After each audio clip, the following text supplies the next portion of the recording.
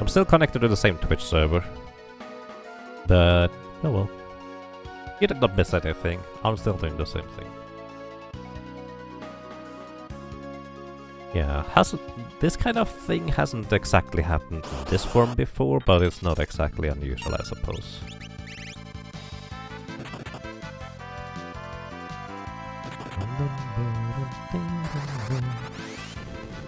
Welcome back, everybody. Or if you're not back yet, we should be back. Hang on, I'm gonna write that.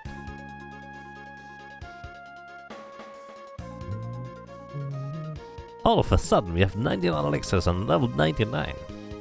Yeah, there was a time-space continuum thing going on here, and I did not want to continue without people being able to see, but I also kind of wanted to play the game, so I just decided to keep grinding until eventually came back.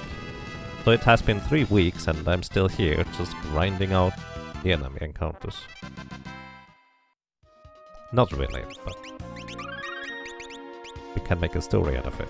Hello, welcome to you, Metacut. I hope you're doing well. Or as well as you can anyways. That would be nice.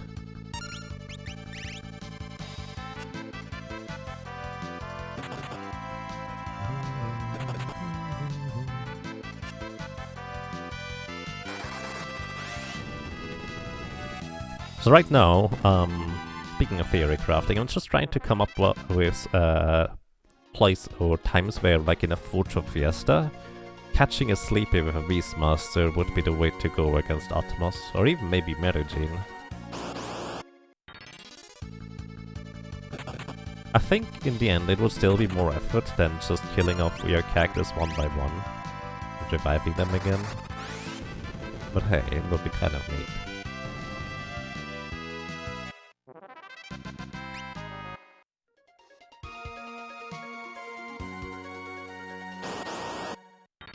You could probably pocket one for Merigine for Black Mage just for convenience. Definitely true. Not catch one for Atmos.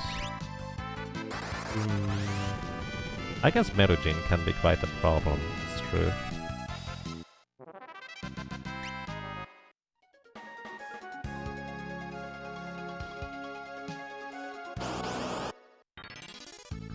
Maybe for Atmos when you have a really low damage output overall.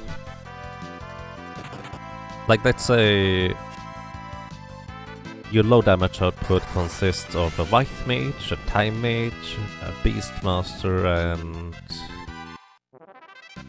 I don't know, another White Mage.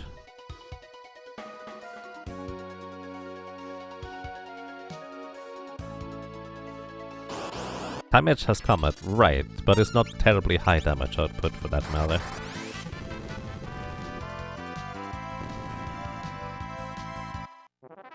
Then again, it would likely still be sufficient before anybody gets absorbed with proper timing. You got haste. That's actually a good point, you got haste. I actually forgot about that part. Kind of the key feature of a Time Mage, I just forget about. Why not?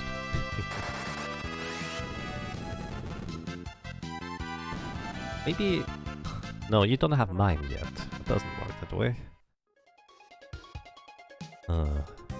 Yeah, it's kind of difficult to come up with a situation where, if you know what you're doing, you would want to catch a sleepy over Atmos. Yeah, I agree.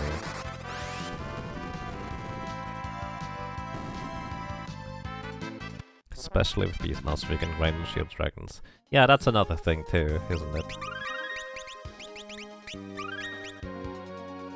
That is very accurate as well. On a separate note, Magus, are you going to accompany maybe BGG and Seven Sins in one of their Fiesta runs? Because, kind of like the previous 2 years, I'm just gonna play alongside once they get to Final Fantasy 5. Just for fun.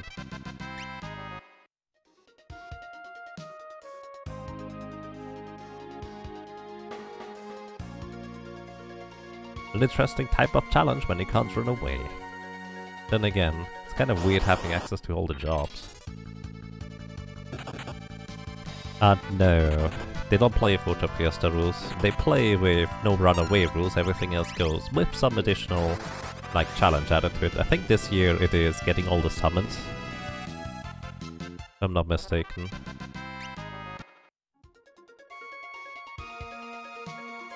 That's way too easy. I mean, it is for you. It's not supposed to be difficult.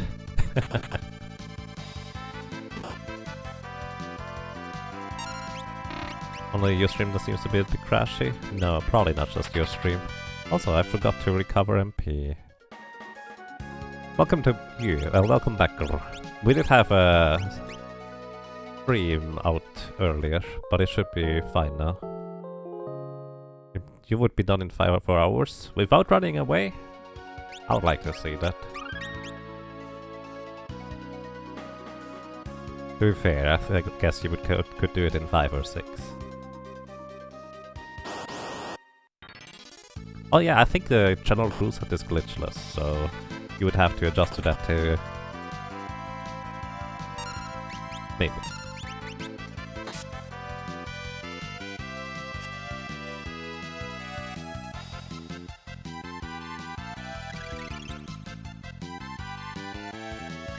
Pretty simple. I mean, yeah, you just use ninja for most of the part. As I said, I don't think it's supposed to be necessarily difficult, as more as it's just like an interesting kind of way to go through the game, in my opinion.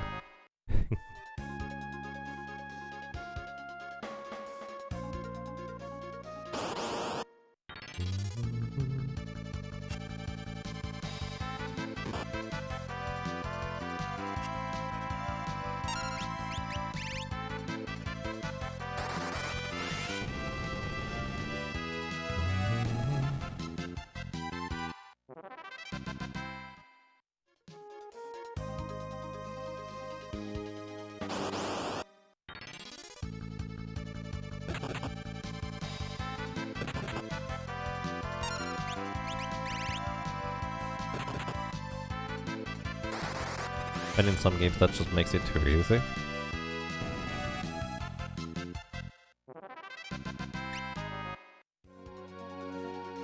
But running doesn't help you. I mean, that's true. Honestly, I think the challenge comes with trying to deal with random encounters quickly. Not that it's not difficult, as you say. I agree. It's more of a concept of how efficient can you get in order to deal with them in just a turn or two. Especially if you run into some of the trickier encounters in random locations. You just reset, or do you have a plan for them? Like the dragon floor.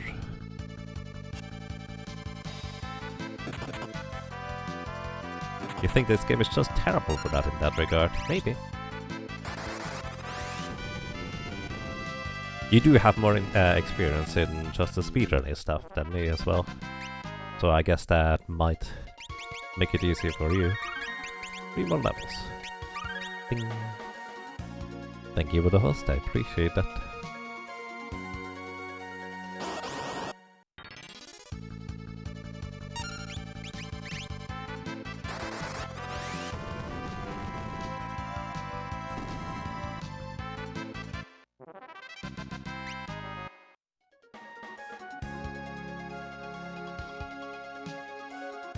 It takes a while until you get throw for a black mage.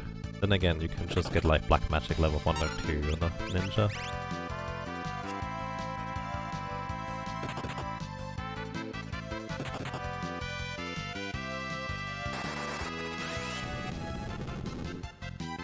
I wonder whether a goal of like complete the bestiary would be interesting to me, because I've never done that before. Then again, you have to go into... Wait, do you have to go into the special dungeon for that? I don't even know.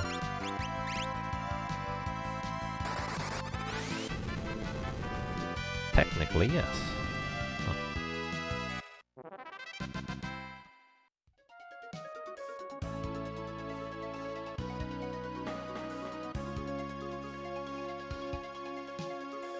Wait, why do you have to then go into that, technically?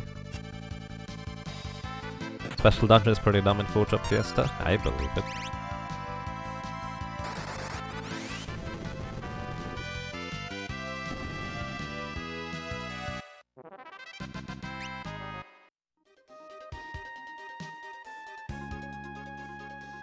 There's entries there. But you just didn't do it. In the Forge Fiesta setting.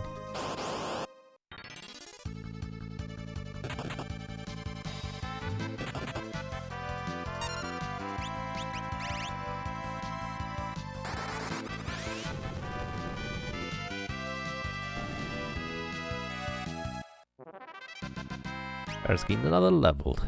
2 more and we're done. Actually pretty quick over here. This is way better than the other place with the cure beasts. Or just purely cure beasts and stuff.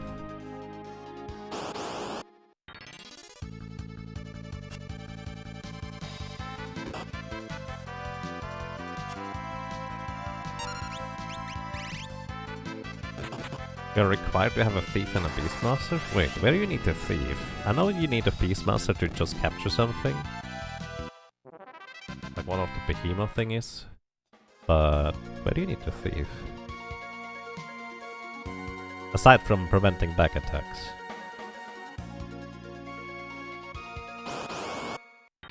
You need to run really fast in this section.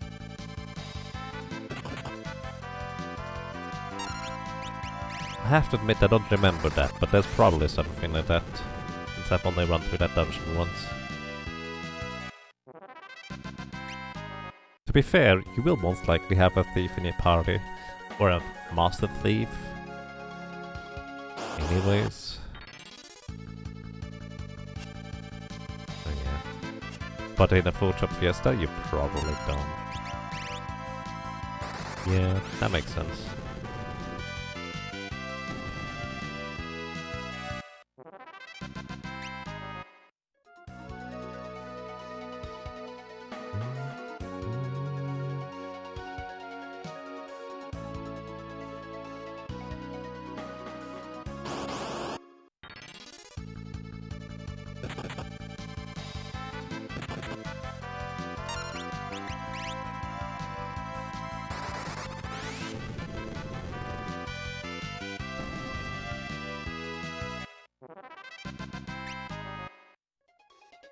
The routing part of getting all interests is interesting up until you get to the bonus dungeon. I see.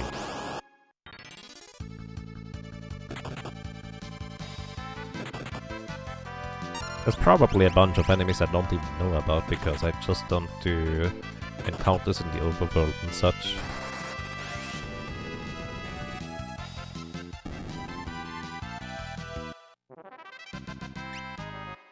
Another elixir. Number 16. Well, that is going to be certainly sufficient.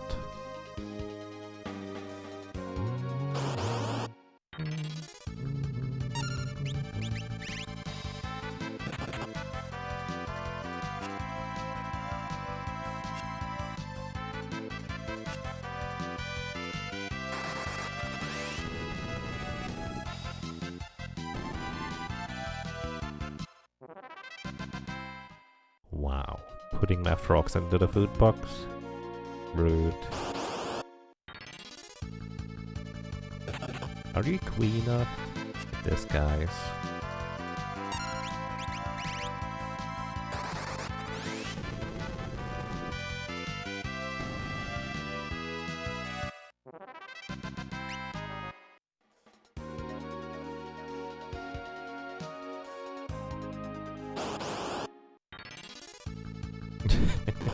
Hello.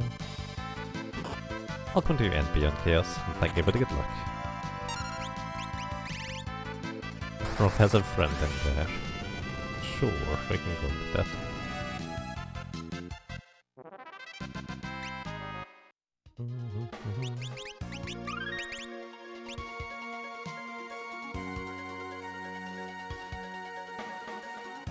How far are we grinding? Level 47. I calculated that at that point I only need 5 spellcasts on average in order to push X-Death into phase 2 with 1 less spell cast. So this should be reasonably efficient.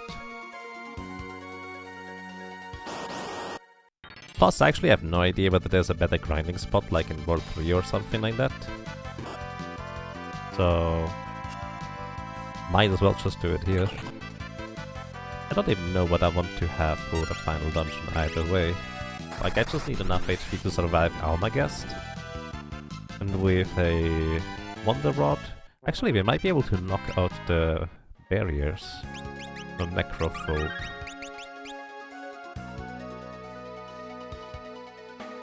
With just 2 magic lamp uses. Wonder how much damage Bahamut does. Slugs? I see the slugs and the spiders.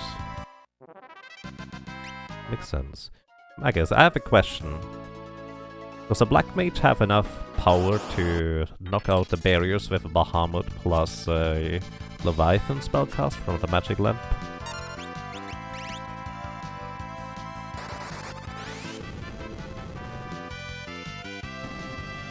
That is a great question. Thanks.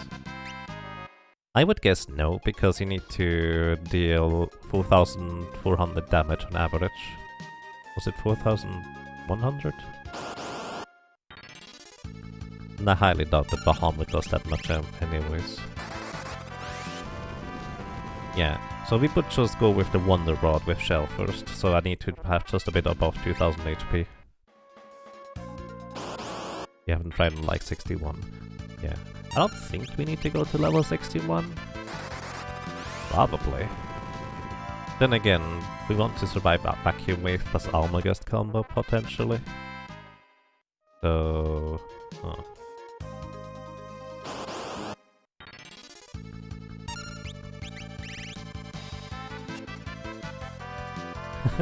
$61's a loss reasonable multiplier. I suppose it depends on which character you go for. But that makes sense.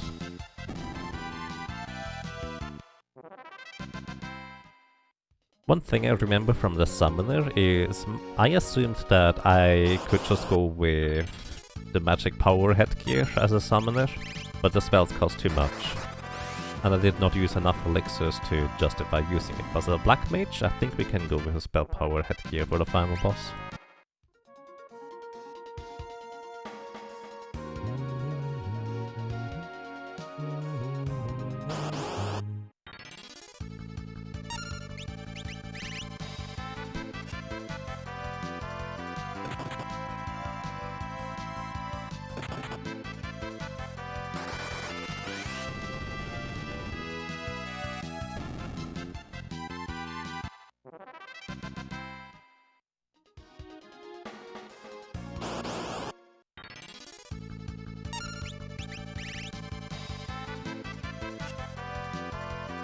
I mean, I know these Bolt Mani enemies are supposed to be creatures peeking out from a dimensional rift into this world. That's their sprite. But every time I'm just trying to see that they have like weirdly tiny hands and the body is just weirdly shapen with tiny legs and such. They are such weird creatures, if you try to look at them that way.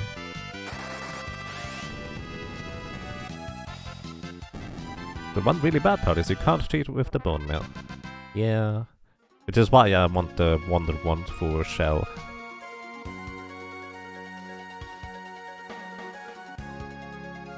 I mean, the one good thing about getting the Wonder Wand is I'm also going to get a Flare, which, well,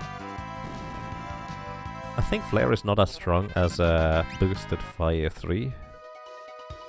But at the same time,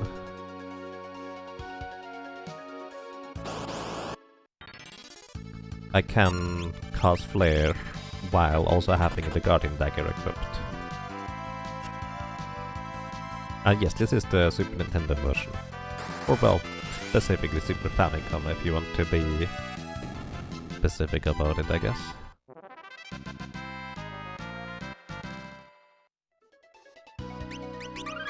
Level 46, one more. Are you going to do both parts of the tower legitimately? I mean, I'm just gonna do it the traditional way, where I just go up and knock out Minotaur with the chicken knife, and then reset and then go up the left side and send samurais up the right side.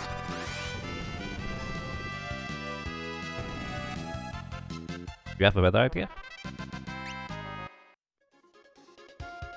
That's what you meant. Yeah, okay. That's all. To be fair, I don't really think we even have to demonstrate that we can defeat Minotaur. Because it was easy as a summoner, I don't think it's gonna be any more difficult with the Black Mage.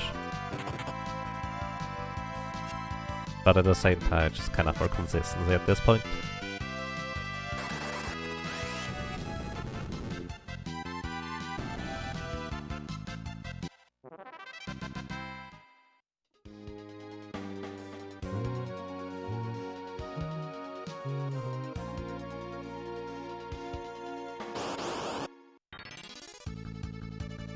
How many levels are going to grind up here? 27, so one more from now. 47, excuse me. Level 47 is the goal, that way around. I'm almost done. We could reasonably defeat XF before this, but I think we have a huge bump in chance of success at 47 compared to my original goal of level 42. And yes, that is for another magic multiplier, which just so happens to, on average, give me a decent chance of pushing XDEF into phase 2 in his first cycle if he uses level 3 Flare. With only using 5 spell casts rather than having to use 6, which before level 47 I most of the time would have to use 6 spell casts. And yes, this is van translation, that is accurate.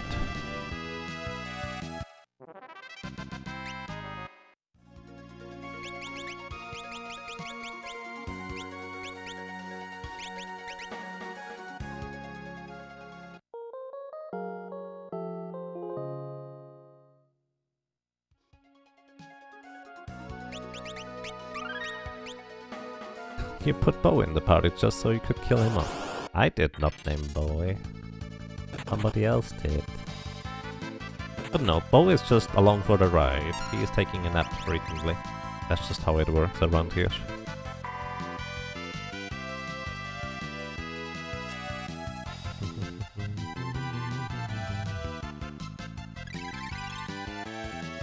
Is there one you can recommend? Between the games? Generally speaking, I do think the Game Boy Advance version is the best version of Final Fantasy V.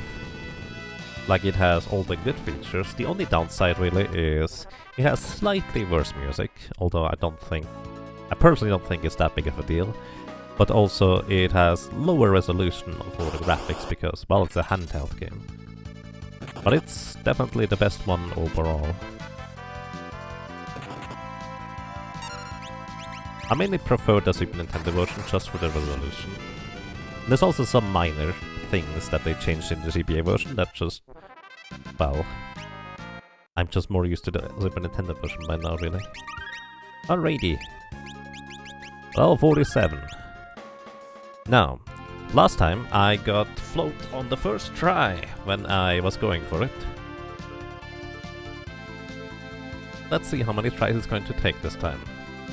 Like, literally, I used a dancing dagger, confused the bird, first try, gave it an ether, it didn't kill itself, and gave me float. Naturally, we're gonna get it on the first try again. I doubt it. We'll see. I have spent long enough on this where I eventually decided to go for the double encounter birds. They're a bit later in the dungeon. Just because they took so long. Alright, Guardian Dagger, let's go.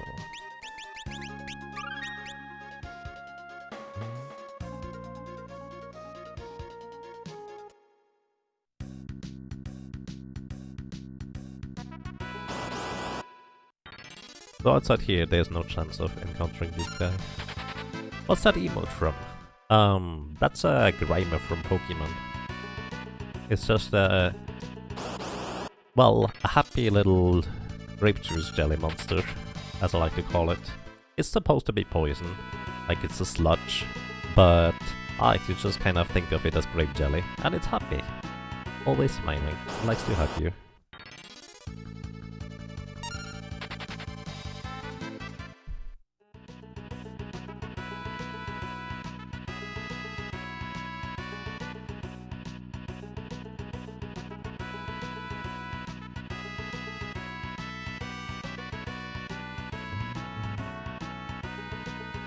Alrighty, here is where we can get into encounter with two birds at the same time.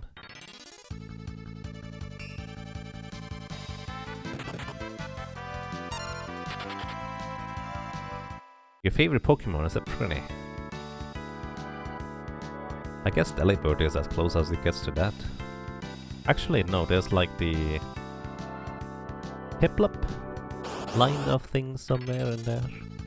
There we go. Alrighty, so Dancing Dagger. We have a 1 in 8 chance to confuse these guys whenever we attack with it. And if we get number of cases, like 2 in 8 times we guaranteed kill the birds. Like Chittibug Dude will kill one of them, they don't have enough HP to survive it. And daggers also have the properties of whenever you attack with them with physical attacks. Chances are you actually will hit the enemy, since even if they have high evasion, that evasion gets halved through the use of a Dancing Dagger. Pokemon birds don't tend to not learn Explosion though. Really?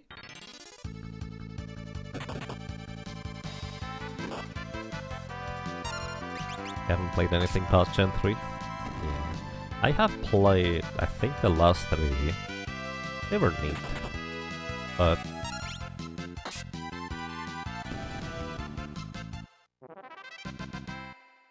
actually, I really like the Sword and Shield overall.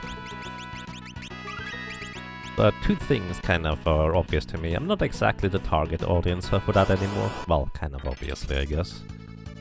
But also, that is kind of what I was missing personally for Pokemon, when they finally actually have or go away from handheld games. I just don't like playing handheld games nowadays. Tiny screen. Wow, not even getting dance moves. Alex just butchers these birds straight up.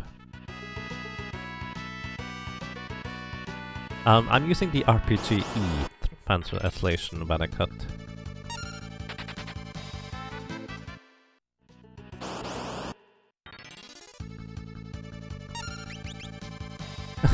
You were a monster when you first played Final Fantasy V Japanese.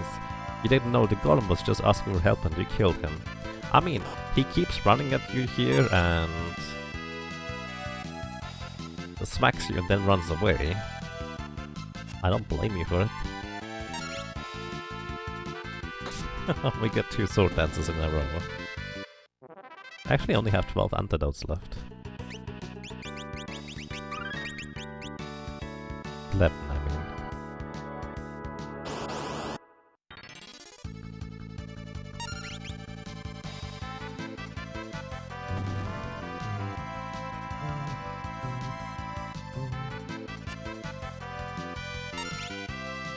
There we go, Tempting Tango. Now we need to get lucky that it doesn't kill itself. Like that. Turn to stone.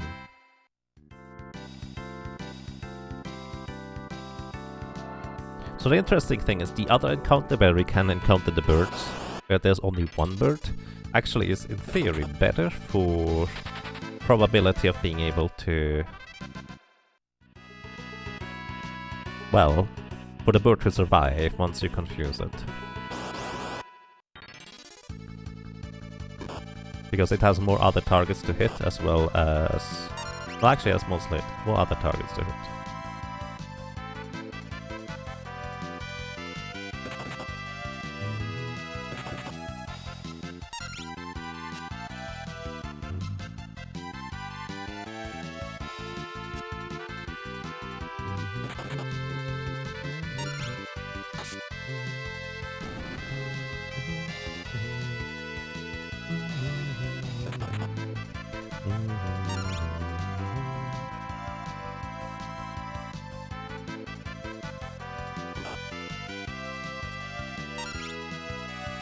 Hey, there's a Tempting Tango. Please don't kill yourself. Bop. You know, to be fair, it's actually a good thing that they don't use Beak on me. Because I don't have any protection against petrification.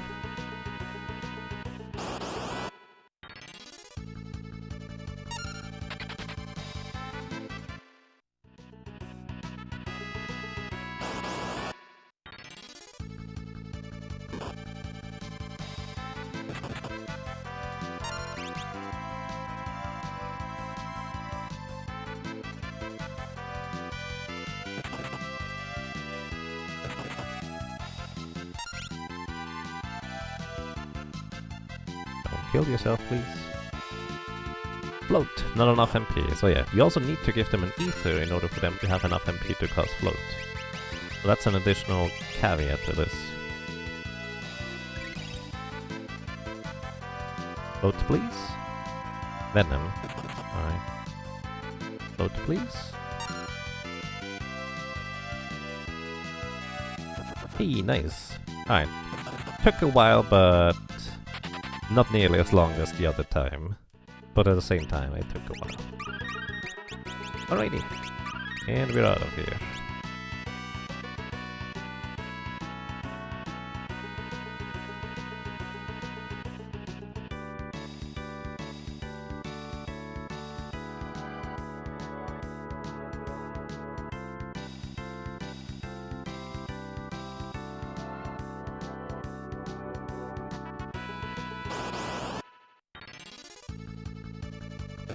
So this is the other encounter where you can encounter the Sting Eagles. It's just one, which means only half the chance of getting at least one Sting Eagle confused, but once you do confuse it, it has 2 other targets to hit. Plus, if you want to be really fancy, you can actually try to confuse the Drippy if you accidentally kill the Sting Eagle, which will cast a reset, resetting the battle back to its original state. It's pretty interesting too, I guess. No ridicules, please. Oh, preemptive. We are lucky. Ridicules will always turn your cactus into zombies. You know, we should... When we do the Necromancer 2.0, what we should do is we should have the Necromancer be accompanied by 3 zombies. I think that would be perfect.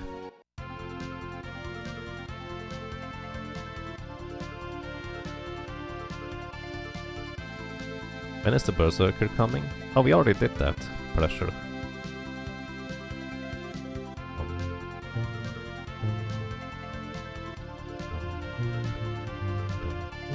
The only one that is somewhat difficult left at this point, I would say, is going to be the Thief solo challenge. So, I mean, we didn't technically... Oh. I went all the way to the final boss with a solo Berserker. It took like, I don't know, 107 hours or so. But yeah, without actually being able to properly manipulate randomness, that's as far as you get to the final boss. Unless you get ridiculously insanely lucky. Only 107? I can actually tell you. I might be wrong. Let's see...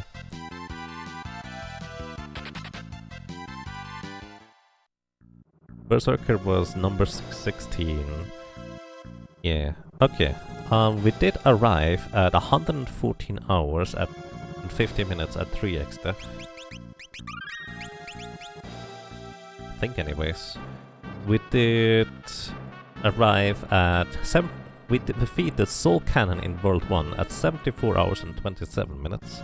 And we defeated Sandworm in World 1 at 37 hours and 33 minutes. But yeah, it is virtually impossible. Like, the probability of it happening is ridiculously low. That is very accurate. But it is possible.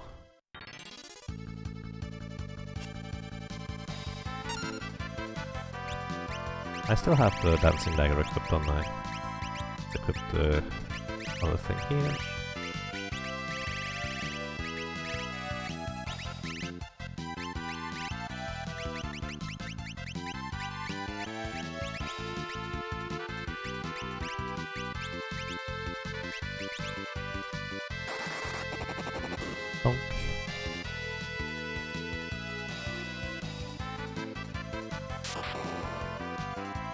A solo run of Wizardry 7 at the moment. Oh, interesting.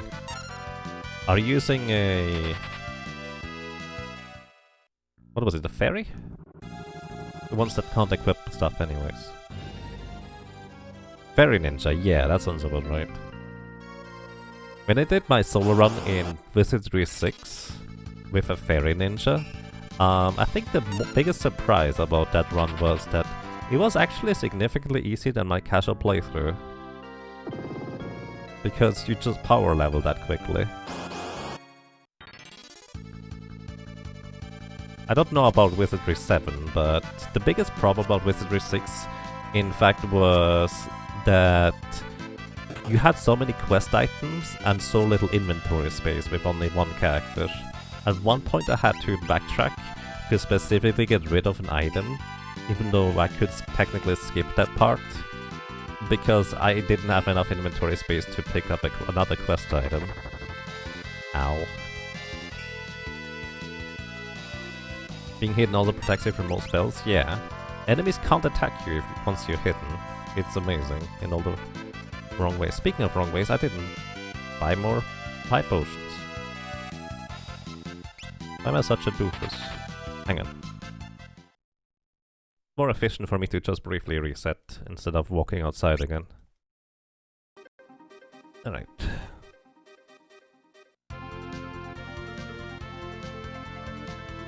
Also, fun fact, in Wizardry 6 there's an encounter that you're supposed to lose, and if you hide yourself with the character in the front, you softlock the game, because the enemy can't hit you.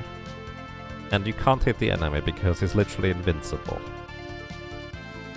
There's no way to unhide yourself unless you successfully land an attack with physical attacks, and it doesn't unhide you. It's fascinating. You didn't let yourself bring a Lizardman corpse? In Wizardry? No, I just played it straight up solo.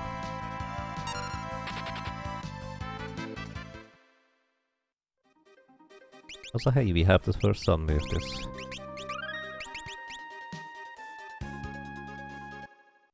As I said, I don't really know anything about Wizardry 7.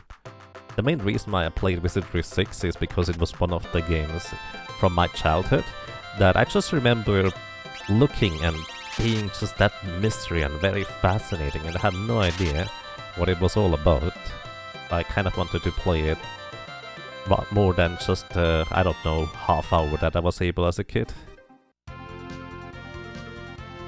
7 is very similar to 6. With profession changing? Yep. I think specifically a female fairy, you can freely switch between a mage and a thief, it was? Or was it a mage, thief and a bard? Because the stat requirements are just aligned perfectly for a female fairy. Yeah, bard thief, so you just power grind your hit points as well as spell points that you unlock, and you get plenty of time to allocate stuff. The biggest difficulty being actually getting started, as you might expect. Mage and Bard, was it?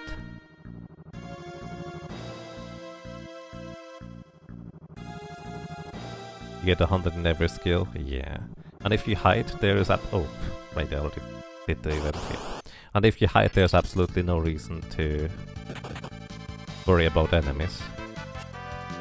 Plus, you have so much spell MP in each school that you just start casting instant death and everything. Suffocation and... well, it's called asphyxiation. And what was it?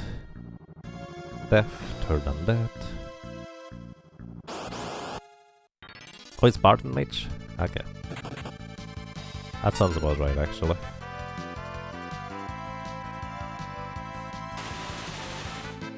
So you start as a ninja, so you have the hide skill from the get-go.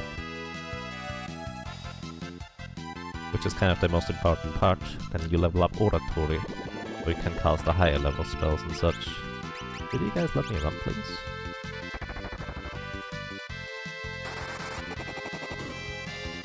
Was it like legit cheating? In Wizardry? Maybe.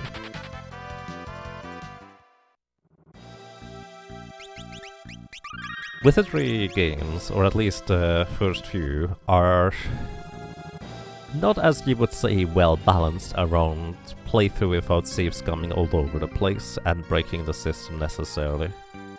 Like, you can play through them the straightforward way with only doing like 1 or 2 class switches on each character, But it's really just gets so much easier if you class switch more than just once overall. It's kind of a crazy difference, all things considered.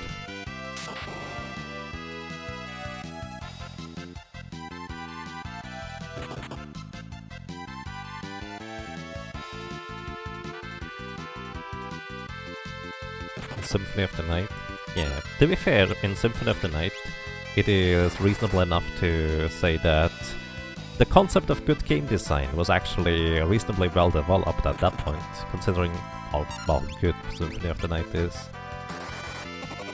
For the case of Wizardry 6, it was still the Wild West of game design. Which is actually a large part as to why I find these old retro games so fascinating. Because nowadays, if you play a game, even just from the Super Nintendo era, you kind of largely know what to expect, and there's not exactly many big surprises. Where's my soft? Oh, there it is.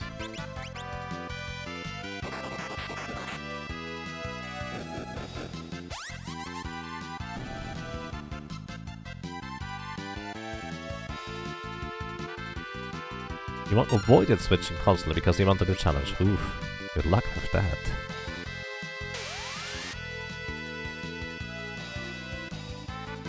You played one of the newer Wiz-like games. You didn't class change anything other than the thief would become another samurai.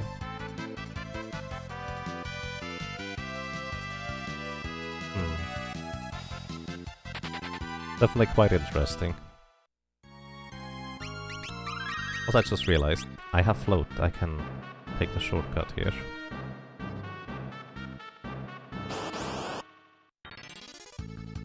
Thief wasn't good for late game. Yeah, no, it isn't.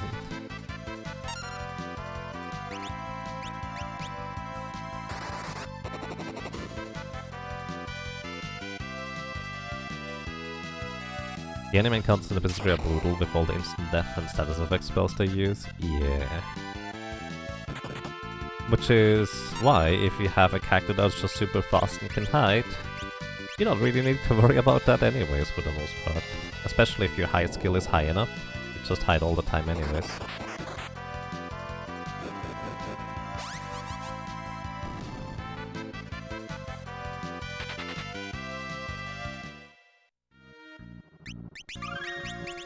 Are there no hit chance percent and resists? There's actually more than just a hit chance in Wizardry. In Wizardry you have a concept of oratory, that is a skill, and the basic idea is that it determines on how good you are in casting a spell, basically like the vocal component, so you don't mess up and trip over your words.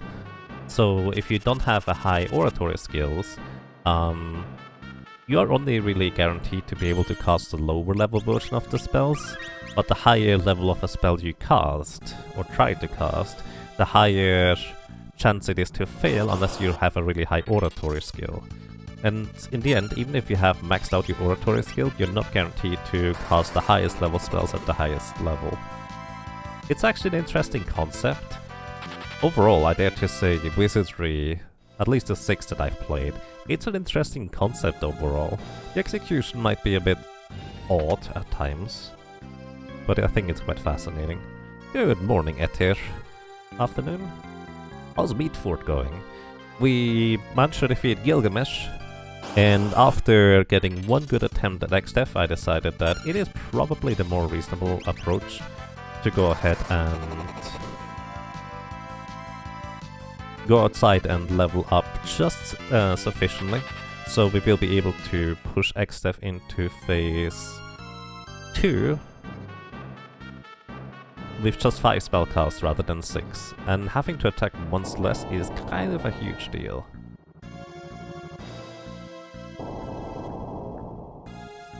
If you play Wizardry 6 and 7, you don't have to hide every character, you're in for a tough time, indeed. Still doable. My first casual playthrough was without really hiding much at all. But yeah.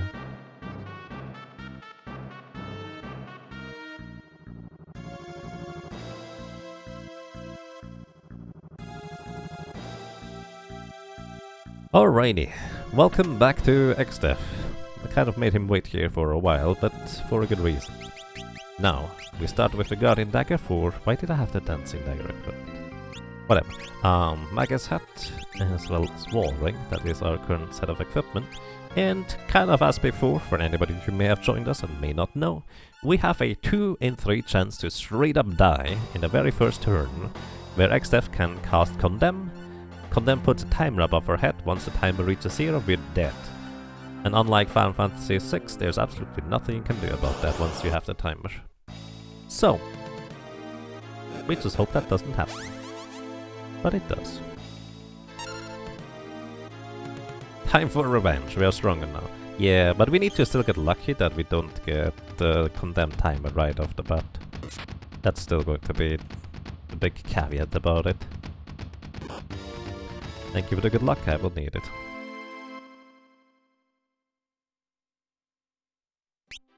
Alrighty, also, I want to go ahead and equip my stuff right here already, so I don't have to switch for later.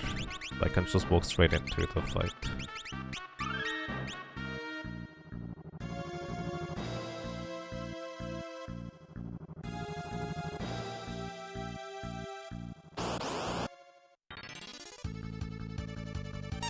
I actually could have told you that this should be 2 Dark Wizards in that spot, but I'm not sure that's always true. It just kind of feels like if you reload from a save and you get an encounter there is 2 Dark Wizards. Alrighty. Attempt number 2 after leveling. Thank you for the good luck. Nah, I mean, the odds are stacked against you, Venecut. We are kind of like playing poker here. We don't expect to win every single time we try. We just kind of try again and again and again.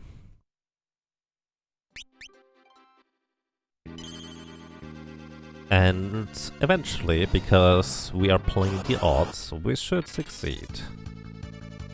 That's the idea anyways.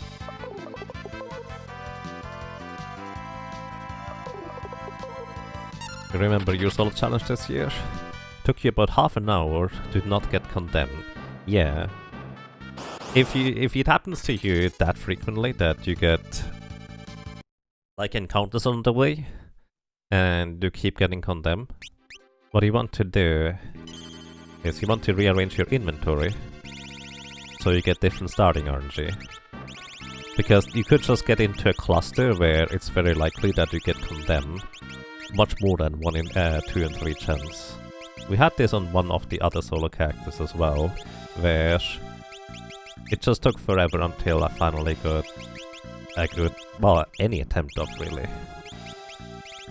So basically I'm saving, now I'm resetting again. Did I increase the death counter for the previous attempt? I think I didn't. So I'm resetting the thing again. The main goal for me here is to just not get encounters on the way to XDev. That way we can retry more frequently. Looks like we're good on that. Alright. Now what I'm also gonna do is, in a specific spot, or in any spot really, just going to open up and close the menu 3 times. This actually is going to influence the in-game RNG. I don't know actually whether it carries over through the cutscene here or not, but we might be able to just mildly influence what is happening, in theory. 2 votes on how many first round condemns. A bit tricky. So, alright, that didn't work. And my capture card has the sound behind again, so I'm gonna reset it real quick. So what I'm gonna do is I'm just going to try and normalize the RNG in my menu, so I'm going to open and close it twice. 3 times. Then I'm just going to do some menu movements. And see whether we get it now. It's not exactly science. There's a bunch of factors that I don't know about for how manipulating values or RNG goes. But something along these lines may or may not work. Condemn. I mean, basically what I'm trying to do is I'm just trying to get a good starting value where I can try to then subsequently manipulate the same, well, thing over and over again. But as you can see, I basically consistently don't get encounters on the way to X-Death. So that was kind of successful. Now I need to figure out how to not get condemned. Alternatively, I could just run into the encounter and hope that it works, because there's a large portion of just random.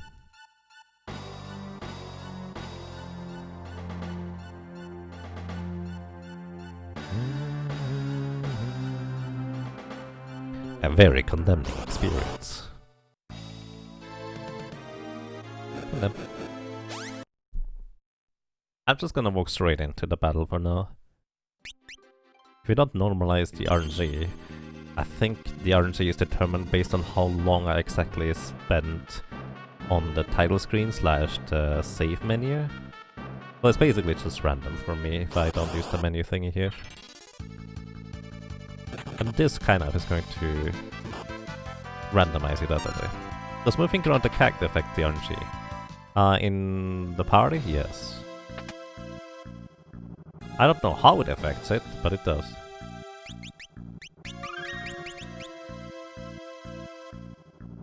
Alrighty. Temp number... how many was that? I think I forgot to upgrade the counter twice, didn't I?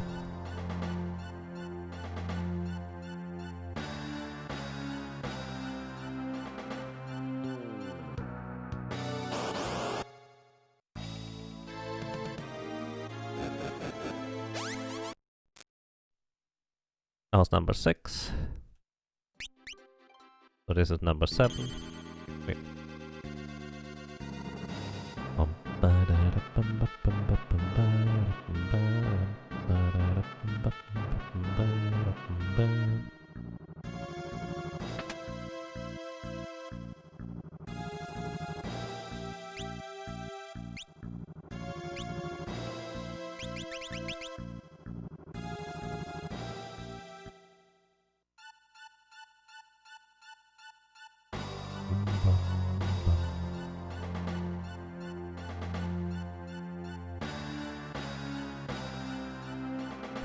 Just revive one of the other party members to act as a condemned target. We won't tell anyone. I would be silly to start with that now. Considering that I've done all the other characters without doing that. I mean, to be fair, if anybody wants to do solo character challenge runs, I personally recommend you do it on a system where you can do like emulator speed up or something like that, just kind of turbo boost. And I need to reset the thing again. Turbo boost or anything like that, because, well, unless the grinding part is part of the challenge for you, which it is to me, then that might not be the most interesting thing. And I wouldn't fault anybody for just reviving the other party members here, so they would likely absorb the first attack.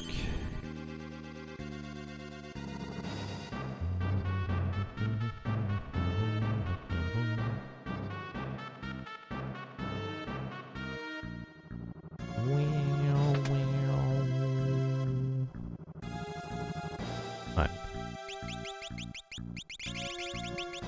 Gonna do random movements. Probably doesn't matter. Manipulating RNG when you don't know what you're manipulating might as well be not manipulating at all. Unless I specifically do the same things exactly over and over again, it's just going to be entirely random.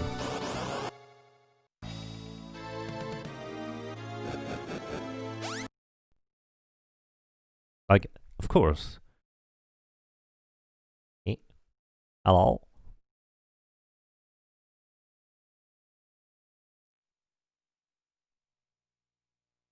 That was weird.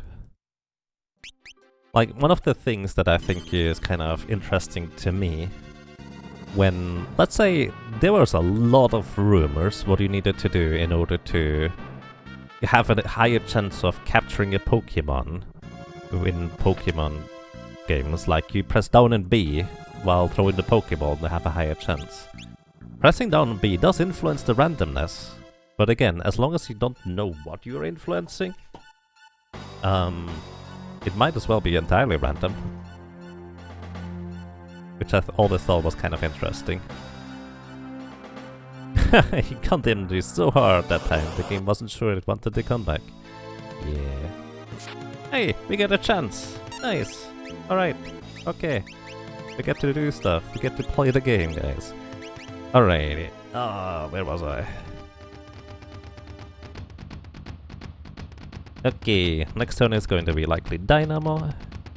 Also, what was it? In his third turn he gets 2 turns? Something like that. Well, 3. 3,945. Then Dynamo, we go back into the back row, equipping Garden Dagger for the 1 in 4 chance to block physical attacks. Demi, excellent, that doesn't do anything. He's going to attack again here. I'm actually going to briefly wait before I do anything, because that gives me an additional chance to block the attack via the Guardian Dagger. Because if I were to spellcast before he attacks me, I don't have the Guardian Dagger equipped yet anymore. Hey, Earthshaker, that's why we have Float. Alright, next is Flame Specialty. Specialty, how much HP do you have? 2,000, that's sufficient. We attack again. 450, we are 12,000 damage. And 45 to be specific. Alright, now we have to heal. No, actually we don't heal yet. We wait for his next attack and then we heal. Hurricane, he actually missed, but we still need to heal. Because Zombie Breath can roll really high and that could kill us at 700. Wouldn't happen in this case. Alright, now his next turn is going to be attack 2 times in 2 out of 3, or he's going to cause Bio. Bio is preferable because it doesn't affect us. Spellcast number 4. By the way, I was wrong. It is 4 attacks instead of 5. Is the idea here, so to speak.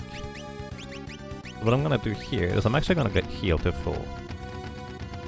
Because if he casts Flare... No, actually I'm gonna wait for his turn. Yeah, I'm gonna wait, I think. Okay. There we go. Alright. He's in phase 2 now. 1028. We dealt 17,108 damage, which is just about 300 damage more than it is absolutely required to push him into phase 2. Now, in phase 2, he's no longer casting Condemn, which, by the way, if he did not cast level 3 Flare, he would have gotten another chance for a Condemn next turn, which of course is very bad for us.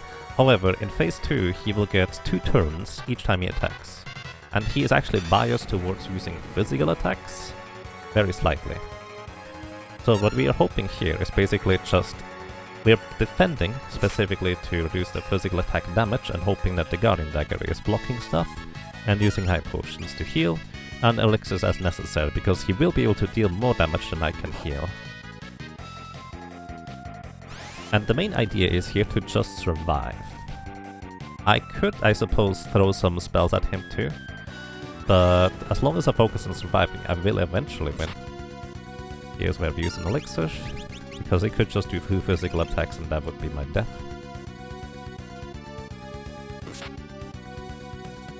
Roll 3. 6,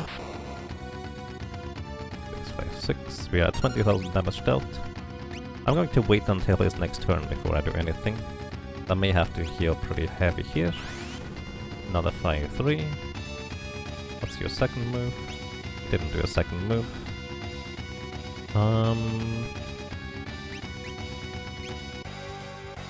The only thing I don't survive is 2 vacuum waves. So that's actually a shorten of combat here by casting a spell. By the way, I was wrong. It is 4 spell casts instead of 5. I said I only need 5 instead of 6 at level 47. I kind of had that backwards. Okay, 6, 8, 3. We should not get looped by him, so we attack again.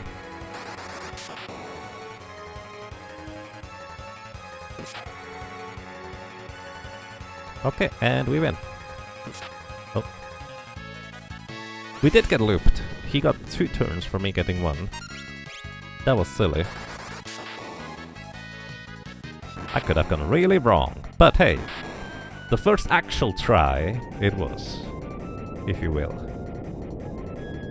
Having more maximum HP definitely helped us survive in phase 2 here as well. Because otherwise that could have been super sketchy.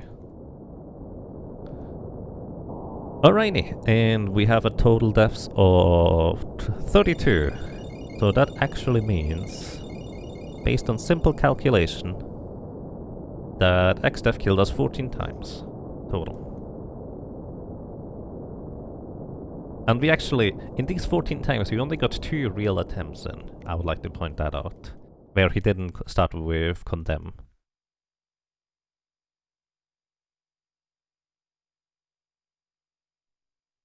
You don't think it's 2 and 3, to be honest. Just based on observation. Well, as I said, it is very easy for the game RNG to be biased towards one or the other. I had it both ways, where I got disproportionately many attempts without him getting or using Condemn most of the time, which shouldn't be.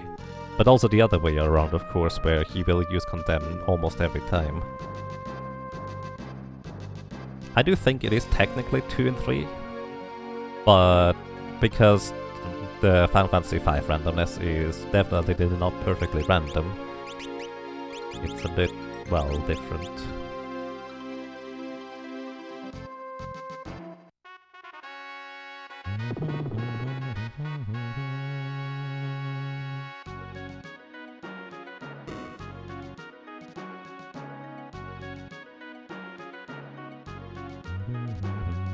Does reflecting spells at him prevent the counterattacks? No, it's more just kind of to not die. That's kind of the main reasoning as to why you reflect spells back at him.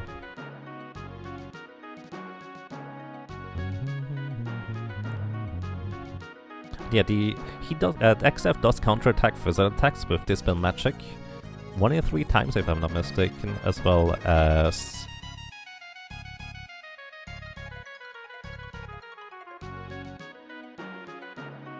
he does counter slow with haste on himself, so you don't want to slow XDev with a spell unless you cast Reflect on him beforehand. Alternatively, you can actually capture a spider, and I think, at least I was told, that he does not counter that kind of slow, because it's not a slow spell. Not dying is a great strategy, usually.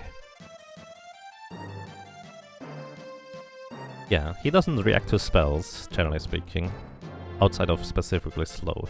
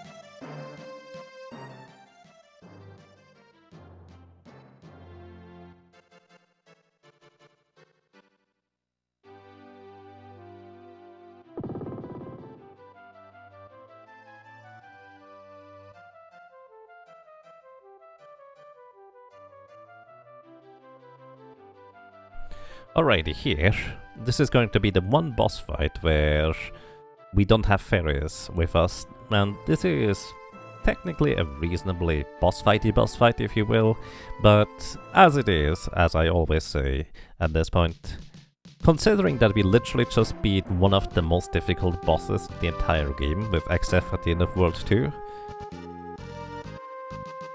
well, An antlion is not really going to be that big of a deal if we have the full power of our solo character available, so I don't feel bad about effectively skipping that one by any means necessary.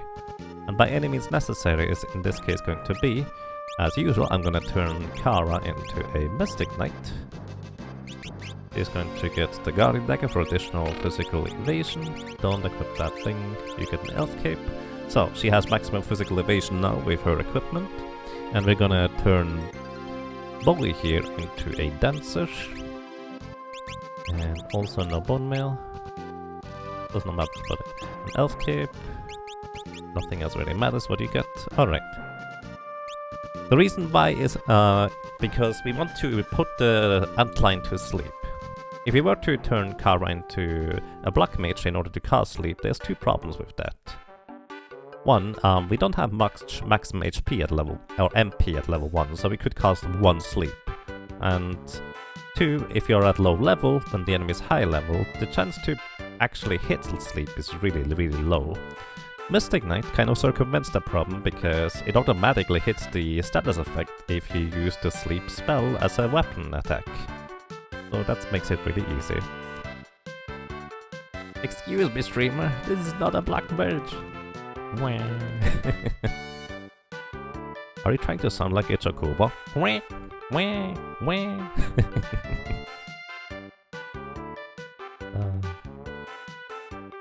But yeah, Mystic Knight basically guarantees putting the Antlion to sleep. Also, with a shield, you have an additional chance to block physical attacks. With the Flame Shield, it is 40% chance to block physical attacks, plus a 1 in 4 chance to block physical attacks with Guardian Dagger, plus a 1 in 3 chance with the Elf Cape. We will die if we get hit by anything from the Antlion, that's just how it is. And the reason my Butts is a Dancer is because we need something to damage the Antlion, and turning Butts into a Dancer is just the easiest way because we want to damage it without waking it up. And the Dance command neither costs MP, which is kind of a big deal at low level characters, nor is it going to wake it up. Even though Sword Dance is clearly a physical attack, the game doesn't care. It's still considered an ability slash skill slash spell, and it doesn't wake up sleeping enemies. So, plan of action is cast Sleep Blade on Kara, attack once. Once that is done, we revive Butts, who probably died in the meantime. And then we just dance until we win. Which takes a while. That's just the nature of the beast. Ooh, Kara died. That's unusual. By the way, one of my favorite things about Mystic Knight is that they have ridiculously high agility. They have the same agility as a ninja, which is basically tied with the second highest of any character. Alright, you have more than a 50% chance to not get killed here, Kara. Good. And it's asleep. Then we revive Butts right here.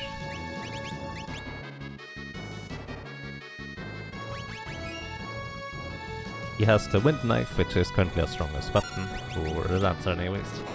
And then we put Kara back to sleep. And now we dance. And we hope for Sword Dances or Jitterbug Duets, both are fine. This thing has 8800 HP, so it's gonna take a little while. Unless we get stupid lucky.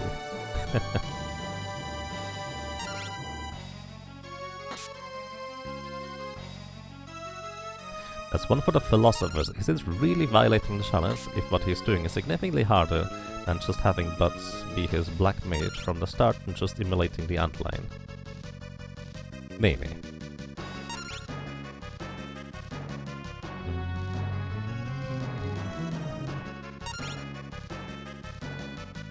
Or 4? I mean, Butts could absolutely annihilate Antlion. It's pretty easy to do as a Black Mage. Some solo characters might struggle a little bit based on whether they get their level halved by Antlion again and again, but for the most part, if you defeat X-Dev, there's not really much of a challenge in this guy. He can technically kill you, Or it might actually be faster to just reset if you get your level halved enough and slowed enough. But yeah. Wait, you're counting sword dances. I see. That is a lot of sword dances, I agree. Don't worry, we're due for a lot of not sword dances now. It's a 1 in 4 chance for each of the dances. Sword dance is just 1 in 4.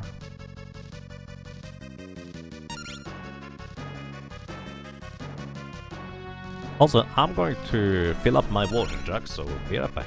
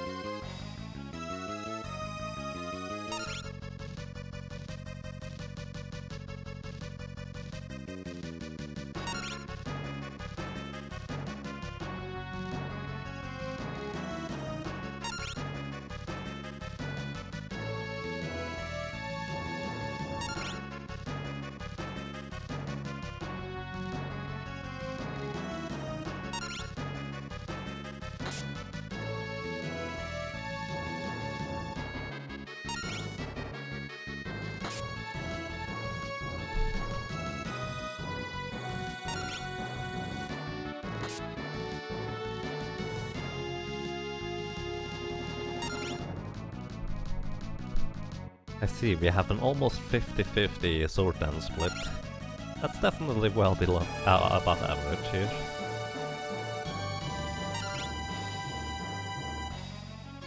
Also, I found some chocolate on the way to filling up my water, so that's great.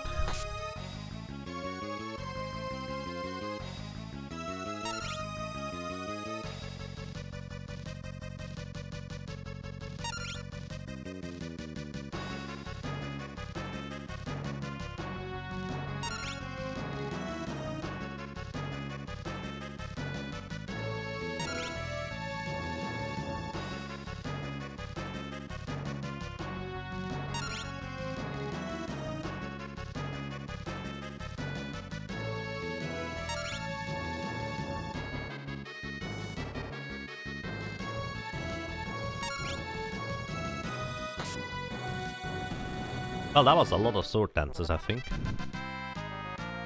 18 out of 44. So about a third. Actually, that's better than a third. We had 2 insane streaks. That sounds about right. Alrighty. Reviving Kara here briefly. To turn them back into their freelance jobs. And you get the Guardian Dagger. And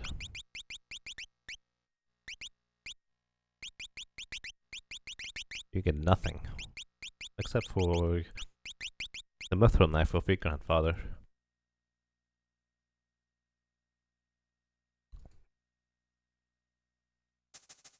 You want to say 10 jitterbugs, which was around 25%. Your count may have been off. Interesting.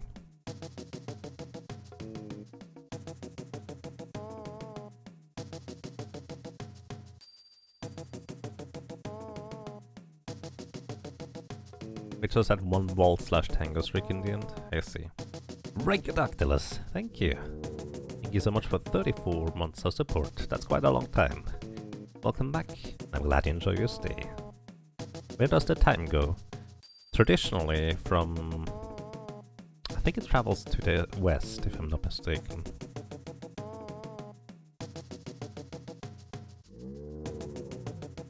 I'm doing quite fine, thank you. I hope so do you. And thank you for your kind words.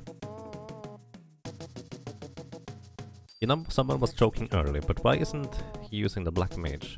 Are there the game where it's possible to just beat with just... Oh, it is possible, Nathan. It's mainly because Ferris, my main character, is not here. And the other two characters are not leveled up. So what I would have to do, if you want to defeat these things too, would probably be leveling Galuf up as a secondary Black Mage. Which you could easily do, it would take you like 20 minutes. In order to just specifically defeat the Antlion, for example. Hello.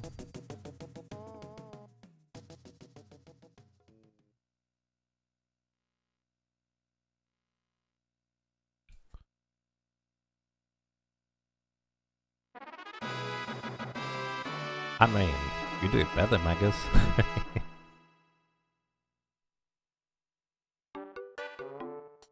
You usually do that in faster runs though. You level the guys you don't use on Black Flames, then use the chops once I have them.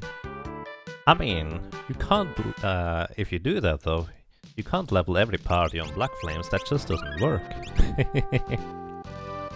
Because what if you don't get a character party to break rods? I mean, yeah. Honestly, for me it's just kind of about style points for having the other characters at the lowest possible level, but that is a perfectly fine way to do it too.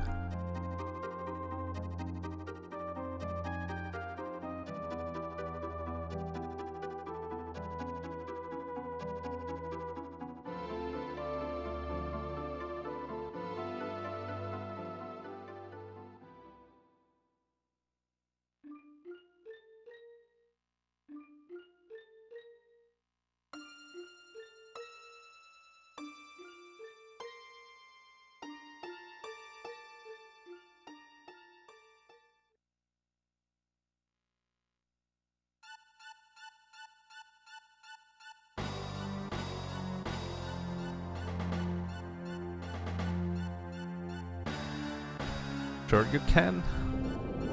Can you really?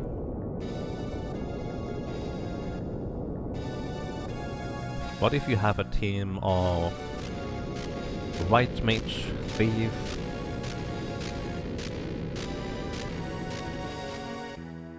Beastmaster, and the Dancer?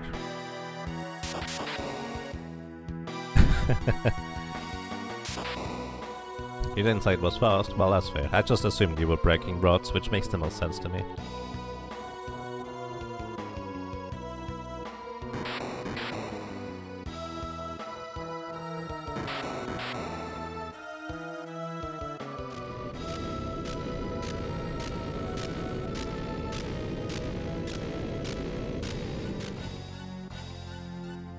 That's true, daggers work pretty well.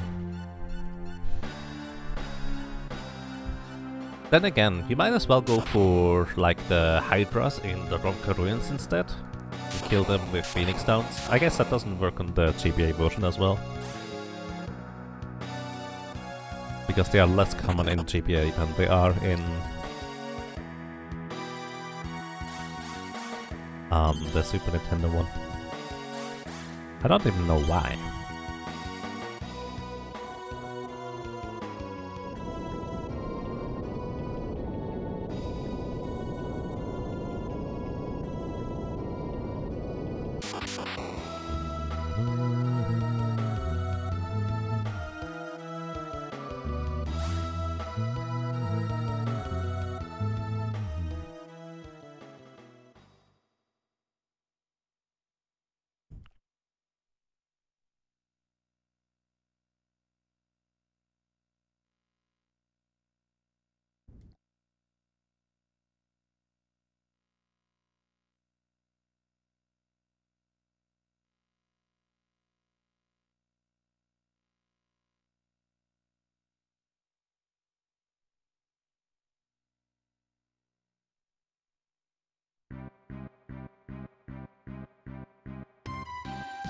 Can you imagine if Gita permanently replaced Lena in the party here? That would be awesome. I'd love to have a turtle in my party. A turtle with a black mage hat. And he doesn't even have it on his head, he has it on his shell, the black mage hat.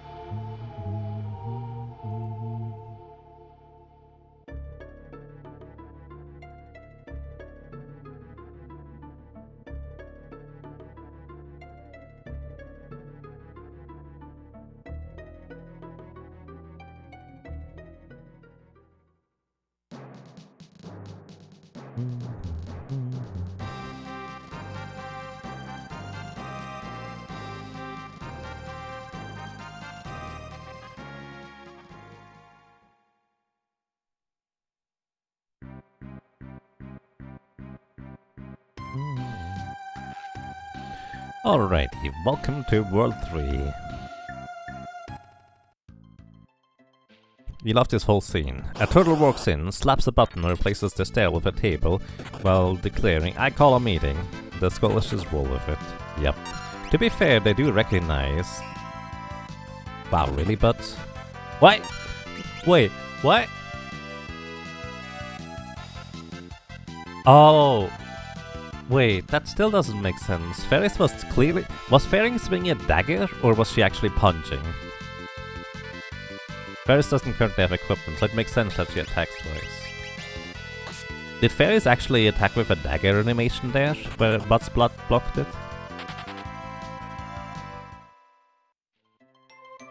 Or did I just dream that? That's entirely possible. She was punching? Alright, I was just dreaming that then. Thank you. Oops. Basically, I just expected Ferris to swing a dagger, so I guess my brain just said, oh, there's a dagger swing. Swing, even though it was the punch animation. Fair enough. That was the main reason why I got so confused.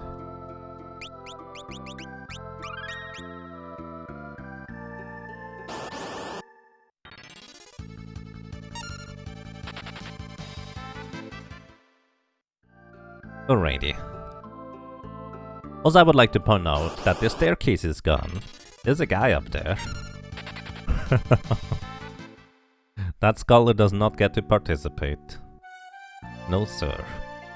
Also, avoiding the cutscene by just walking one tile down. Yes. Well, I'm not here for the story today.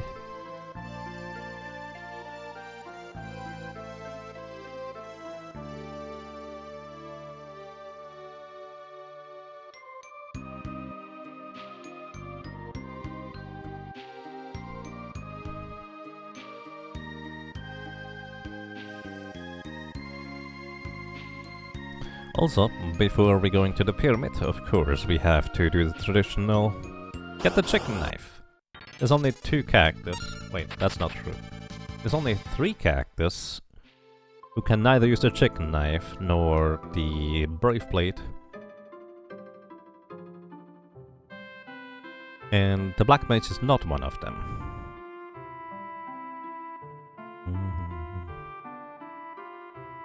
Guys? Guys, I'm trapped on the roof with this haunted book. Guys, hello. Yeah, poor guy. Where did I miss the exit? Ah, there it is. Oracle is the 3rd one. That's an advanced class. Drumbo! 37 months. It's actually 3 years and 1 month. Rumble, thank you so much for quite a long time of support. Welcome back, and I'm glad you enjoy your stay. Hope you're doing well.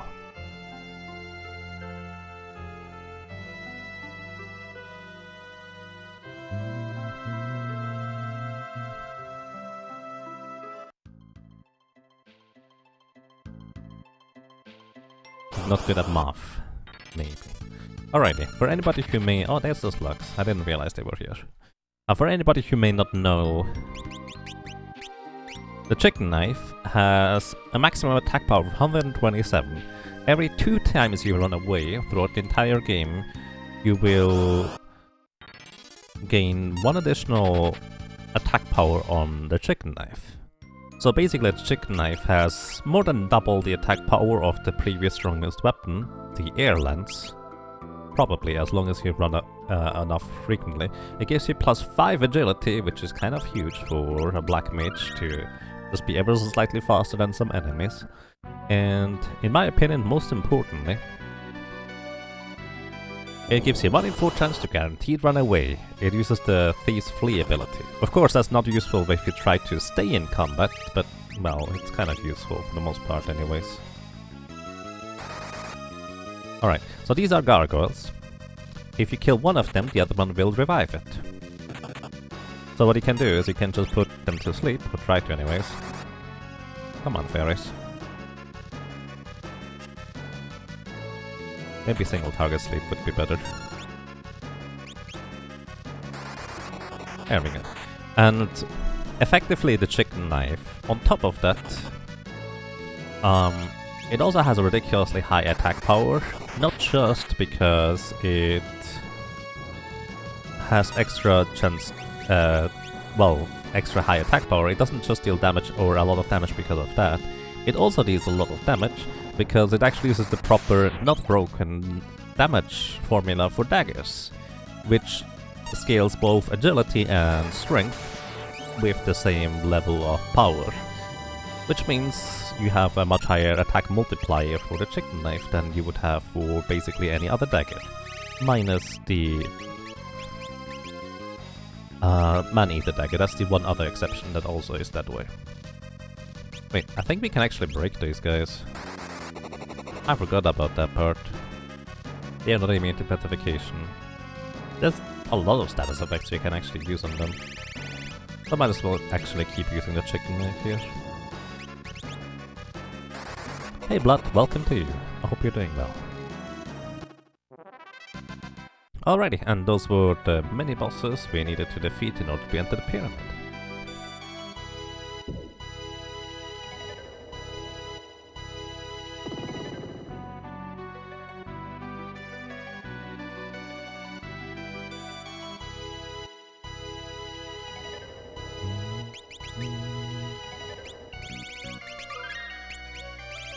Alrighty. Now we're gonna go briefly outside and save, because there's a chance that I will die in one of the encounters in here. Actually, I shouldn't. Thinking about it. We'll see. You're good? That's nice. I'm doing quite fine, thank you.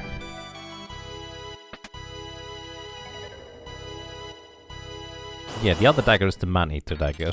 I would guess it uses a different formula, because it just happens to have a special effect that also affects damage, with its always critical hit against humanoids. That's just my guess.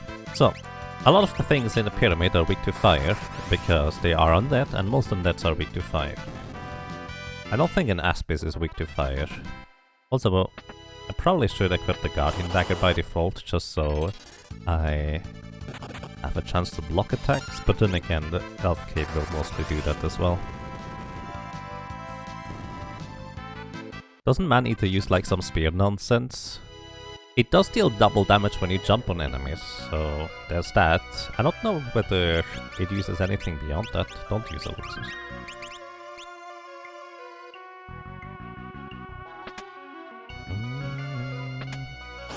Monster in the box. So here's a bunch of cursed ones.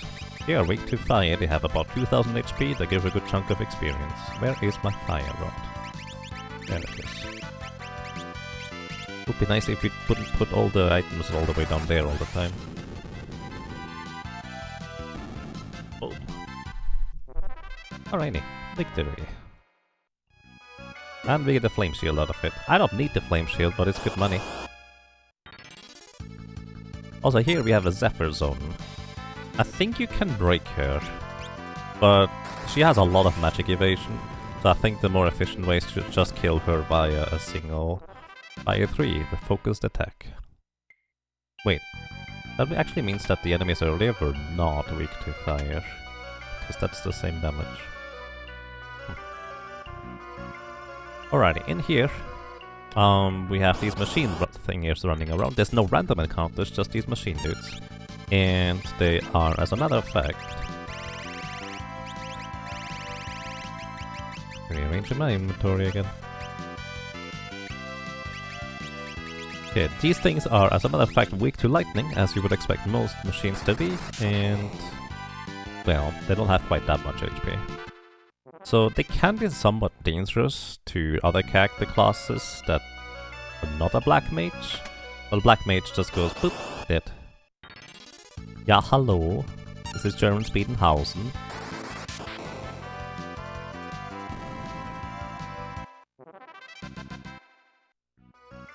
That's the wrong channel. Close enough.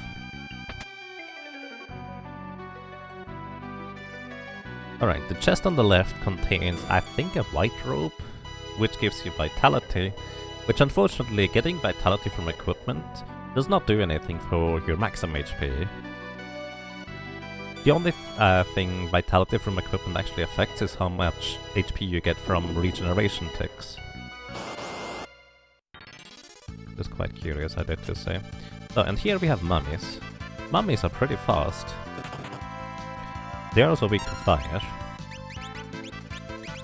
Also, if you leave the last, or if you have only one of the mummies alive in the end, they are kind of dangerous, because they can use Danse Macabre, which will turn a random party member, including the dead ones, into a zombie. We don't have protection against zombies. These are the reason as to why I went outside to save before I realized that, hey, I don't need to do that. So there's a bunch more chests in here. Most of the ones that I skip are, well, contain black matter in them that are only chemist mixes, and I'm not a chemist.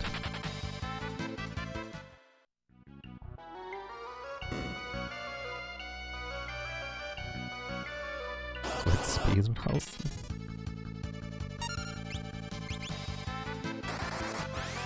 Right now, travel is discouraged for some reason. Yeah. I didn't kill her. Huh. For people in the future that may watch the highlights last VOD, currently there's a pandemic going on. Very unpleasant. Fun fact, the enemies here are different kinds of enemies than what she actually summons. So capturing and releasing them also has different effects than what you would necessarily expect.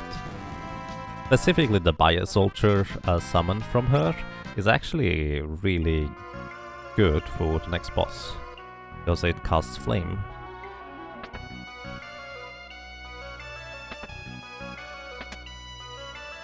Yeah.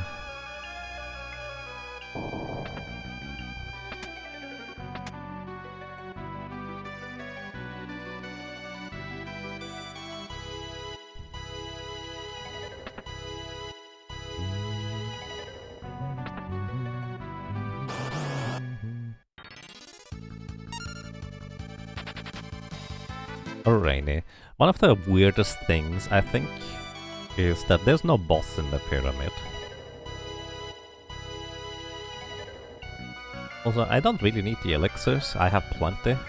So I'm going to not drop down here. Well, I might drop down here just because I'm a doofus, but I'm going to try and not to drop down here. Case in point. I guess I might as well grab the elixir then. There's money on the right side. I really don't need money. Just on the left contains a Gaia Hammer. Really good for underflowing the Berserker's magic power and just dealing a ton of damage with it. But I'm not a Berserker.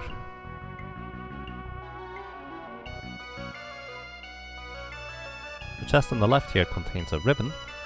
Ribbons are basically the best headgear in the entire game, but I'm not a dancer so I can't equip it. Two of the chests, specifically the two chests on the left in each individual room, contain a bunch of money. I don't need money, I'm just gonna go. And yes, basically the movement in this game is tile-based. Is what it's usually called.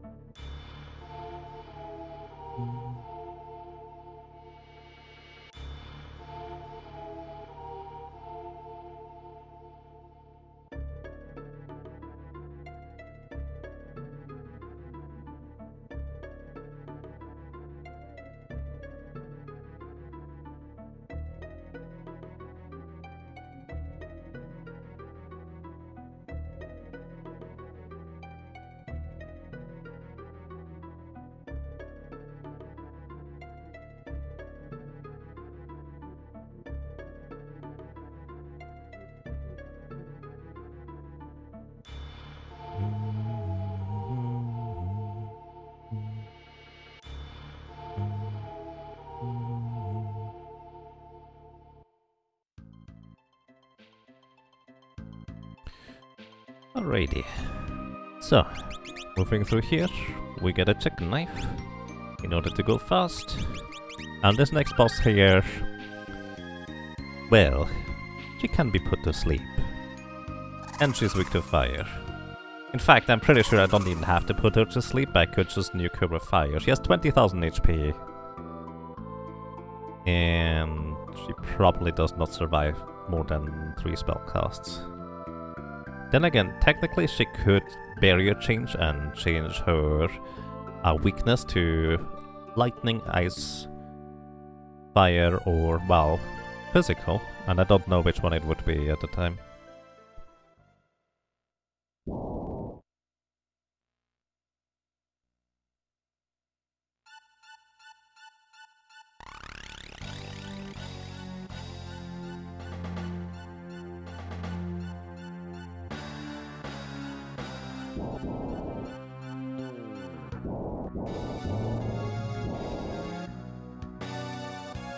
Also, X-Def is a crab.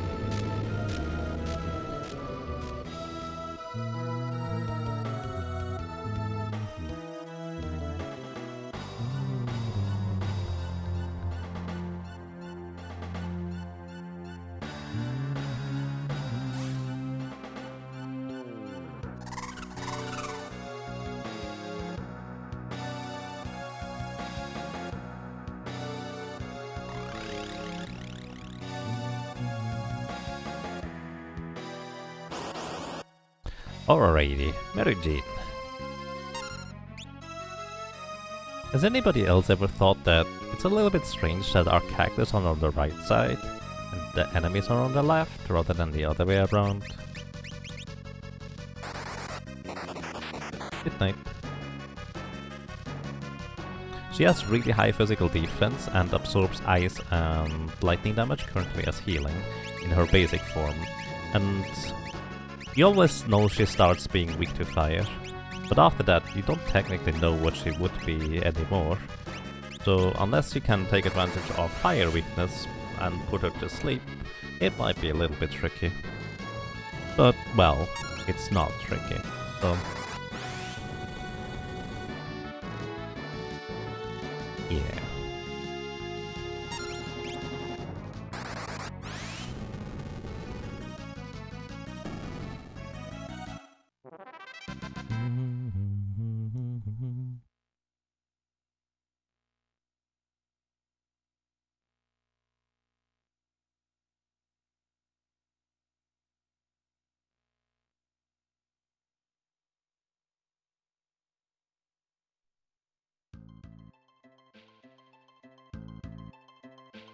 And conveniently enough, Lena is already asleep, so we don't even have to put her to sleep.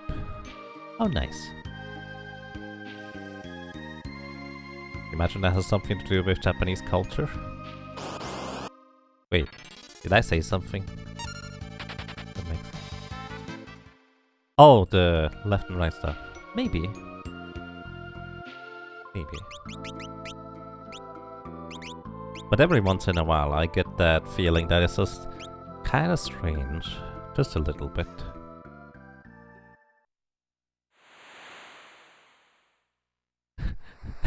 Yeah, I already forgot blood. I'm sorry. My brain works in mysterious ways. Throws out half the information it kind of throws out there. Ooh, that's nice.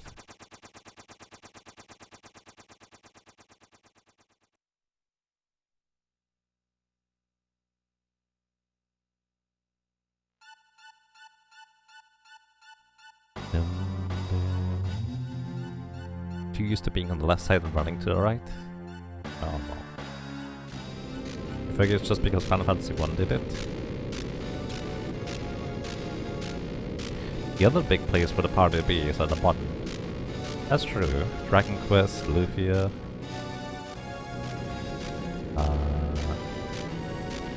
What's that Star series? Fantasy Star, there we go. A lot of them are like, you don't even see your party members, just basically assume you're in the back. Have their vision, like dungeon crawlers.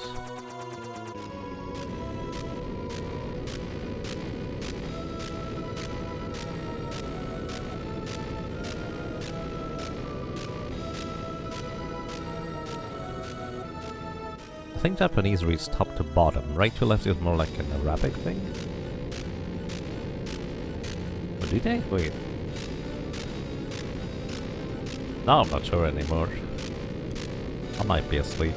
Who knows?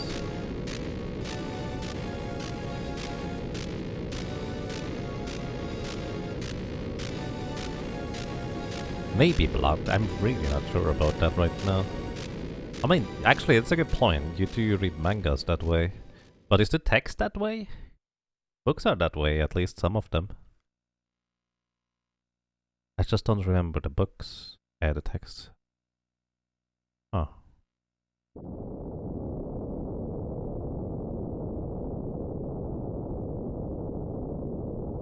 Butts is so angry he needs to fly around the world about 3 times. 2... 3...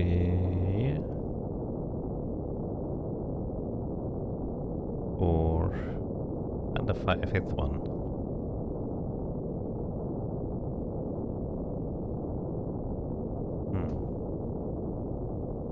They made their platform go mostly left to right. Which, to be fair, I think that might just be because of how it was originally standardized and established. When Japanese text is written top to bottom, you read the lines light to left. Oh, that's how that works. I don't know enough Japanese to decipher most of the letters, so it never occurred to me that way. That makes sense, I guess. Alright, order of operation. We now can finally move around more or less freely in the world here, so we're going to go ahead and grab our legendary weapons that we want to have for this journey. Specifically, you know how annoying it is to keep switching between fire, ice and lightning rods? Well, now we will just equip the wizard rod and be done with it.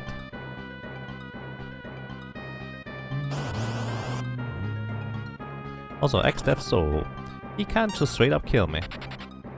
I maybe would have wanted to buy Hermes Sandals first, because I could die on the way back, since the X-Death Soul has an instant death attack. Actually, I wonder whether we can dodge it. Who knows? Either way, we get to choose 3 legendary weapons. And the legendary weapon for a mage is the Wizard Rod or Mage Staff, whatever you want to call it. Either way, it boosts all elemental damage, all of them, except water. So I guess it's not all of them, but who casts water spells anyways? And the only other weapon we can use is the Assassin Dagger, which has a 1 in 4 chance to cast Doom whenever you physically attack with it. Which, to be fair, we are a black mage, we can cast Doom just inherently, so there's not much of a point to that now that I think about it. And I'm just grabbing another random weapon, because otherwise it doesn't let me out of the room. Choose 3, but you only need 1. Indeed. Right to left, also top to bottom is how traditional Japanese was written, but since forever ago it's more Western style, right, where it's left to right and horizontally oriented. Maybe.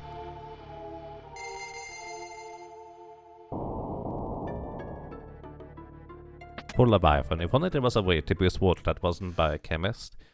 Yeah, if there was a way to boost water more efficiently, Leviathan would be the strongest summon for just pure damage output, basically. Kind of interesting to think about it that way.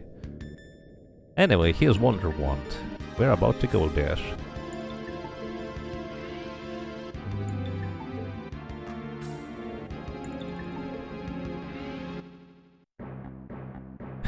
You can't use it as a summoner. Yeah, at least not purely as a summoner. That is true.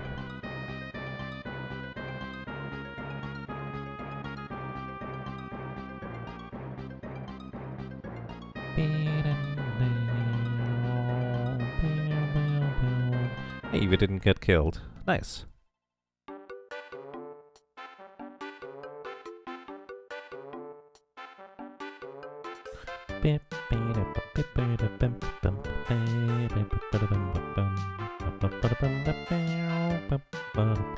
And over here we grab what is known as the magic lamp. The magic lamp is a very unique item because you use it in combat and it will cast the highest level summon, Bahamut first, then the second time you use it, it will cast Leviathan, then Odin, then Sildra, and it just goes down the list from there, from the strongest to the weakest summon.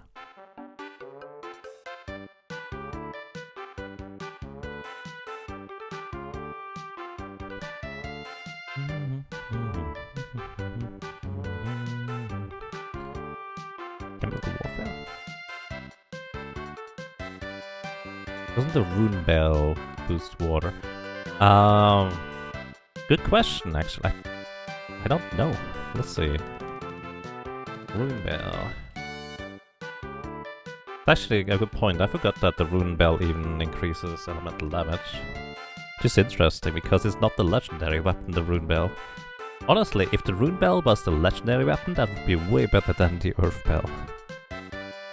It ups air, earth, holy, poison, lightning, ice, fire. No, actually it doesn't. Wait, does the wizard rod up poison as well? I never needed to buy the venom. Wait, that no, never mind. I wanted that venom rod then. By the way, did you know that the angel suit absorbs poison damage as healing? So if you're a chemist and can somehow deal poison damage to yourself, you will heal yourself. Kinda strange. Wizard rod. There we go. Wizard rod ups air, earth, poison, lightning, ice, fire. Oh yeah, Wizard rod also boosts poison. Huh. I did not even realize that. I mean, it makes sense in hindsight.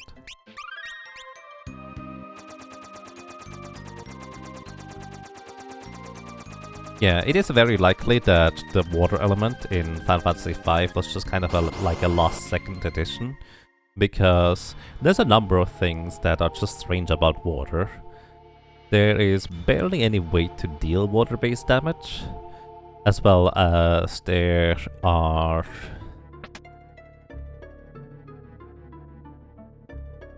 There's the case of Aqua Rake, which is clearly supposed to be water damage, but it's actually neutral element. Yeah, we can buy Toad here, but I got Toad. Hey Jacobanter, welcome. How are you doing today? Stay hydrated, that's an excellent idea. Alright, we have Doom and Psych. Doom is instant death.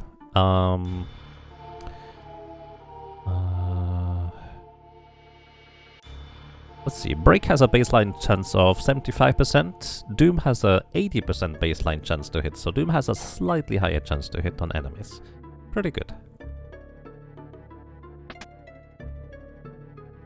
As a casual player, Black Mage seems like a really strong class. How is it as a solo challenge? Also really strong, actually. Black Mage is definitely one of the strongest one. So here we can get a black robe as well as a dark... wait, no. A circlet. Each one of these back weapon pieces boosts their magic power and also defense. The black robe increases our magic power by an additional 3, meaning it gives +5 magic power. That is kind of a substantial boost, to say the least. And the circlet would give us an additional 3, as well as a much more defense than the gold hairpin, but kind of like the Magus had earlier. The gold hairpin is just so much better by halving the magic consumption that I will use it most of the time anyways. Alright, time to sell stuff that I don't need anymore. And by the way, I did pick up a second gold hairpin in the pyramid earlier, so don't worry about me selling this one here. Wait, I actually kind of want to keep the shields, or... Upstairs. I forgot about that part. Alright, we don't need the elemental rods anymore, because we can just use the wizard's rod from now on. Don't need the Magus helmet, don't need the flames sword, don't need soot. Don't really have any use for the bone mail either. No hero potion. Hardened dagger we can sell. Trigon hat we don't need. Partisan we don't need. Pinwheel we have no use for. I'll keep the diamond shields. Excalibur. Bang, turtle shells. Flame shield. I need one more shield actually now that I accidentally sold the other one. Circlet we keep. Lumina robe we sell.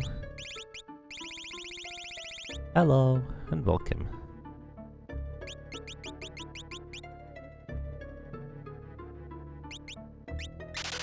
I bought the air lance because I wanted to have something to boost wind elemental damage, but Wizard's Rod does that too, so it's like, doesn't need. Alrighty, here. Oh yeah, actually I wanted Tiara. That is a good one. Because Tiara, while it has less physical defense, it actually provides the same amount of magic power as the Circlet, and it prevents confusion. That's actually kind of a big deal. The Tiara prevents you getting confused, which is actually pretty awesome against the number of bosses and enemies. No longer I will get confused, as long as I have it equipped.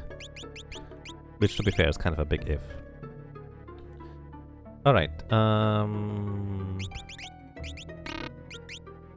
running shoes.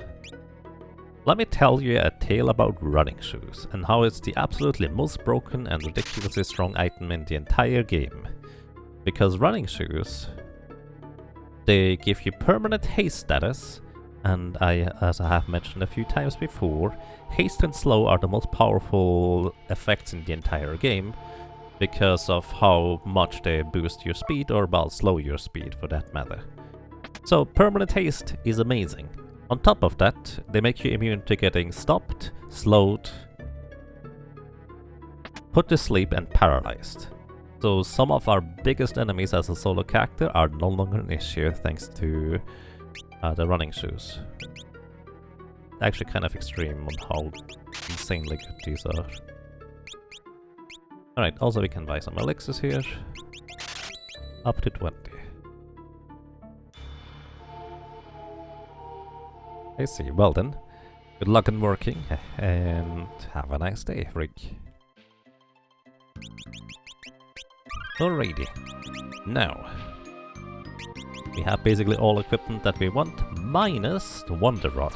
So fun fact, I'm going to do a little bit of, well, side quests if you will, in World 3 here, that I don't technically have to do in order to beat the game, but I really want to have one thing only, from the Twin Towers. And for anybody who is curious, it's not actually the spell. I don't care about the spell, I just want to have the...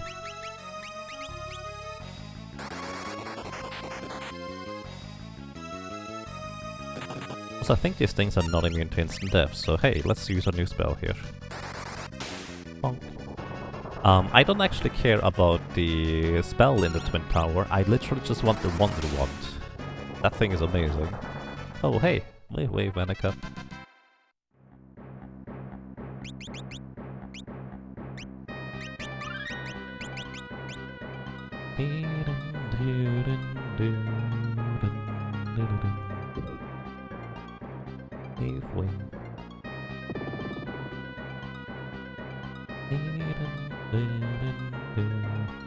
A flare is useful actually, it will have uses.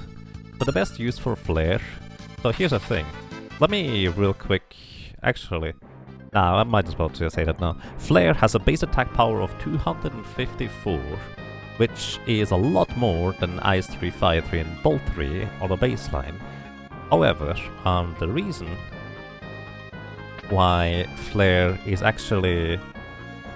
Well, while Ice, Fire and Lightning are still better, is because you get a 50% damage boost or for elemental up, like with the Wizard Rod for example. So instead of having 185 base power for like Fire 3 for example, with a 50% boost we have 277, which is more than Flare with 254. There's however two redeeming factors about Flare. One is it actually has the magic pierce effect, which means it ignores 3/4 of an enemy's magic defense. I would like to run. You know what? I might as well just nuke these guys while I'm here.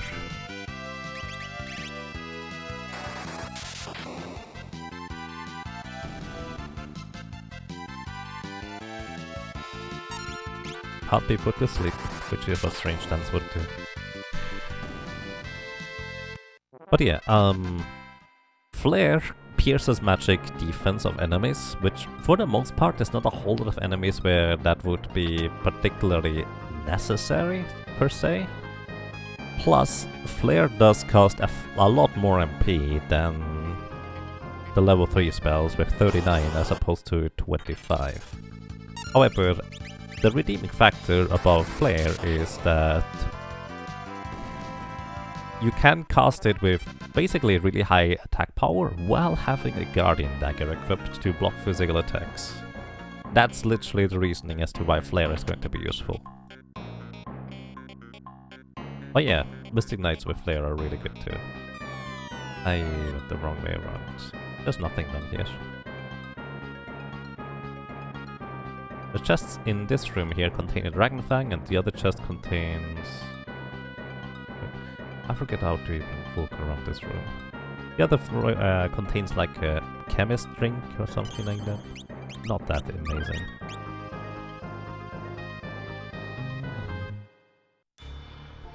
Alright, this next boss also can be put to sleep. Guess what I'm gonna do?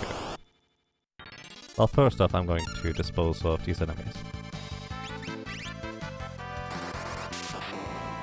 Actually curious. No, that doesn't kill them. Plus, of course, they're faster than we are.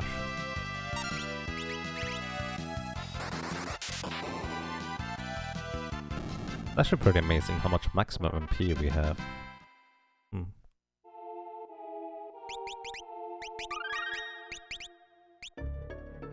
Yeah, Mystic Knights with Flare Blade are amazing. That is very accurate. Okay, equip the Chicken Knife for the additional 5 agility. Which, with haste permanently applied, it's only more like 2.5 agility, technically speaking. But yeah. Alrighty, welcome to... Stalker. He's level 7? Either way, he has super low level. So the catch about Stalker is, only one of them is real, for one, and for two, he's not immune to sleep.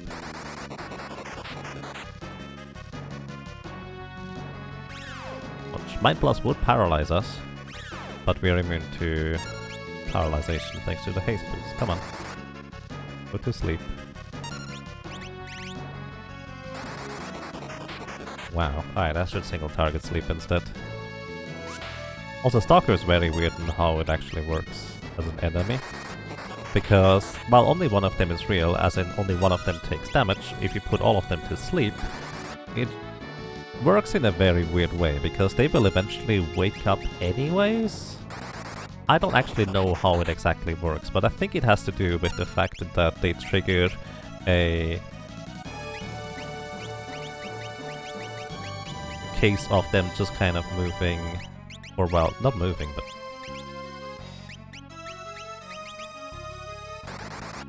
them getting a turn at some point. Also, they have about 20,000 HP, so if 5 spell cast, it's gonna kill this guy. It's very strange. If you AoE the Stalkers, they will actually counterattack with Blaze, which is 240 damage from each on your entire party, plus HP leak. So it's actually pretty devastating, all things considered. Wait, you're not dead yet? That miscount, or was it just low damage rolls? Either way, in theory, we win now. But the others are asleep, so they don't know that they're dead.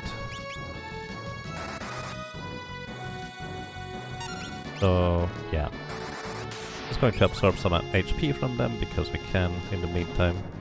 Then I'm going to absorb some MP from them, because I can in the meantime. Well, that's actually...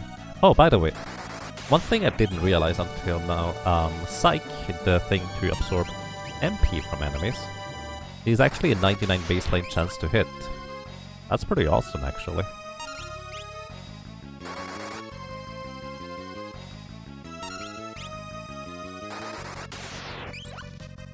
So we can just recover our MP right here.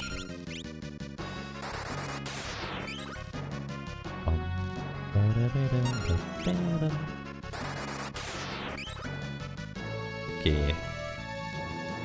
So now my MP is fully back.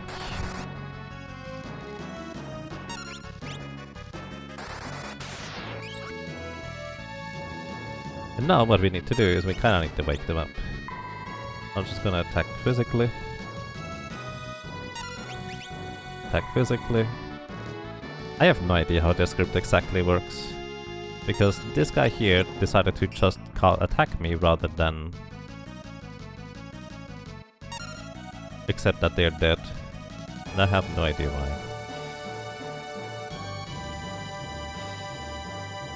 I feel like there's like a hidden actor in the background somewhere that decides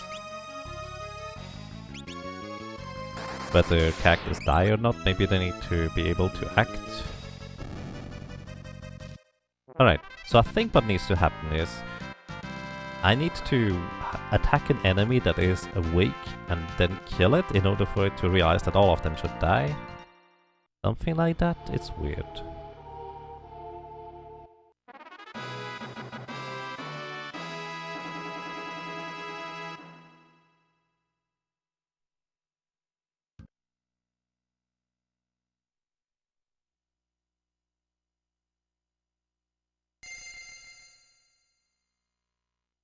So the Fork Tower is now available, and that's kind of the reasoning why I went here in the first place. Also here we learned that we need to effectively grab both magics from the Fork Tower at the same time, otherwise, well, we will die and everything explodes. That's kind of the short version there. Alrighty. Fire!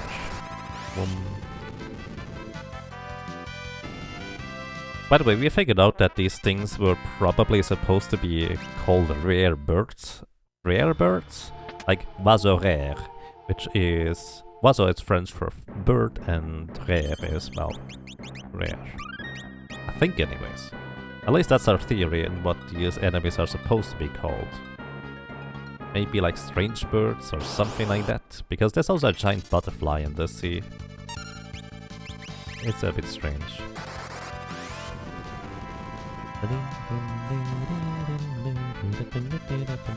Oh hey, the executors, or executors, actually survived.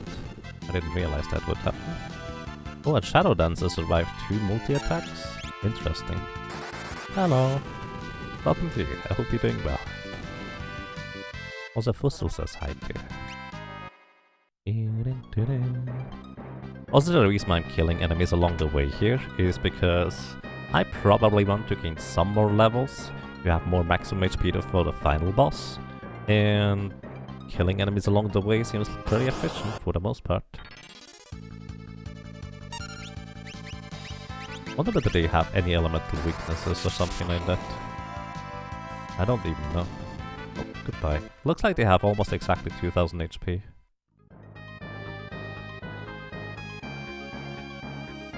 By the way, the chest on the left contains an ether, I think? Nothing particularly interesting. This chest in the center contains a guard ring, but it's guarded by a prototype enemy.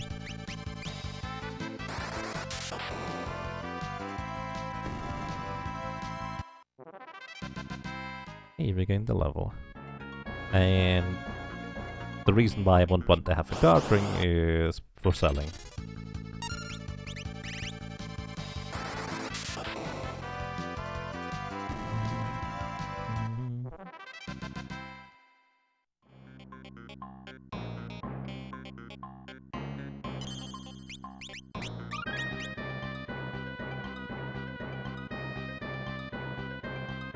The chest on the left here contains a sun disc.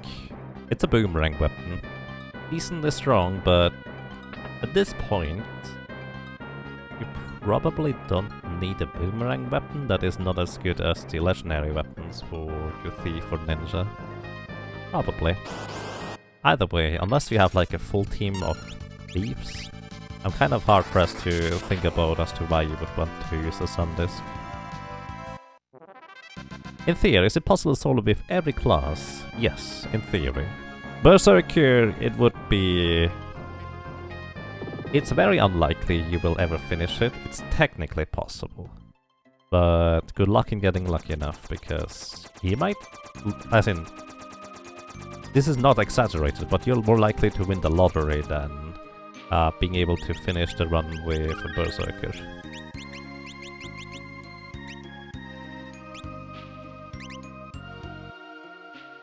Yeah, we managed to get to the final boss as a solo Berserker, which took a long time.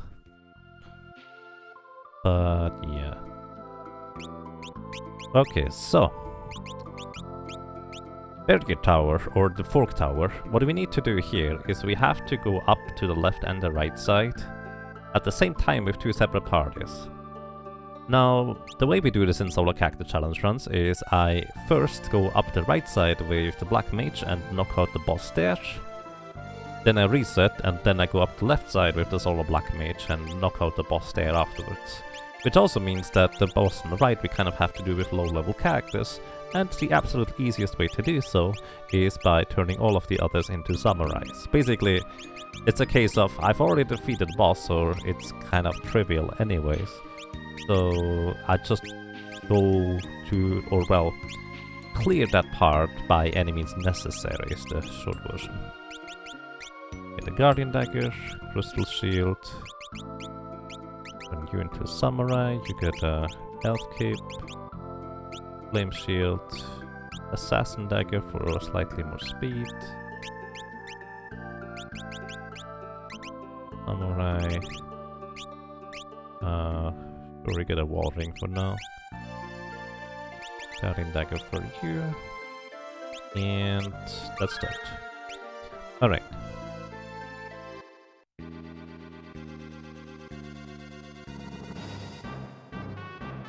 Yeah, White Mage actually... In the end, I was kind of surprised on how White Mage was not much faster than Berserker. But to be fair, White Mage was my very first solo challenge, so...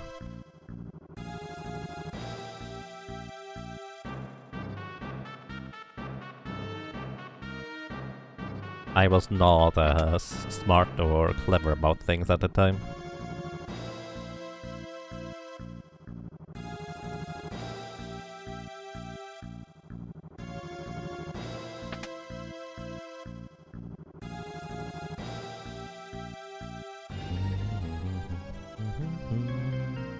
Yeah, the main problem about solo Berserker is you can't do anything during the fight, so you cannot heal, you cannot remove any status effects, you cannot do anything.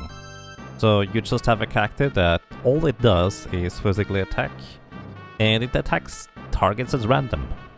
Unless you play the Steam version, then it will always target the first enemy in the front. But for the Super Nintendo and Game Boy Advance version, it's always a random target, which is particularly bad if there are dummy targets in the battle that don't take any damage and are not normally supposed to be attackable, but random attacks can still target them. So that's kind of the main caveat for those. I should have picked up the Wizard Rod on the left side. Oh well, I can do without. It's gonna be a bit more ugly than it needs to be though. Yes, Berserk is always in Berserk mode. Only like 2 assists of speedrun possible, kinda? Kind of, yes. People have proven that you can technically win with a solo Berserker by having an emulator script just turn through lots of battles really fast and just advance the RNG a little bit and then go to the next battle, etc. Until eventually one of the attempts was successful. If you look up YouTube Samurai Goro, you will actually find a successful run through that to defeat Neo Xdev. There has been another player before that managed to do a script run like that to complete the game, but it's not nearly as good of a quality, but that one was technically before. Alrighty, I forgot to pick up the Wizard's Rod, which means I can't cast armor on myself in the battle, so that's my own mistake. Gonna equip the stuff for higher physical defense, because that's actually going to be relevant here, and the chicken knife. And I will probably just sit in the back row, because this guy does hit pretty hard. Alrighty, so on the right side of the tower, we have a boss to deal with that is called Minotaur. And despite looking rather bulky and armored, he actually has 0 physical defense, which means even a black mage with relatively low attack power can deal some okay damage. He however does frequently counterattack, not always, but frequently. And his regular attacks deal decent damage, let's put it this way. So what I'm doing here is I'm intentionally sitting in the back row, just taking only half the physical damage, but I'm also only dishing out half the physical damage. Also, like I said, the chicken knife has a 1 in 4 chance to run away. And of course, running away does not do anything, and during boss battle you just lose your turn. So the idea is here, I'm just gonna defeat this guy in 17 attacks. Then I'm going to reset after defeating him, because then I have proven, hey, I can defeat this guy even with a solo black mage. You could slightly optimize this battle by having pick up the Wonder Rod already, cycling through the Wonder Rod and using the armor effect, so you only take half physical damage and then go into the front row. But this works just as fine.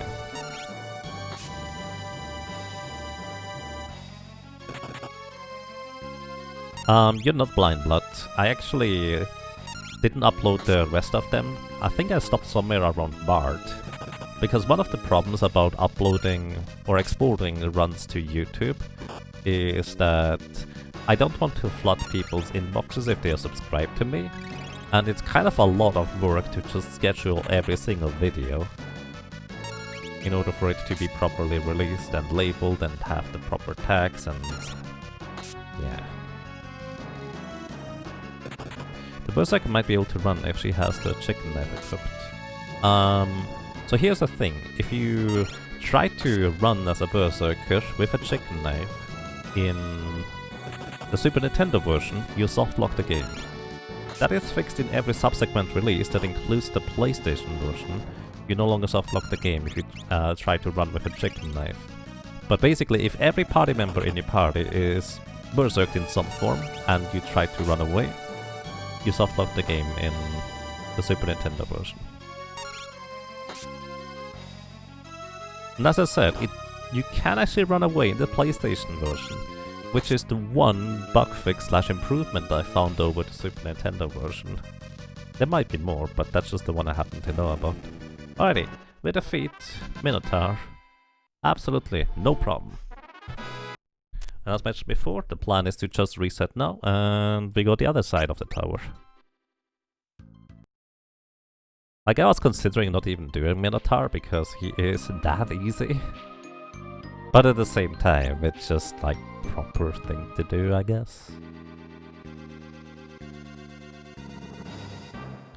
Alrighty, everybody now goes up the right side.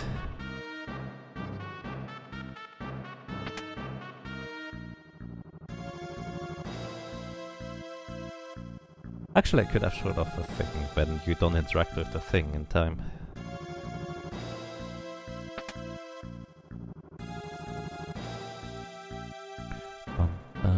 Oh, by the way, worth noting, it's random encounters on the right side. Basically, the concept for this tower is right side is melee fighters physical. If you use any spells on the right side, the enemies will counterattack with stuff that will most likely instantly kill you. Or at least one of your characters. But it's a very, very bad idea to do such a thing. And pretty much the exact opposite on the left side, don't use any physical attacks, use spells. So yeah. Also, I'm gonna go ahead and give Ferris the Oh no, I need to unequip the wall ring. Oh dear.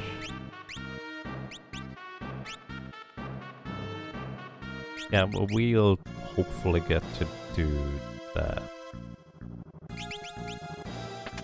I need the wall ring on the left side here for the boss.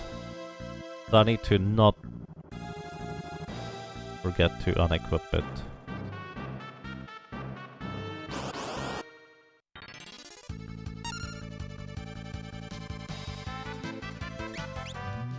Quarter, which actually is 1/8, not quarter technically.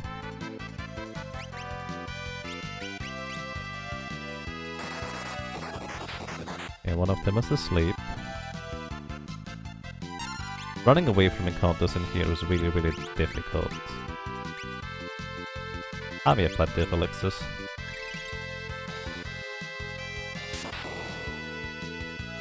I would have survived it without that. Tiny Mage actually is more of a support character. Hey, thank you for running. Fanatics Tower Light here. Pretty much, yeah. You can physically attack, it's just not advisable, unless you know you can kill the enemies. Alrighty, and so here we are. This... Oh, wait, I was one floor too early. One floor too early.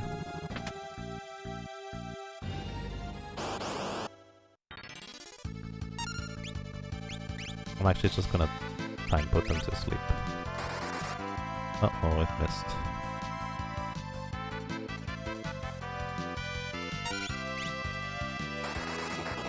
Okay, one is asleep.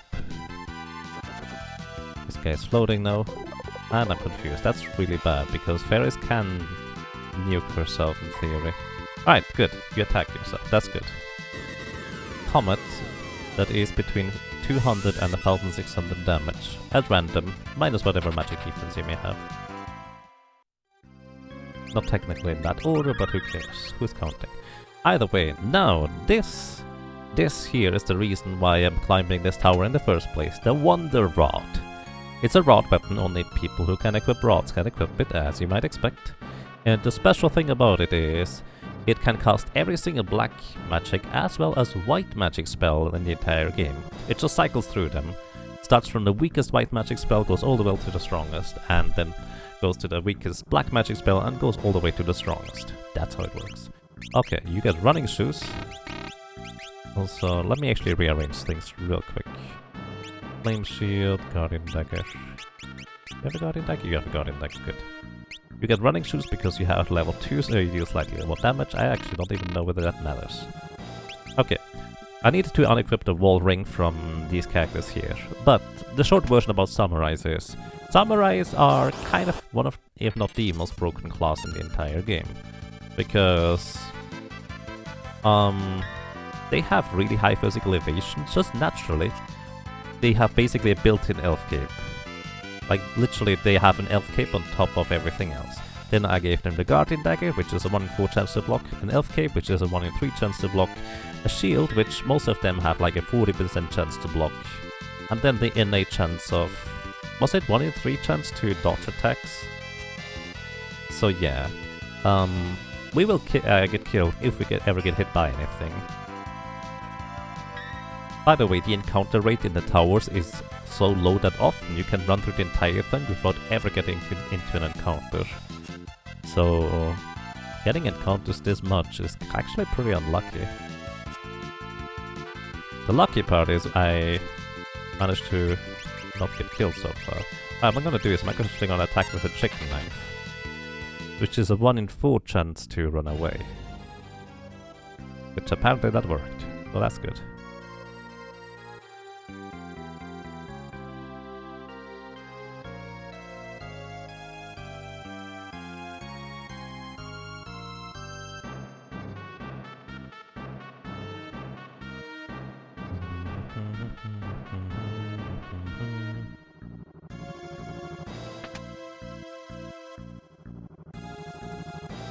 Alrighty.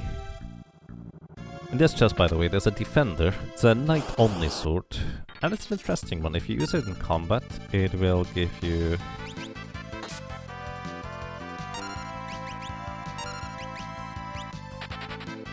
if you use it in combat, it will give you armor.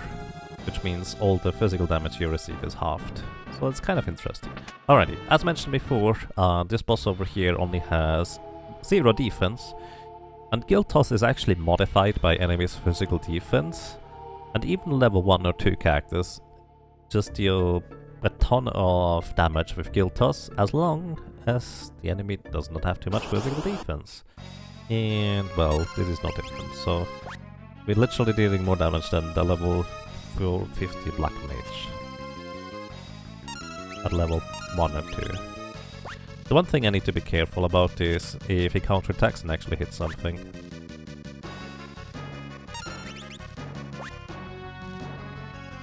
He does not even cost much money because we are really low level, you guys see now.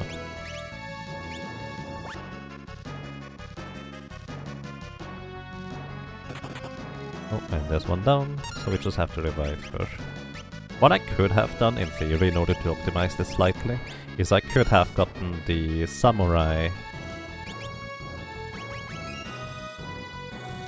sword from the legendary weapons, which if you use that in combat, it actually grants you the ability to cast haste on an enemy, which is actually kind of a big deal, I dare to say. Also on top of that,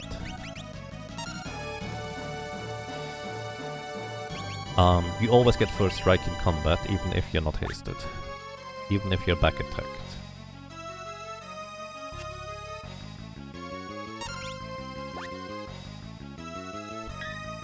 Yeah, we already beat Minotaur with the Black Mage, but you have to defeat this guy in some capacity in order to get past here, so that's just our method of getting past the Minotaur here.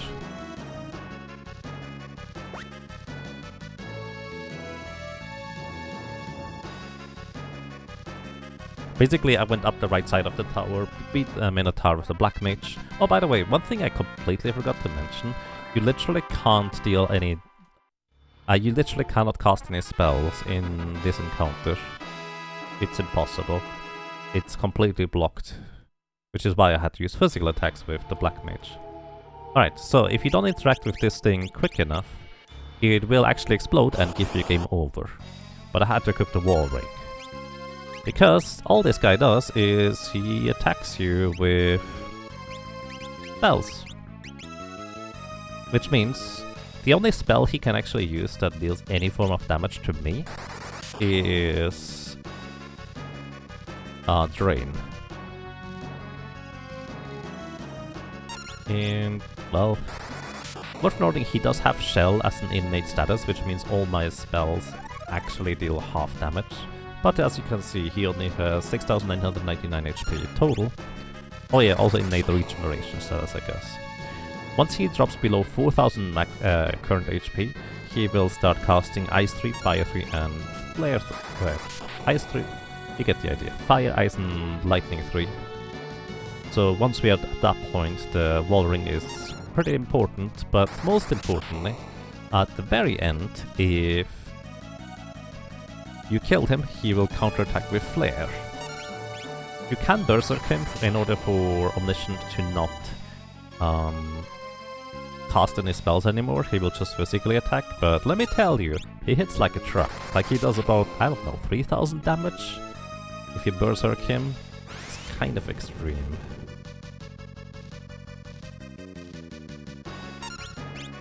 But yeah, we kind of need the wall ring in order to reasonably survive his onslaught of attacks here. But with the wall ring, it is pretty much no problem. Here's the Flare, and he's dead. Flare is also the spell we get from beating him.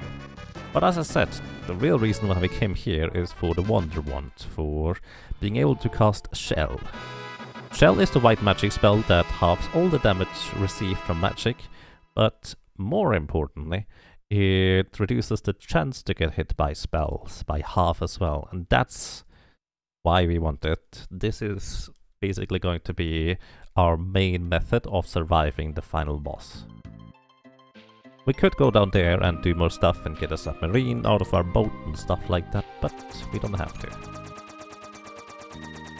Unless I forgot something, I think we are ready to go into the void.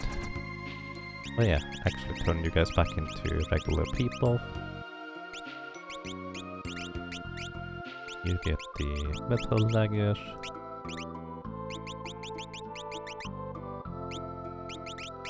You get a metal dagger.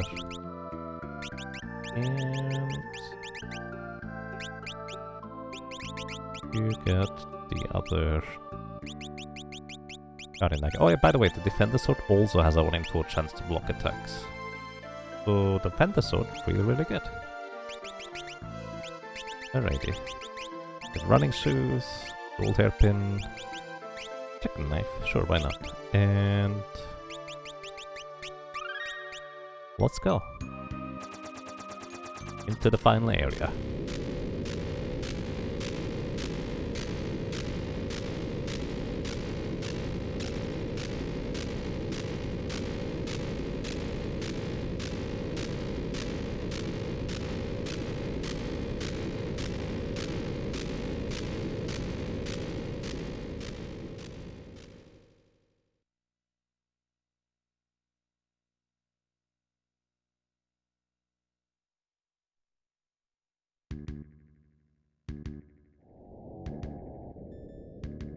First on you open the menu to adjust your equipment after Minotaur before Omniscient. Ah yeah, he can be straight up dead there.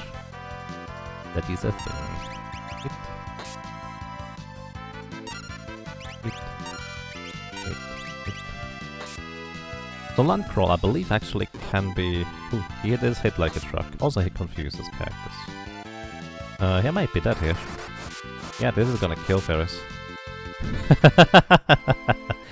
Wow. What a meanie. +1 random death. Yeah, I guess this is the problem with not having killed off the characters beforehand. But Crush is both a physical attack that hits like a truck, but also confuses the characters. So yeah. I could equip the tiara in order to not get confused here in particular, to be fair. At least not killed by giant rocks. Rocks?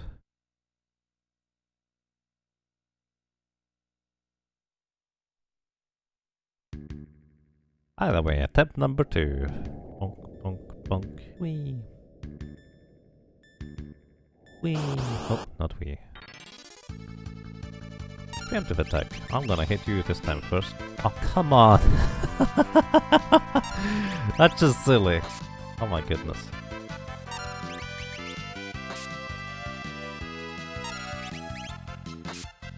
Wow, Bowie. Bowie does not want to go to sleep. So these guy enemies here are really difficult to run away from. So my best move actually is to try and just straight up kill it via Doom. It does give pretty okay experience, to be fair. 3200 for a single spell cast if you hit. I don't actually know their level or magic evasion. Oh hey, that's a rare encounter. That's a Dorm Chimera, 1000 HP. You can meet these things at the first world already. You also have Aqua Breath, that's usually how you learn for your Blue Mage early on.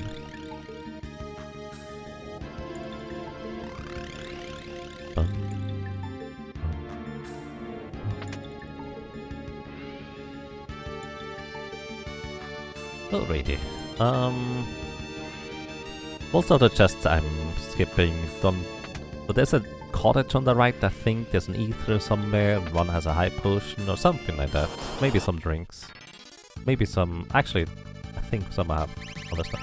I might be dead here. Alright, I'm not dead here. Roulette kills a random character, as long as they're not immune to... Ow! Holy cow. As long as they're not immune to...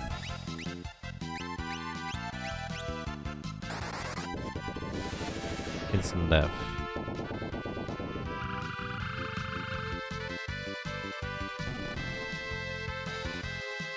And yeah, back attacks are the bane of my existence in this area. I can probably kill all of the enemies reasonably quickly, but no. Holy moly. This is unhealthy.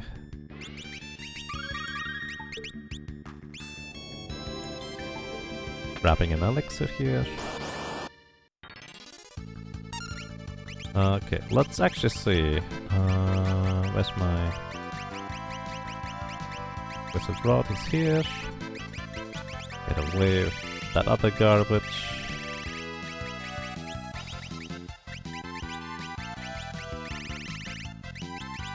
Trying to rearrange my inventory here. Hopefully I don't have to do it again because I died before, and who knows.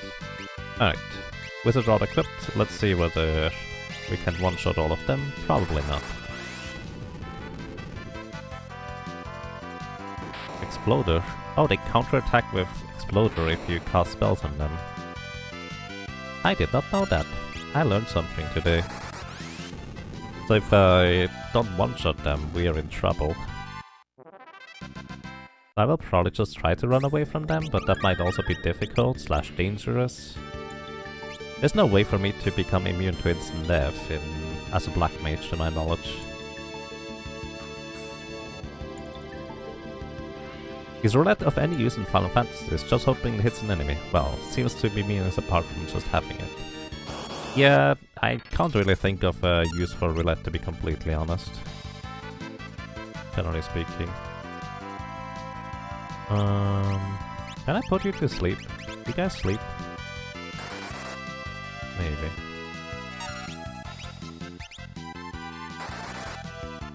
Probably not. Ow. Ow. Ow. Why does everybody critically me? Holy cow, that is so much damage.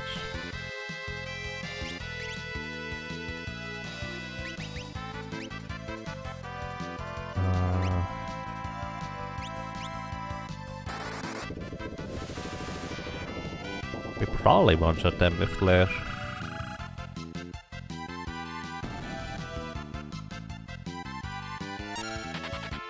Thank you for running, holy moly. This might be one of the lowest levels I've been here, I guess, with a low HP character / glass cannon. Preemptive strike. Wonder whether they are weak to a particular element. These level checks have a chance to drop elixirs. Okay, they are not weak to lightning.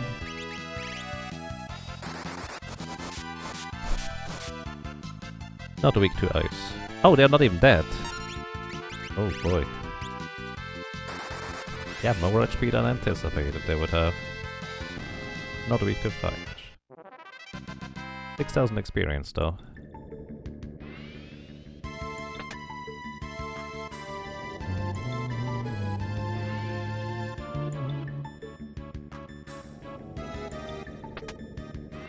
And yes, if you equip the bone mail and get rouletted, then you get healed to full instead of killed.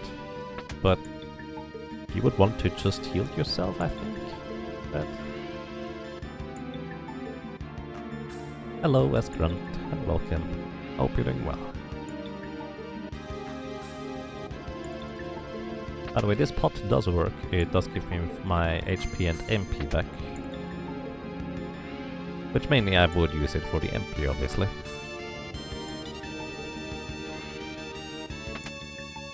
Waving hand emoji. Ooh, wow. Profness, thank you. Thank you for 49 ROMs of support. 7 times 7. Welcome back. And I'm glad you enjoy your stay. I hope you're doing well. I like that 7 times 7. That's great. Thank you very much, that's quite a long time. I wonder whether the Magus rod here actually has a use for flare specifically. Because you don't usually use it. Well actually, then again, I'm not gonna use it.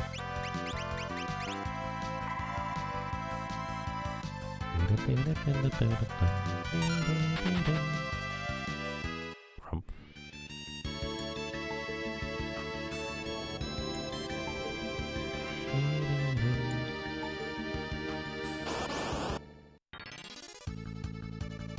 Low level solo cactus void. It's not that low level. Ow.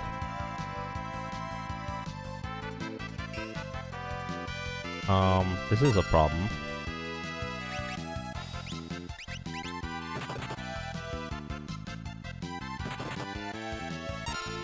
Oh no. Oh. Oh my god, we need to use the Guardian tech. Those back attacks are just mean.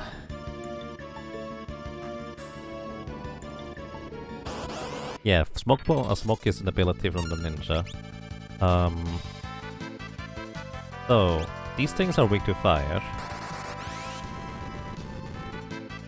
However, he has like 6000 HP, so maybe not quite. But I don't think the other enemies... What are they? White Wind? White Flame? Let me check something real quick. White Flame is 1600 HP. They absorb wholly. They are immune to Earth, no particular elemental weakness.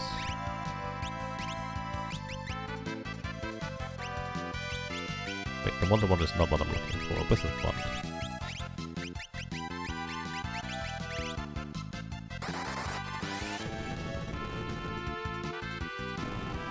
Farfaredo. Wait, why are you still alive? I asked for the Flight Flame. You should only have like 1600 HP. Weird. Either way, I feel like we could use some more levels for a little bit more maximum HP. Holy moly. Well, like... Okay, anything I want to do here in particular? I don't think so. I think we just go for it. Alrighty, so this is Kalatisteri. She is mostly annoying and counterattacks with Drain. There's not really anything we can do about that. Kinda like before, she does not have any particular elemental weakness. She can be poisoned, but I don't want to wait that long until she gets knocked out. So, she has like 2200 HP. Also, Old would have been really bad if I got hit by it. Thankfully, she missed, so that's good for me.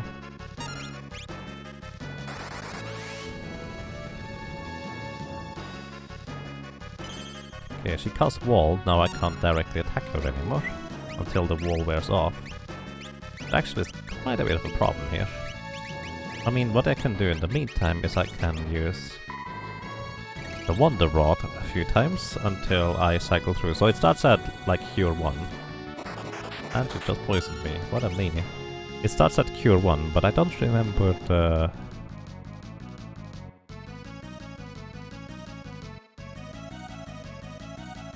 Where is it? Didn't I have a Wonder Rod thingy somewhere with a list?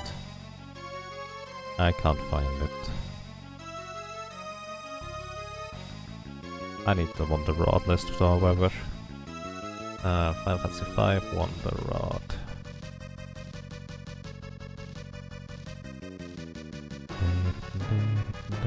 I really don't like that wiki fandom thingy, because it does not list the information I'm looking for. There it is. Cure. Oh hey, how convenient. I just got poisoned, right? This is antidote. Oh boy. Next we get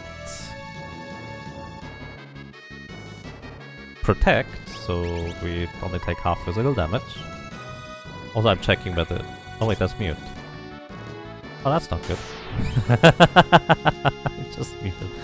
Wait. Oh, she just... Oh. Oh. Okay, I could cast spells now again. But the way mute works, you just wait until it runs out. You can't do anything else in the meantime. So, silence, protect. Oh, protect is now. So I guess I'm just gonna protect myself. And then is Mini. Yeah, I don't wanna Mini myself. I'm gonna Mini myself. Because Regeneration herself, that's okay. And next is Cura, so the second level healing spell. Then would be Revive a character. I'm not gonna do, obviously. So she just undid the thing. Alrighty, so I still have Wall, so I can cast Fire 3 on myself in order to use my Wall to hit her. Okay, my Wall has worn off, but I think hers might still be there. The way I'm going to test this is I'm going to cast Venom on her.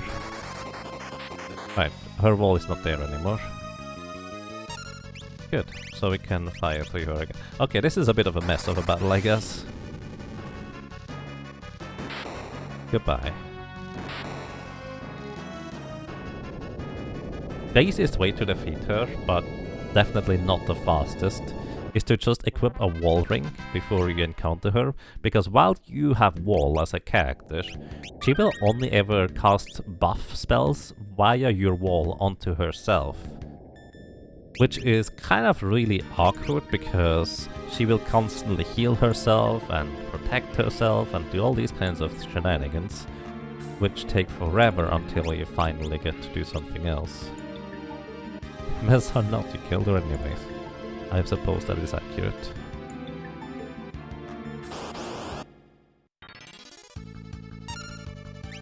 So these Achalon enemies actually don't want to attack, because they will counterattack with break, I think. Actually, let me actually finally look up what they do or how they react. Because I know they're dangerous, they can petrify me. Let's see. They react to HP damage with Demon's Eye, Sonic Wave and nothing else. Okay. They have no status immunity though, so what I can do is I can just try and put them to sleep. Emphasis on try. Oh, goodbye.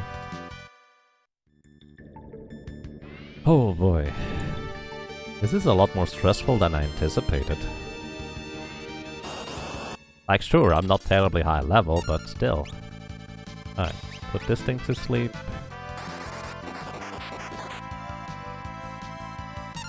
Put this thing to sleep. I have no idea whether the Great Dragon is immune against anything in particular. I know it actually reacts to something like with Earthquake, and it does a ton of damage. Alright, Great Dragon has 10,000 HP. He is not immune against any status whatsoever, apparently. So we can put him to sleep, that's very surprising. He does react to physical attacks with Quakes 1 in 3 times. Oh, alright. You get some venom. And you get some venom. I guess you get some venom first. And you get some venom. All of them are poisoned. In 16 ticks, they are dead. So in the meantime, what I can do is I can drain your HP. And I can also grab some MP for myself. Why not? Half time. Oh, they don't have any MP whatsoever. Good to know. How about you? He also has 0 MP. Oh. How about you? No?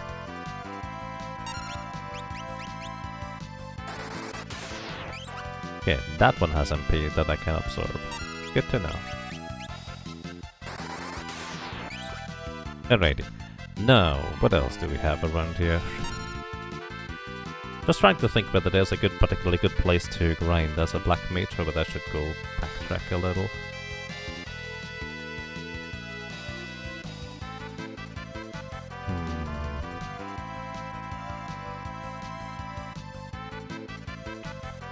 Alright, either way, Wonder Wand. Where was I? Last time I used heal on my... Actually, next is going to be reviving a character, I believe. Or not?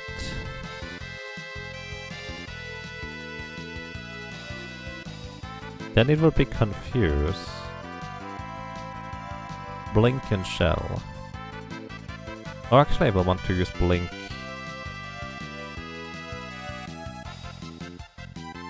I will want to use Blink on myself for the Necrophobe battle.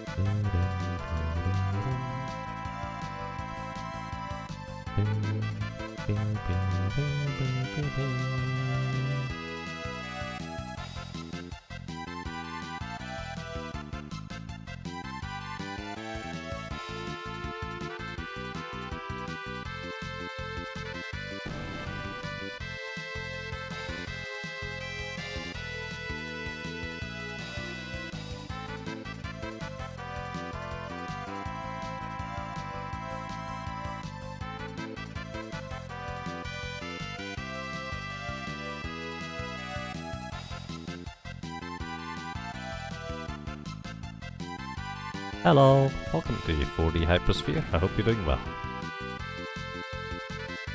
Now I have no idea why the Orcat thingy died before the Great Dragon, even though it was poisoned after. That's kind of interesting. Oh hey, an elixir.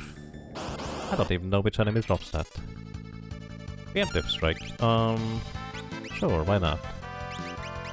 I'd like to have the chicken eyes so I go faster, and I would like to put you all to sleep. Yeah, 2 hours sleep.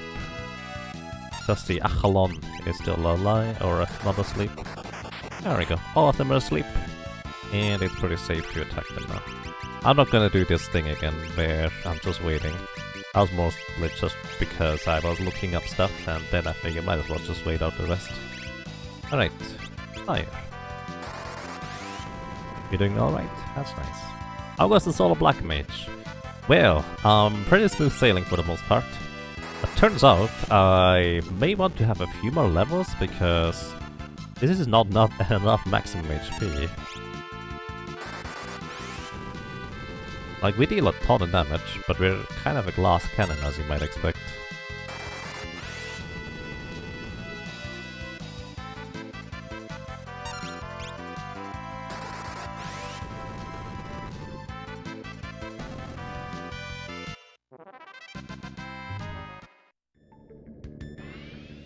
Alright, also we are finally in the first save point. It's kinda spooky as a black mage, honestly.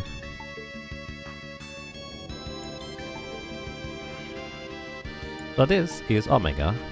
Omega will kill me if I encounter it in a battle.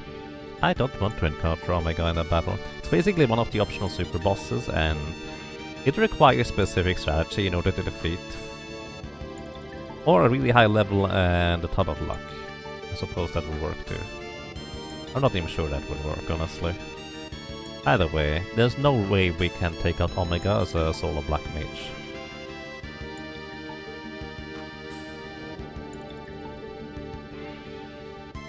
Well, I say no way, but as I said, technically... No, actually, I don't even know whether you can take this out as a solo black mage. Because you would need both a reflect ring, but also you would need to survive for long enough to be able to use the reflect thing. But you're too slow as a black mage. Oh well. Okay, welcome to a panda. Let me tell you, it doesn't look like a panda, but it is definitely a panda. So, a panda here has... I think 33,000 HP. Let's see.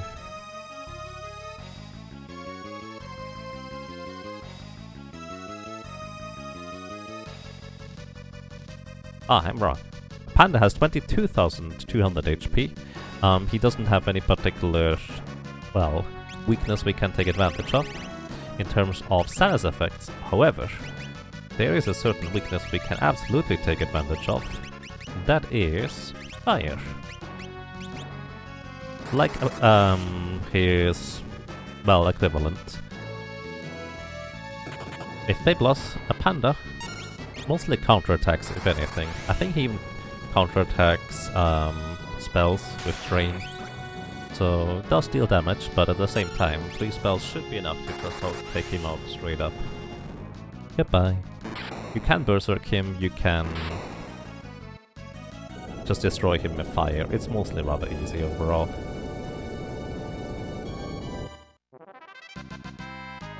If you cannot best the beep, ignoring him is your best means of doing so. Yep. And yes, summoning Ifrit does a thing. It's pretty interesting. If you've never tried it yourself, I recommend trying it. Or look up the Soul of Summoner. I suppose that will work too. I think I used that just for fun. Ow. Ow. Oh my god. Hang on. Can I put these things to sleep or something like that?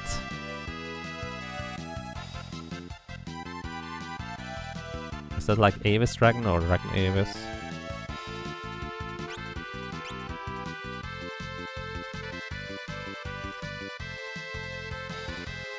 Okay, it's an Avis Dragon. Easing me to sleep.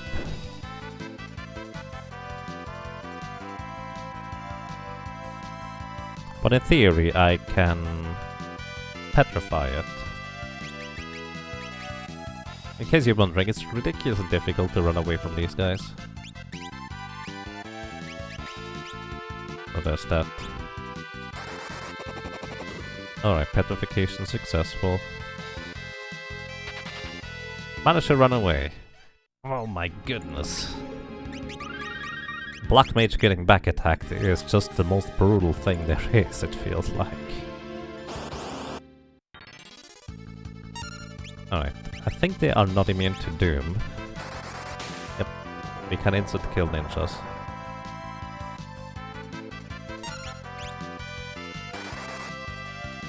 Well, they do have a bit of magic evasion. It seems like a bunch. Maybe I should just use fire, because they have only about 5,000 HP. Avis Dragons have 7,000. Alright, the chance of hitting that apparently is way lower than anticipated it was, so... change of strategy. We're going to go with Illicit Rod here instead. And just fire him. To be fair, since we don't one-shot him, I could have just equipped the Guardian Dagger and use Fire 3 that way. That way would at least have another chance to block physical attacks. Yep, that's the plan anyways next time.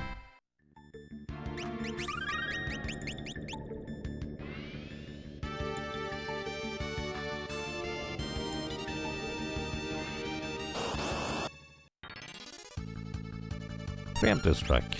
Hello. Can I break you?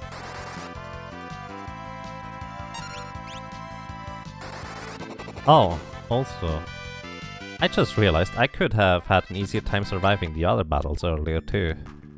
Because we have an item called the Wonder Rod. Now if you break a Wonder Rod, it will cast Reset, meaning it resets everything back to the way it was at the beginning of the battle. Consequently, what this means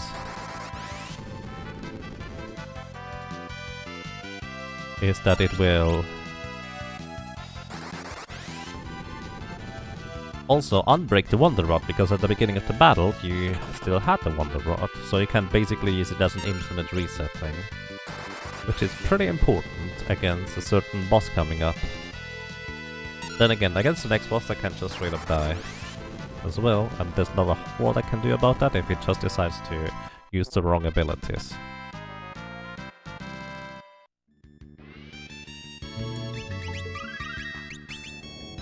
Also be level 49. Yeah, I would like to have some more maximum HP, like 3000 would be a good mark to hit. And also in case you're curious, the later we are in terms of having HP or how much HP we have, the less time it takes to get more maximum HP for that matter. Yeah, that's just barely not enough. Two-shot done like this.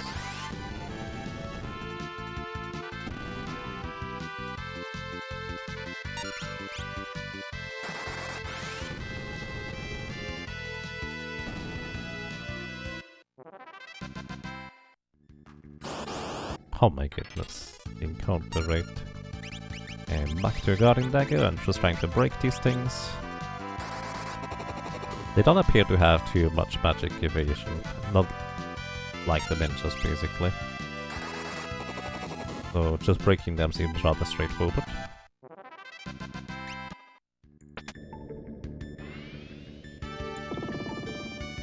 Alrighty. Oh, I didn't even get float. Oh, that's gonna be a bit ugly, I guess.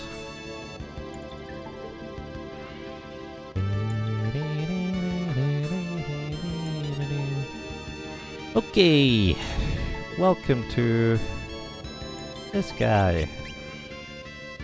Oh dear, where to start? So this is Apocalypse. Apocalypse has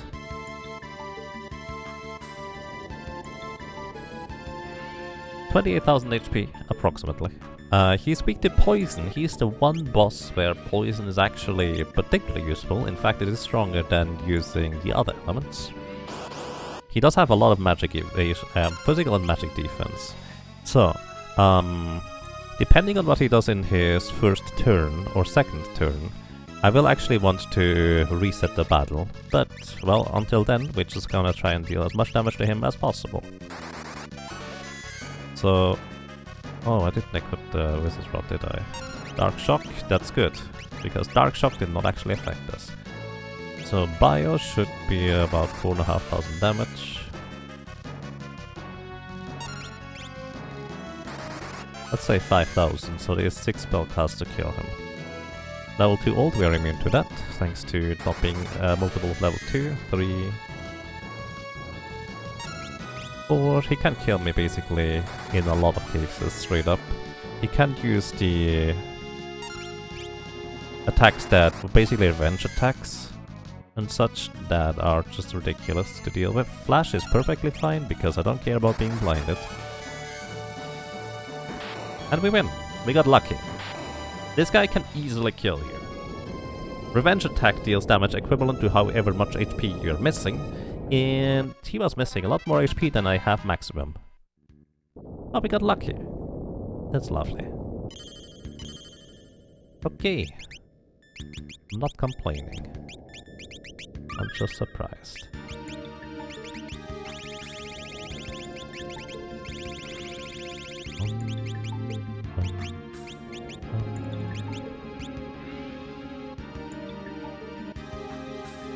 Oh, I get to look cool while winning. I guess I did not need to remove the sunglasses, huh? Did not even think about that. Alrighty. Order of operation. I think we want to grind here. This is basically as good as it gets without having to run back outside. So there's encounters here that are really scary. I don't know whether we can easily or reliably take them on, but I'm gonna certainly try and figure out how it's going to work. Back attacks are always going to be potential deaths. Can I put you to sleep? Because I'm curious whether I can actually also get some MP from you guys. Alright, they are susceptible to sleep. Let's see. I'm gonna hold down the button while observing MP. Hopefully they have MP, I don't actually know. Nope, I don't have any MP. So Sword Dancer.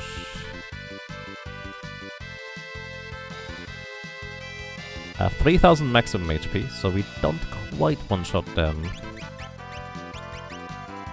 with multi-target. They don't have any status immunity, weakness, elemental immunity, nothing like it. So a Fire 3 will just do the trick.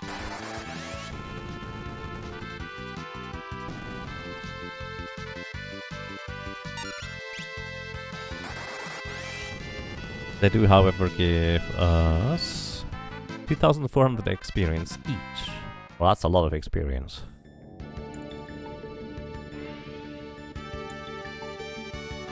MP per target. Yeah, it is a lot. So here we have Deathclaw enemies. Let's see, Deathclaw. Deathclaw enemies, they are immune to petrification, death.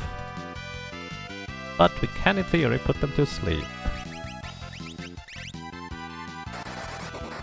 Okay, bottom rights are asleep. Most important one to put to sleep, but this one is this guy.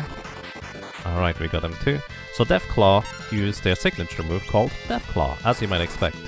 Deathclaw is an ability that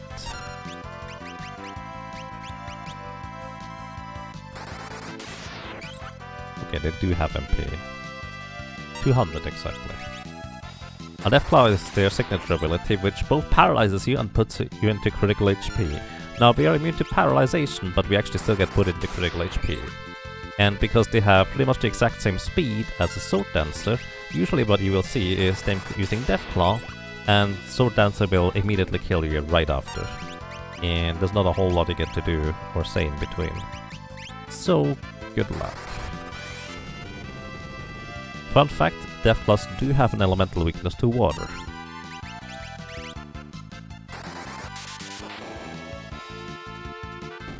Would Bio be enough to push past the 3k mark? That's an excellent question. Oh hey, we get an Ice Brand. That's a rare drop from the Sword Dancer. It's an Ice elemental weapon. The one I left behind in XF Castle for the night, if you're curious. So yeah, I think I'm just gonna go until we hit like 3000 maximum HP. Also, am I going to go with this? I might actually use the Tiara instead for immunity to confusion on next step.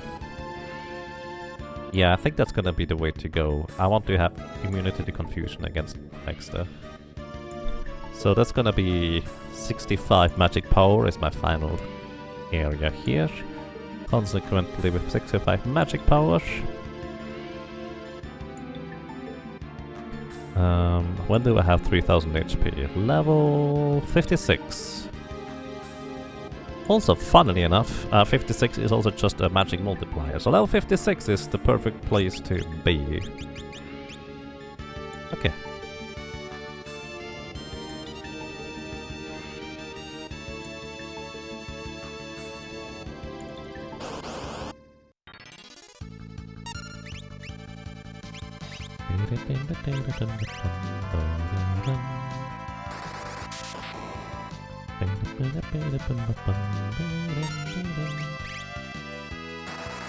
I mean, in short, as long as I don't get back attacked by these enemies here, we get a lot of experience really quickly. But any back attack can just straight up kill us. In fact, I might want to move into the front row, because I should be able to kill the enemies before they kill me, and if in the front row it will get switched back to the back row, which means I still take only half damage. Case in point, right here.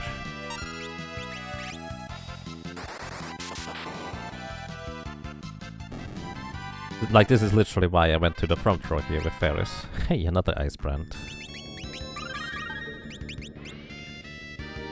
Grump. I love High Spirits emotes. Nubo is really cute. It's like Reimer. A little bit anyways.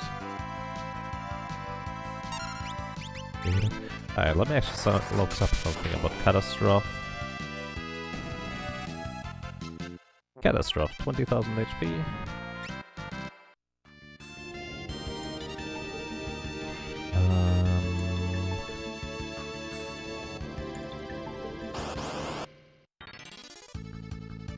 Wow. Back attack again. I think you can insta-kill these guys, but the problem is they have ridiculously high magic evasion. So the chance that you actually do kill them is very low. Could I get, please, not that many back attacks? I would greatly appreciate that. It's only a 1 in 16 chance. Which, to be fair, Ice Brands are also a 1 in 16 drop chance, so I keep getting those too. Oh, that's not good. That's really, really not good.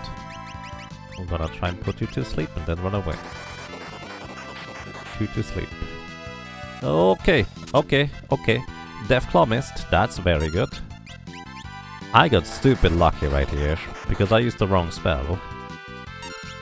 In case you're curious, the Deathclaws are immune to instant death.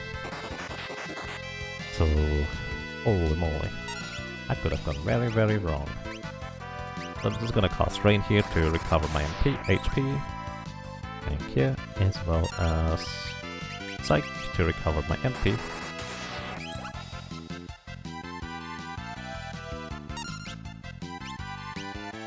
On the 20 is full.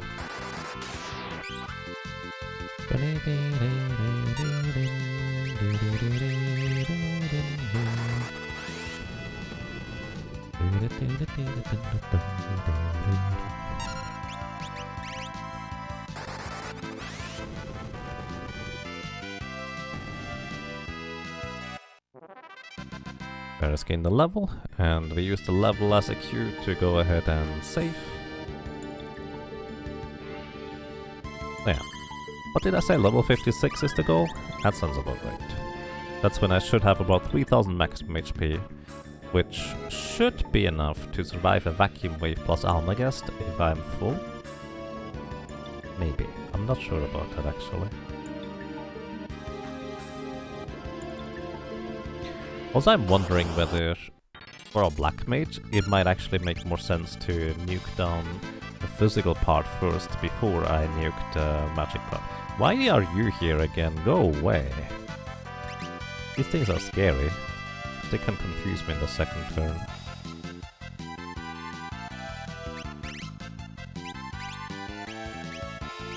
No. I mean, they would give me good experience if I could kill them. Ow! Right, I'm in the front row, that's a bad idea. Rocket Punch is what confuses me, or would anyways. Thankfully it didn't, in this case. Where's my Guardian Dagger? There we go, please stop being that far down. Get away with the Ice Brand weapons.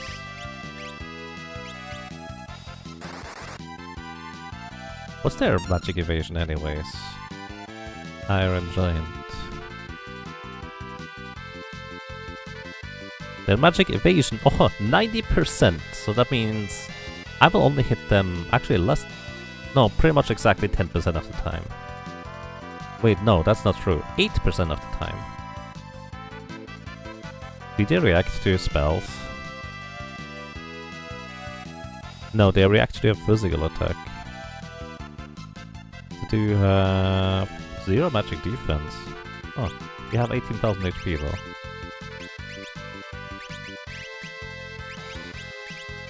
I would prefer running away from you, but this might be more reasonable. More spells in order to kill them this way. They are really fast too.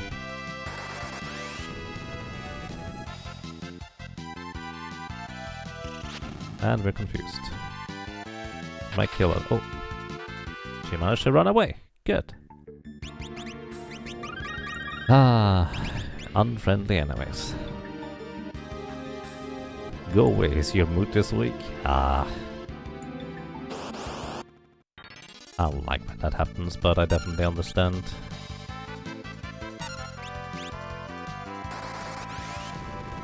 After the second fire, I'm going to stay. Because they do give 10,000 experience. And if I get a preemptive, we might as well just fight it out, because the second attack... Oh wait, is he going to get his second attack here? His second attack is where it gets, ooh, dangerous, because Hurricane is a critical HP. And... yeah. 10,000 experience though. Well, I'm glad you enjoy it here. Thank you very much.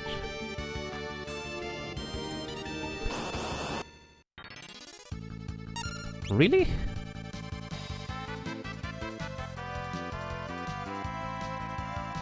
I'm pretty sure this is the uncommon encounter. Reasonably certain.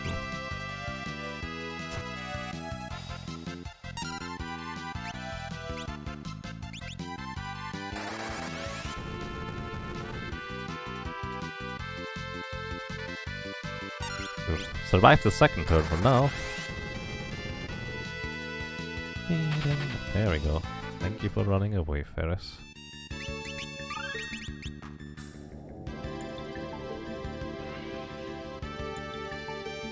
Let's see, Iron Giants. Yep, that is the uncommon encounter. Hey, haha! Speaking of uncommon encounters, this is the rare encounter. Pretty good experience still, even though they are from the previous area. Also, a chance for an elixir drop from each of the magic dragons. Oh wow. They are just slightly too fast for 2 spells. I'm surprised.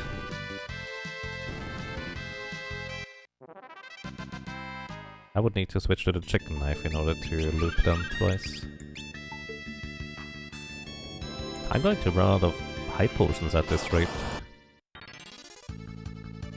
Really? Go away! I don't like you! More Iron Giants. It is indeed the rare encounter in here. Which means that it's a 60 in 256 chance. Which, to be fair, is decently high still. But at the same time... I'm confused. Okay, she tried to hit herself. Emphasis on try. I think she should get a turn before the Iron Giant. Yeah. Wow. First day with snow here. Hey, I hope you enjoy snow. Oh, Coco. That sounds awesome, Speed Racer. I would like to have one too. Enjoy.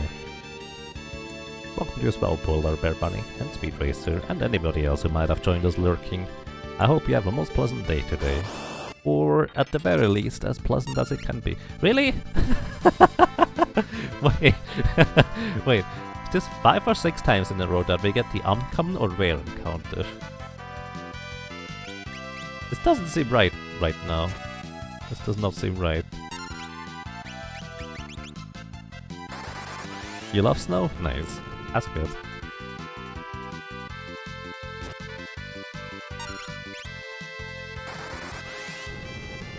At this point I might as well fight it out, I guess.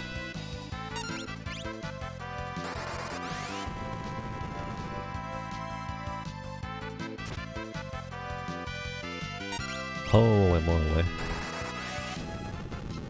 I might go outside and fight ninjas on dragons instead.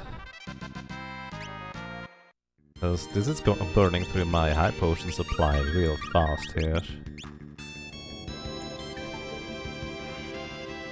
Thunderstorm, cinnamon toast, crunch, milk, and drink the cinnamon milk after. Ooh, I hope you enjoy.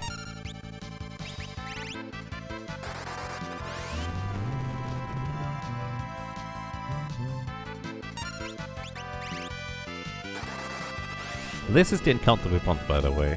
It is an easy 2-shot, they don't get a turn, unless, well, you get back attacked. And it's almost as much damage as the Iron Giant, which is a lot more trouble and can kill us every encounter, in theory.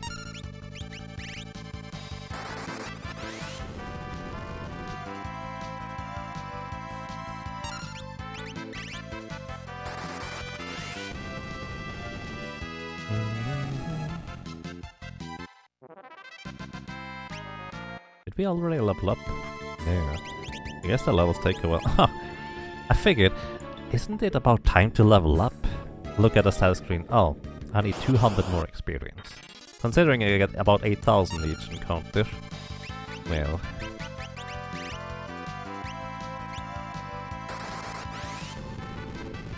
I suppose that is about right.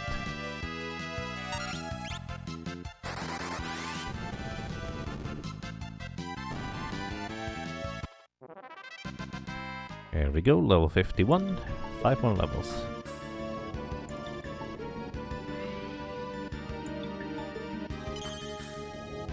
And I'm gonna actually use a cabin here, which unfortunately is going to revive my allies.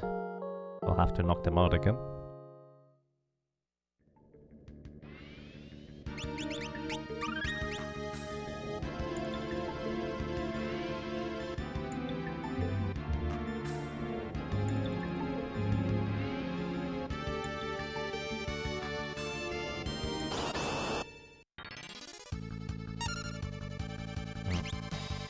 Time to go into the back room. Oh yeah, I needed to equip the chicken knife in order to be fast enough for these. That's fine.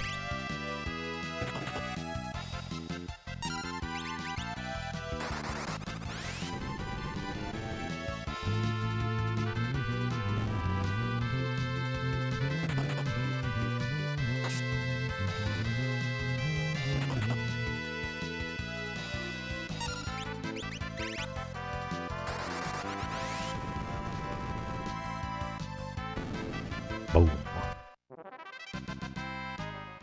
No elixirs from this. Oh well, that's okay. Can you put ninjas to sleep? Do ninjas have MP?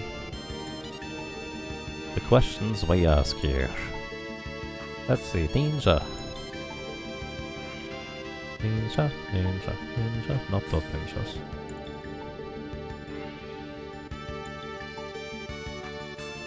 Ninja, 5000 HP. And they have 200 MP. So, in theory, it is actually a lot safer to grind out there instead of here. In theory.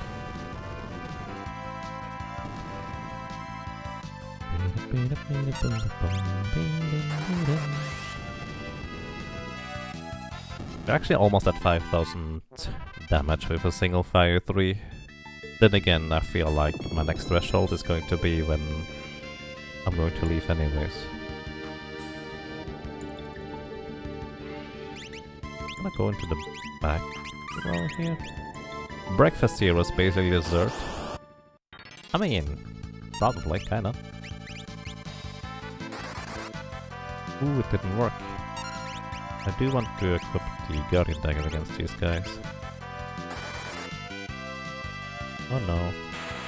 Buffing 25% of my maximum HP damage. We hit them so frequently with Break earlier, I'm surprised that I'm missing this much. They have 7000 HP, so it would be 26 MP for each one of them. If I were to straight up defeat them. I'm going to die here. Hello? Please stop. What is up with that? So many misses on Break. Holy cow.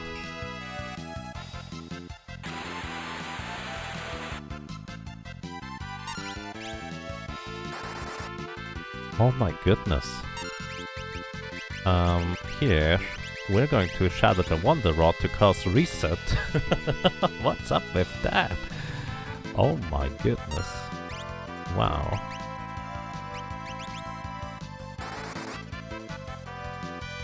Okay, did I get so lucky last time? Let's see, Avis Dragon.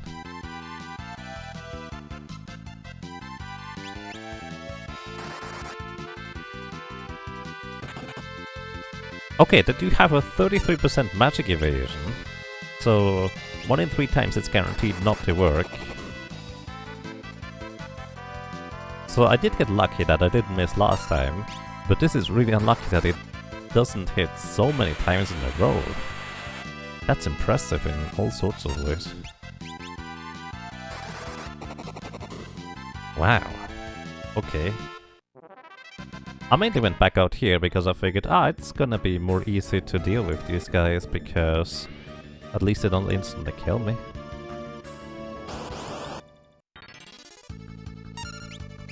Well, at least I thought they wouldn't instantly kill me. Might have been wrong.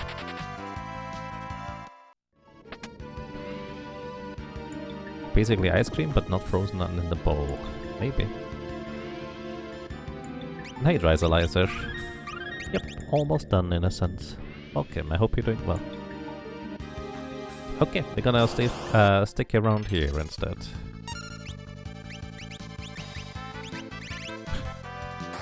I'm still dumbfounded by Avis Dragons just resisting Break all the time like that. To be fair, it's less than a 1 in 3 chance. There's a 1 in 3 chance to resist if we hit in the first place. Which is more like a 1 in 3 out of 70%. Like a 50-50 to hit actually. On Avis Dragons with Breaks. I just got lucky before, I suppose.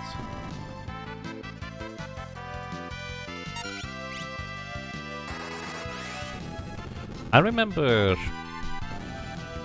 eating cereal with yogurt instead. Now that I think about it, that was really tasty. You know, just kind of bland yogurt, but you put cereal in it. Pretty good.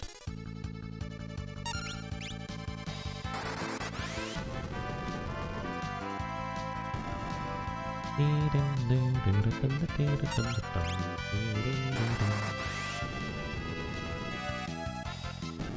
I actually wanna go back into the front row here now, I think.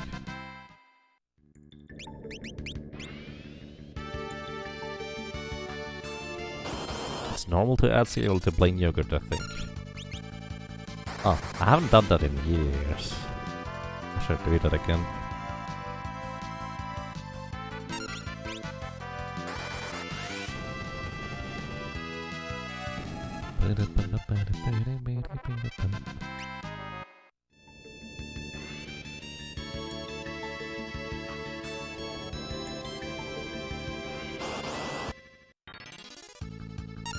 Uh-oh.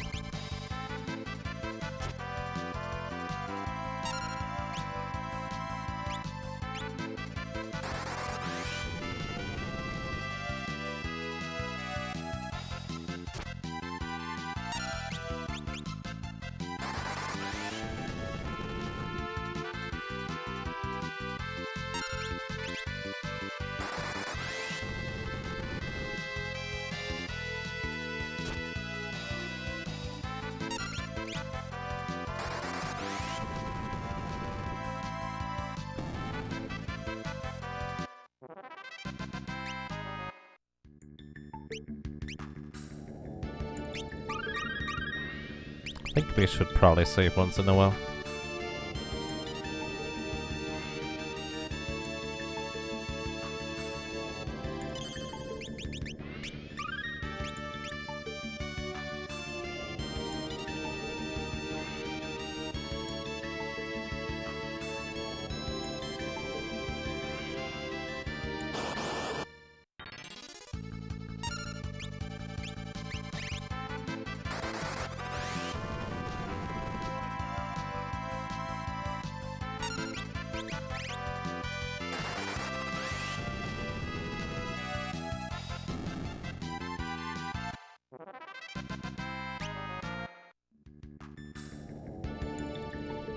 Oh, I somehow muted myself. Silas outside, thank you. Hello. Hello, and thank you so much for 44 months of support. Welcome back, and I'm glad you enjoy your stay. I hope you're doing well. Or as well as you can, anyways.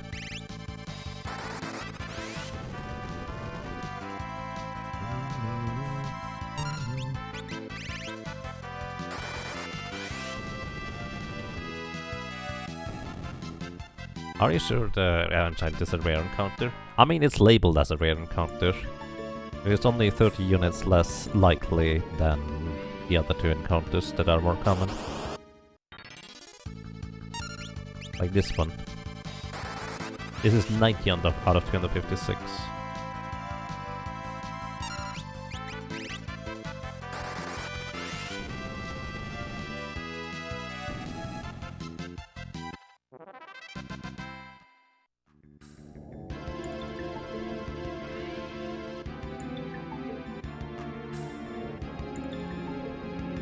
It doesn't seem rare to you.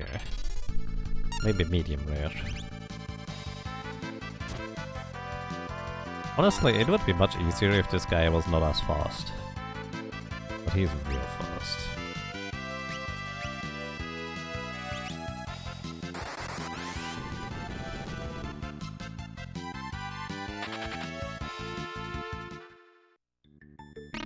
Okay. 39 high potions left. Not a whole lot.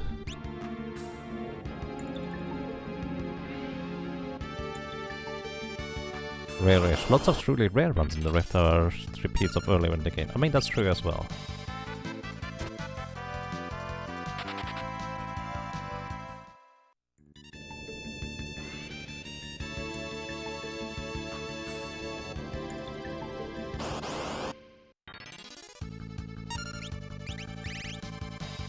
Maybe I should fight outside now that I think about it. I don't remember what the end encounters outside are, but I remember them being less Iron Giants. But then again, we have to get past the next boss first, which... well, we just need to get lucky. That's going to be kind of a short version. Sure, let's just do it. Alright, for reference, this next boss here, Catastrophe, only has about 20,000 HP. It is worth noting that he can be very, very easily cheesed if you have a character floating. Because you put the wall ring on a character that is floating. Catastrophe will try to remove the float status by casting Gravity 100, but it gets reflected and it will never remove the, well, thing. And, well, you'll just never be able to remove float. So I need to get 5 attacks through. However, his Earthshaker deals about 1000 damage. So if he uses Earthshaker too many times, I will die. 3... Only 2 more spells. So, well, actually, 1 more Earthshaker would be fine in this case. Ow. Oh, I guess if I sit in the back row, this would work too. But since I'm not in the back row, I'm gonna die here. Yeah, okay, that was my mistake. I forgot that I was still in the front row, because he actually did give me the conditions to win this fight, except I was in the front row. So that's entirely my own mistake. But this might take a few attempts here. In case you're wondering about these old men in the side rooms, those are kind of like mini-boss type-ish encounters, and the chests they guard are not really worthwhile. I have to admit, it's been ages since I even tried getting through there. Oh, I think I should do that sometime again. Either way, the reason I'm not bothering to knock out my allies is because they are not really going to survive the first turn anyways. Also, he can cast Demon's Eye, which is petrification, which means I would be instantly dead as well. So we just kind of hope that doesn't happen either. Good spell cast right here. I need 2 more. Okay, I need him to use a physical attack next or so, otherwise I'm dead.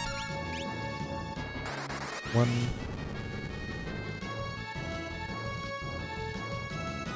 I mean, to be fair, I could heal instead. We have plenty of elixirs.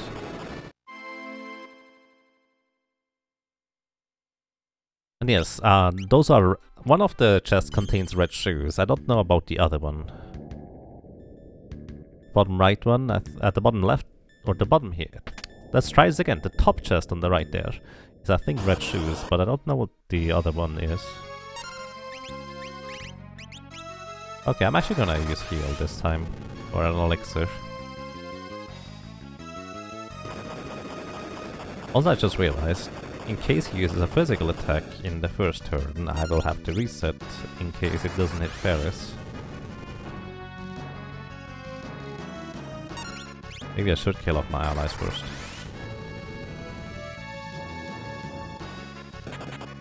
He does a physical attack, alright. As long as he doesn't use petrification next, we're gonna be fine. Alright, we win.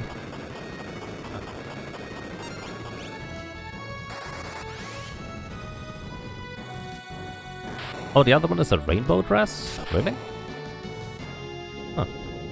The rainbow dress is actually really good. It's also dancer on equipment, but it's really good. Yeah. I'm gonna use a cabin literally just to recover HP, because I feel like I will want to use the high potions later on.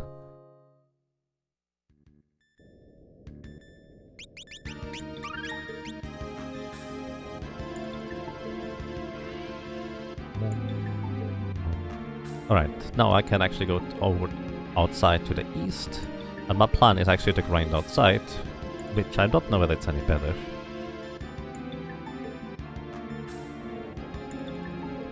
Yeah, I usually steal the rainbow dress. I didn't even consider that it is possible to get there.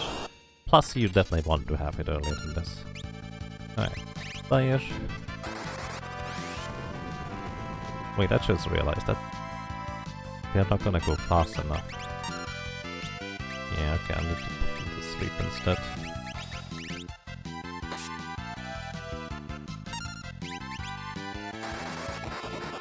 Okay, top left and top right are asleep.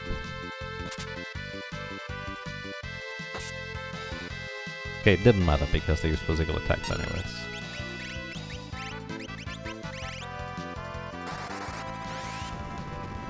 And yes, the Thief's Knife has a 1 in 3 chance to attack and steal at the same time. Which is kind of what you mainly use it for, just stealing stuff. Which, curious enough, for the Black Mage, there's not a whole lot I would want to steal. So these Furies could be dangerous. I don't know whether they counterattack my spells. They apparently do not. I don't, however, also know how much HP they have. I know they use instant death spells, and they apparently have too much HP. Berserk itself. Berserk yourself. Okay, sure, why not? I'm curious what these Furies can do, because I remember dying to them. I don't remember what they do. Okay, Fury, 5000 HP, so it's just slightly too much for me to cycle them. With the Wizard Rod equipped. They're not immune against any status whatsoever. I could absorb MP from them if desirable. You can put them to sleep. They are weak to water. Huh. They are heavy. Also, oh, there it is. If they are alone, they actually cast the heavy spells. But if they're not alone, they will... Oh, no, but never mind. They can cast Doom on their first turn, or do nothing on their first turn. So I got lucky that they didn't cast Doom. Sure, I could have resisted it, but I could have also just as well died to them. So, very unhealthy encounter here. They're not even that much experience.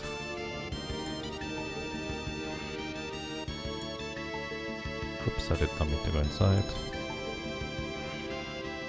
Also, it's a... I think it's a common encounter here in this area. So, I'm not sure this is any better than the Iron Giants. Okay, let me try and put them to sleep first. Well, that didn't work. In this case, we're gonna use the Wonder Rod and just reset.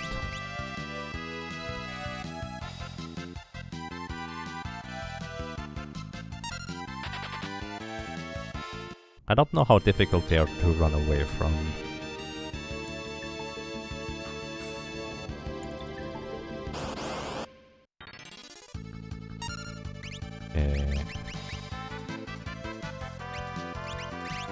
Let's see. I think both of them have 5000 HP each. So I need 3 spell casts in order to knock them out. Oh no, this guy had less.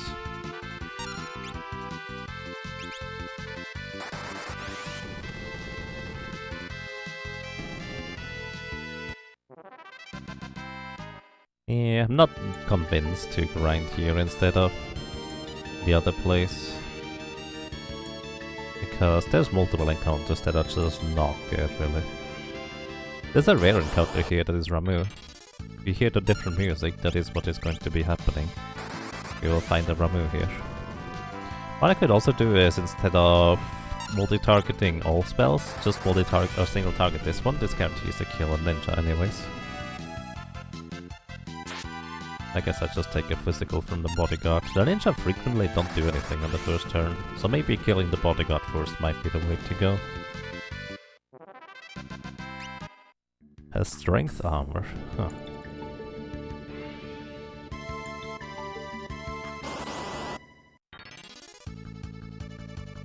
Preemptive strike, which means I can kill them before they get to attack. Yeah, I just need a little bit more magic power to two-shot them. Just a tiny bit more.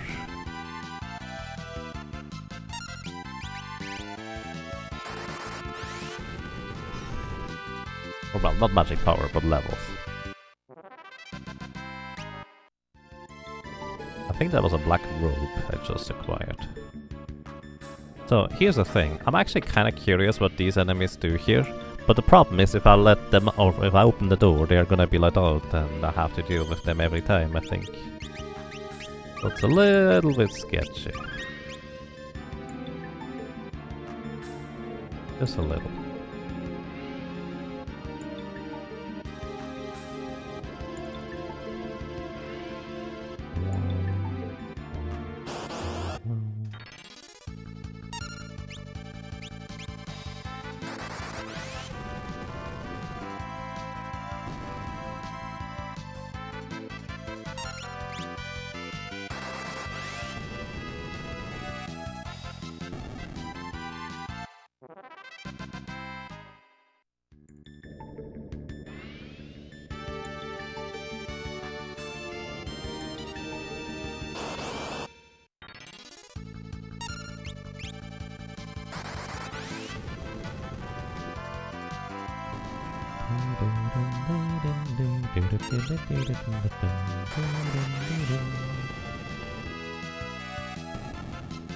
You know, what's more dangerous? A back attack or the Iron Giant? Well, to be perfectly honest, both, technically. But you get what I mean. So I'm actually gonna go into the back row in case I meet an Iron Giant. Let me correct that. I meant to go into back row. I guess I'm in the front row now. So I could start nuking the Iron Giant from the get-go.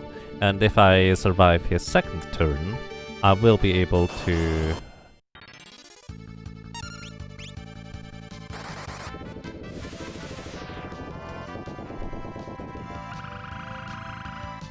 knock him out more efficiently afterwards. Also, as you can see, Flare does less damage, because it doesn't get an elemental damage boost, since, well, it's neutral element.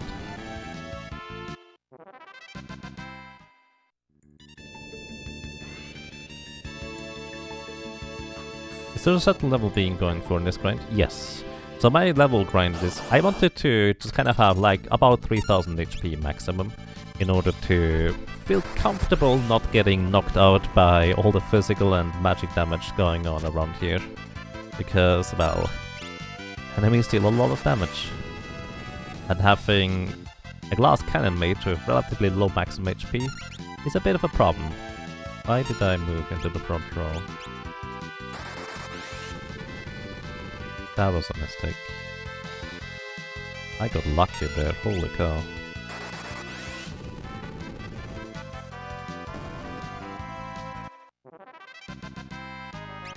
So that's kind of my main concern. That's the main reason why I'm currently leveling.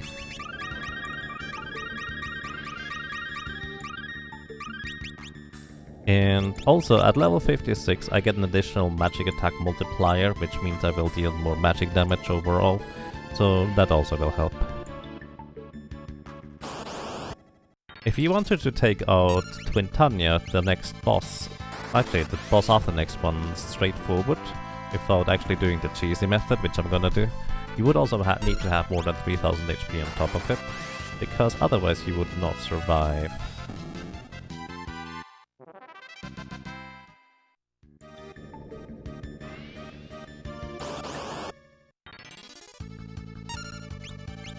You would not survive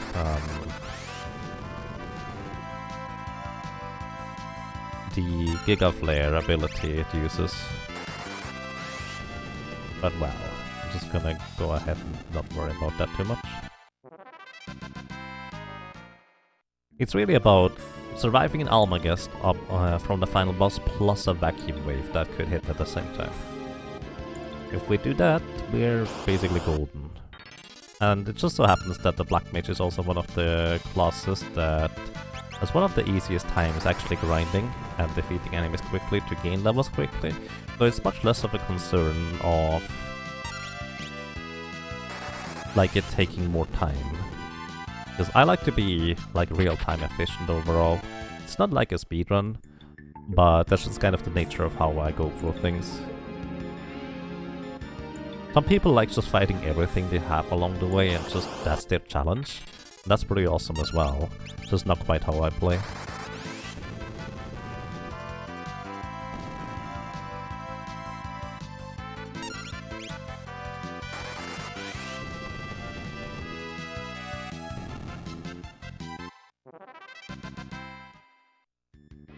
Below the upper 50s, lower 60s, you need final boss luck, yeah.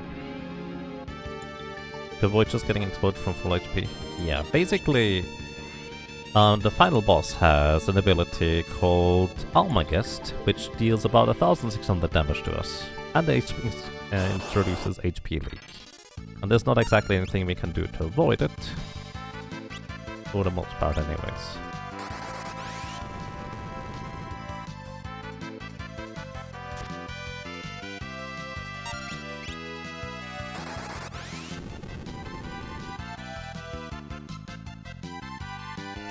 Oh, that's not good. I'm dead. Unless I can run away here. Wow. Barely managed to run away. But yeah, Almagest will always hit. It's 1600 damage, and it's going to be periodically. It's very easy to predict when Almagest is going to hit, but the problem is Almagest hitting at the same time as another ability hitting, that is Vacuum Wave from the physical part. We don't really have much physical defense, so surviving that is going to be kind of a major concern, basically. That's the short version.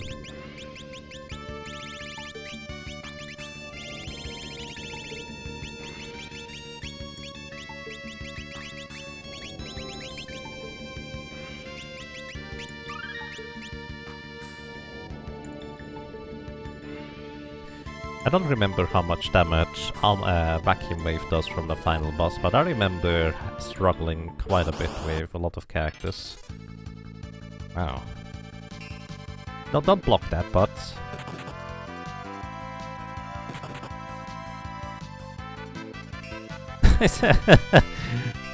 No! Stop it! It's a 1 in 4 chance to block. Actually, I'm gonna move back row first.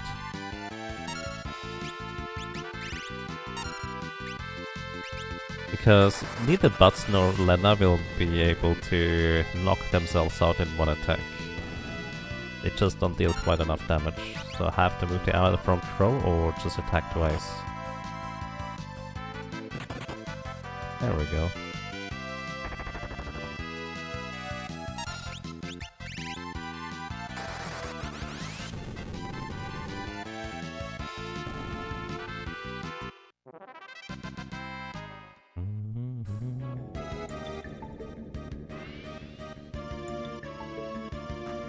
Let me actually look up something real quick. So, what I'm looking for is... what's a good job class to compare it to? White Mage is a bad one because we had armor. Summoner is a bad one because we absorbed it entirely. I suppose Summoner still works. Let's see...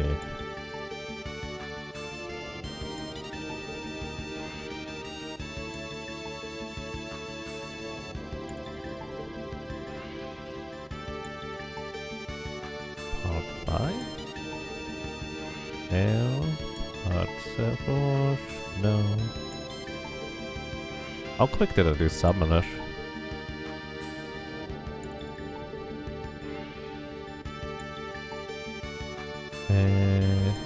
Huh. Actually pretty annoying trying to find my own solo character challenge runs. Because apparently they don't get properly listed by YouTube. I have no idea why. There we go. Okay, alright.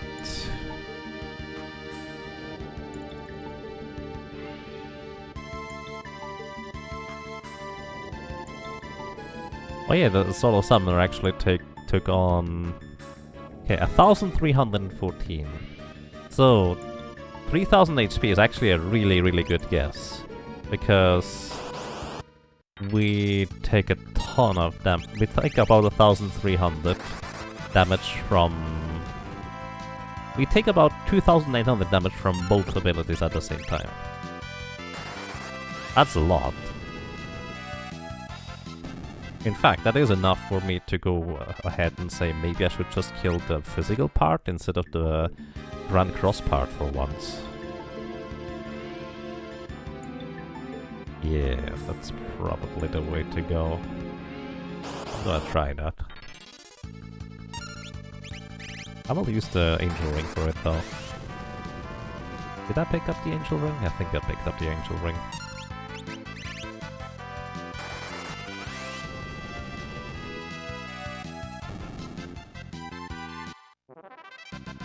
There is gained a level. Okay. At level 53, so one more. 3 more.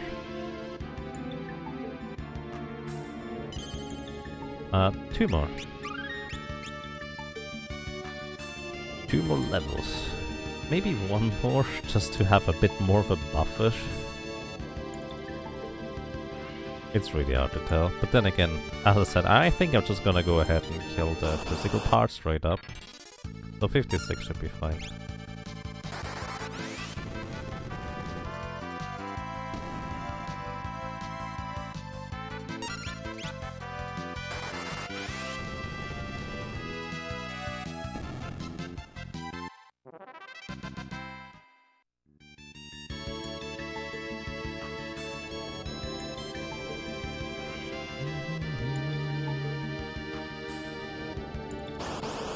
Grand Cross is about 1/3 chance of something awful. Something like that. Let's see.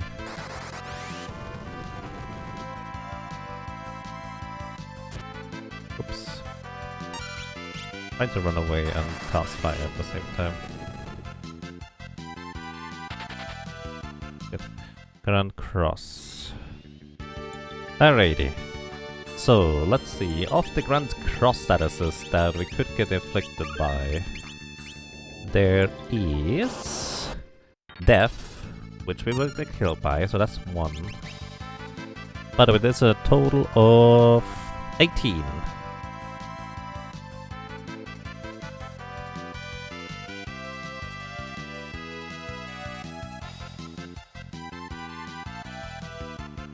I see.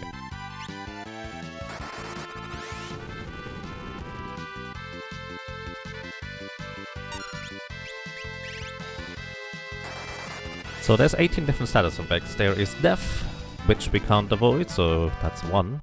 There is Petrification, that is 2.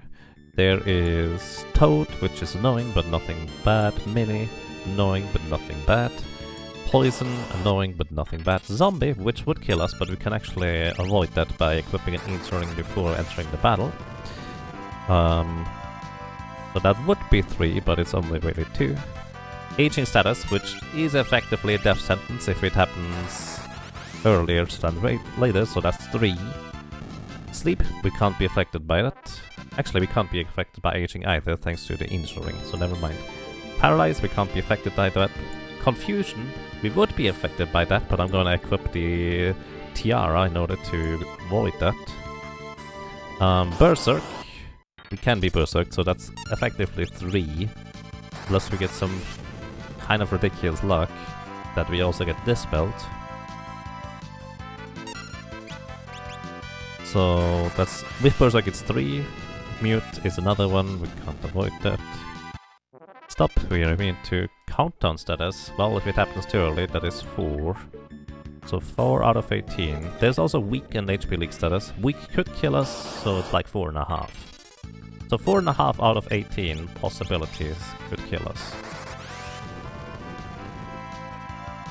I don't know. That seems like a huge gamble to me, honestly.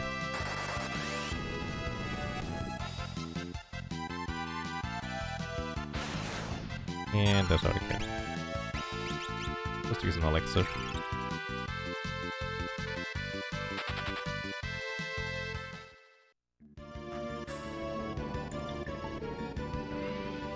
Injuring instead of Hermes sandals? Oh yeah, but so here's how this works. Basically, you can carry over status immunities from previous fights. What this means is, if right now I have the Hermes sandals equipped, which gave me immunity to getting paralyzed, sleep, stop, and slowed. If I unequip the Hermes sandals in my menu now, and get into another encounter, in that one next encounter, I would still have the immunity to stop, paralyze, slow, and stun. Or whatever the other one was. Whatever. You get the idea. So that's kind of how I can carry over immunities from one battle to the next one. Also, apparently we crossed some magic power threshold where we deal 5000 damage to single targets now.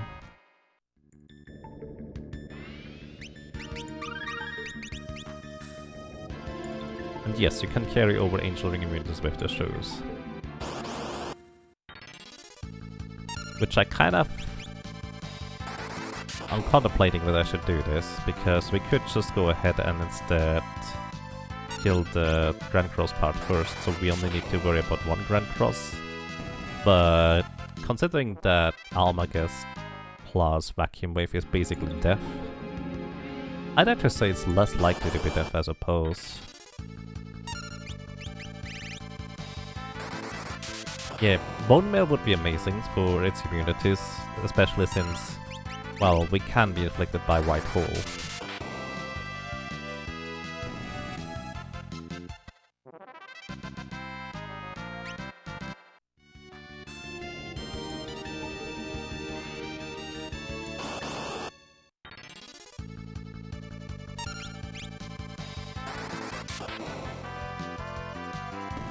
It's just status immunities, not elemental. Bone Mail has a lot of status immunities, in case you may not know. Bone Mail actually makes you immune to instant death, which is why you don't die, rather than it being because you're undead, you are immune to instant death. Those are actually two separate effects.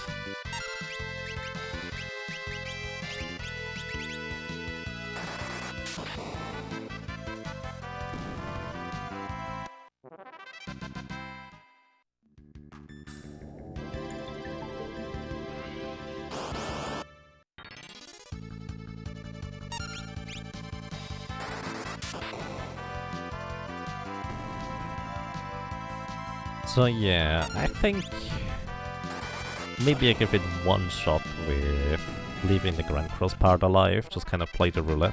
But 4.5 out of 18, that's not particularly good odds. That's like a slightly higher than 20% chance to die every time Grand Cross hits. I'm not sure about that. It would make it easier to focus them down, I suppose. Because I would only need to heal periodically against specifically Almagest. Plus, if I kill them physical part first, I would actually still have Shell, which I suppose doesn't really help against Grand Cross.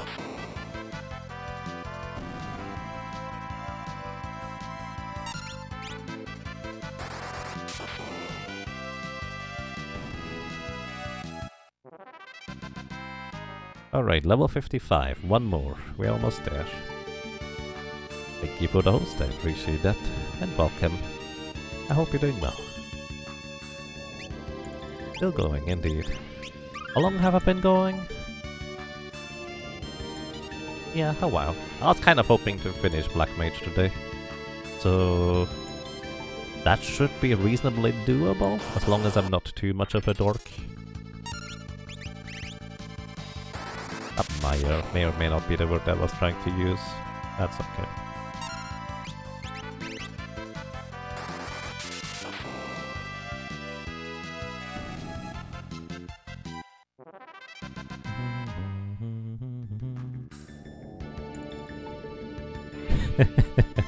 Fair enough.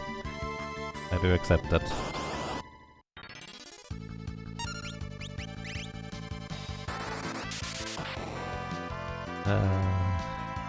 That kind of reminds me of the A Link to the Past mystery days.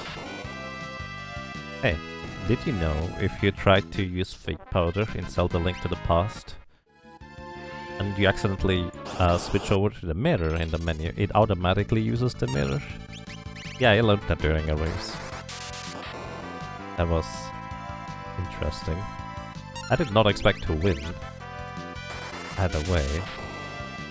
So I feel like I got really lucky overall.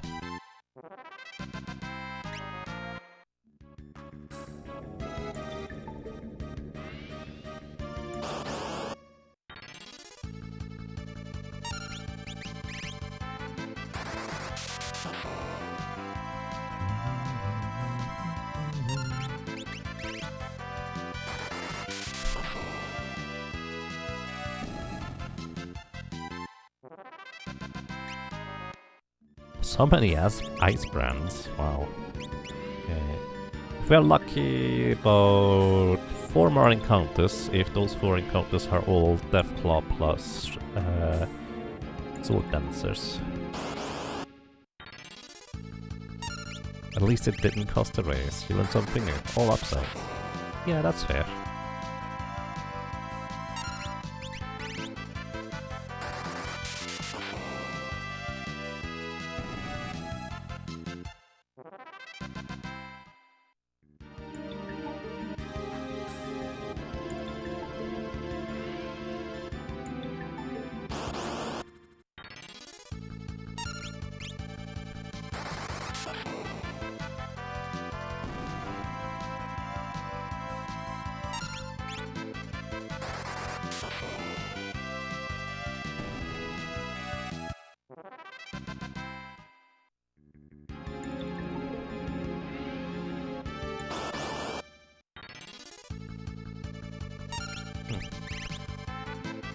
One more encounter after this, I think. Unless something goes wrong, which is always possible. Always possible. Actually, I'm so curious about something. Alicarnassus.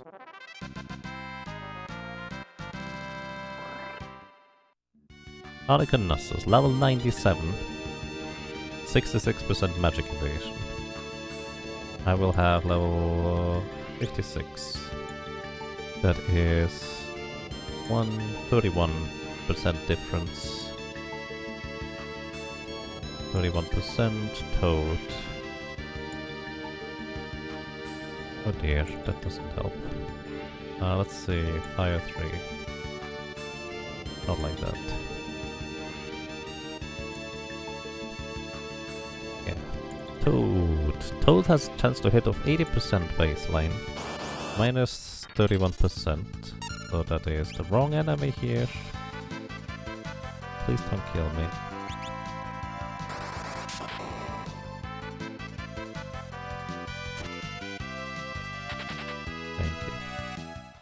So that is 49% chance baseline to hit. 66% magic evasion, so that is divided by 3. Come on.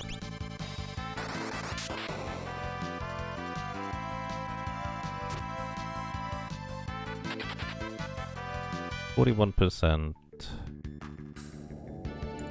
49% divided by 3. What's the number? I think that's my level.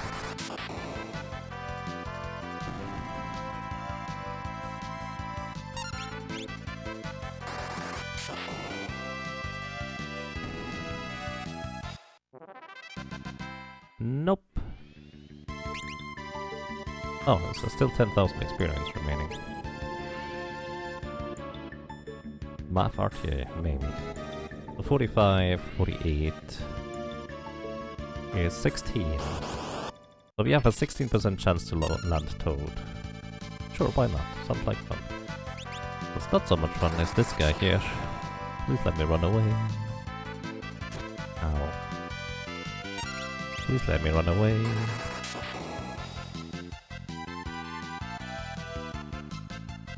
Okay, we resisted Rocket Punch, but just as I let go of trying to run away,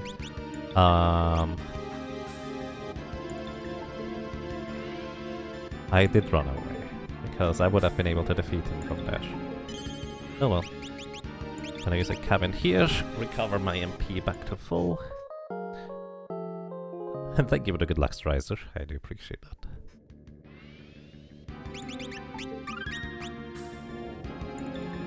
So yeah, I have about a 16% chance to land Toad.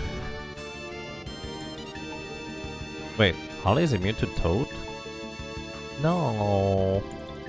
For all this time, I believed that Halicarnassus was the one boss that is afflictable by Toad. I was wrong this entire time? Is this why it never worked? Man, it's even correct in my... Wow, it's even correct in my own algorithm thingy.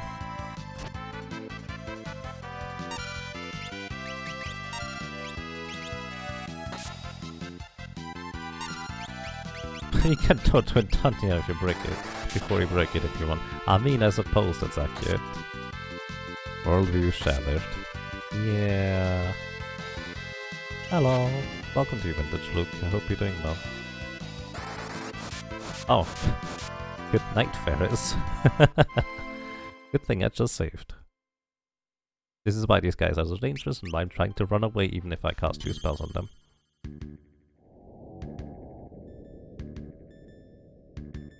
Yeah, I don't know. I seem to have corrected that thing out of my document some time ago, but I clearly forgot about Halicarnassus being immune to Toad. Oh wait, Mini! It was Mini that I was looking for. Halicarnassus can be afflicted by Mini, wasn't it? Not Toad. I don't have a way to cast Mini though.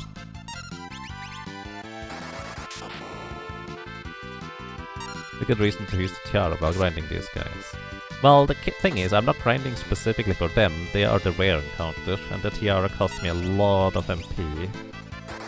But I was considering it, yes.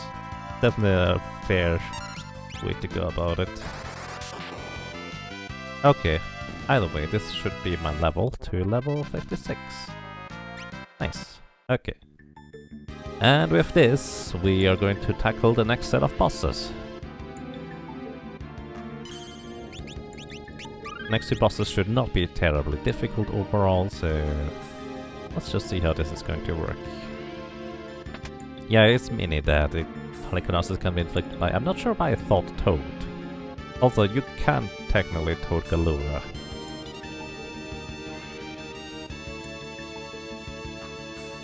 So I just confused Mini with Toad. Hi, go away. Huh? Ifrit! I see. Anybody who throws fire around, there's no Ifrit. Sure, why not? Easy to confuse those two, both very small.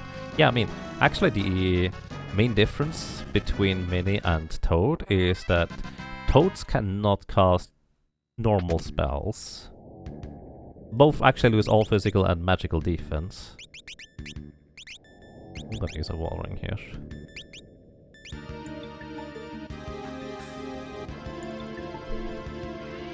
Probably not necessary, but well.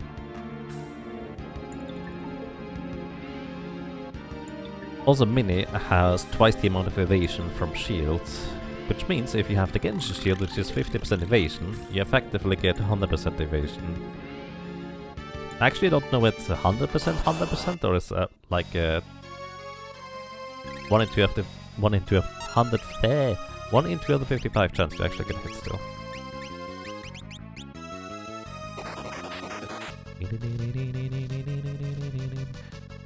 I know the reason why I'm actually wearing the wall ring is because Halikanasa likes to use Holy at the end of its turns, and I like to not be hit by Holy.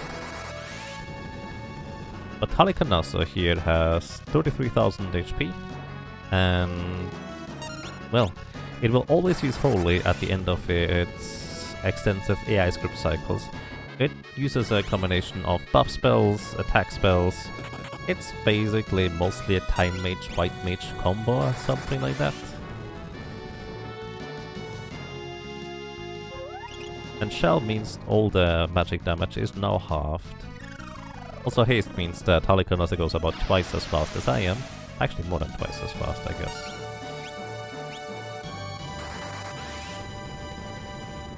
So yeah, this might take a while now. Kudu-do. Ow. My physical defense is gone. You mean it? Ow. I'm actually tempted to reset this fight, because Halikanasa having both Haste and Shell in the first cycle is really bad. In fact, I'm gonna do that.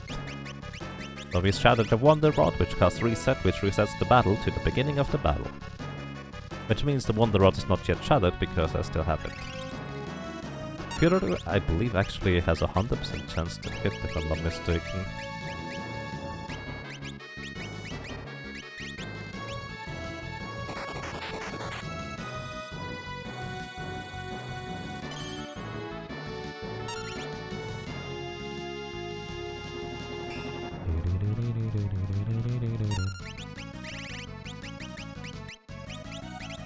Alrighty.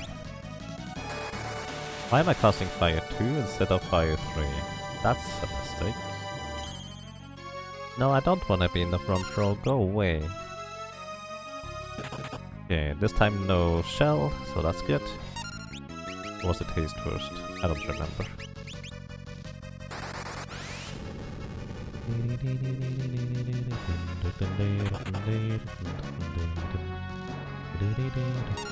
Okay, Halikanasa is probably going to get 2 turns from me getting 1 turn right around now.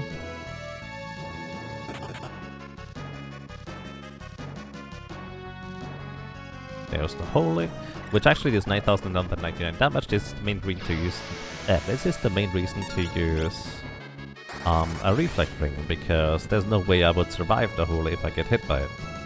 To be fair, there's a reasonable chance I would be able to defeat Twintanya? Halikanasas here before or there would be the opportunity to get to the holy turn. But this is just a safer way of doing it overall.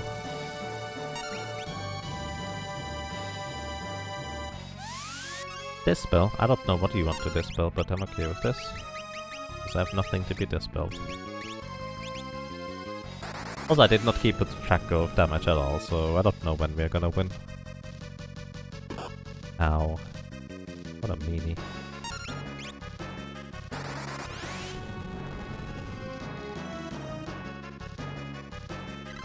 Haste, okay. Now we're getting into the scary territory.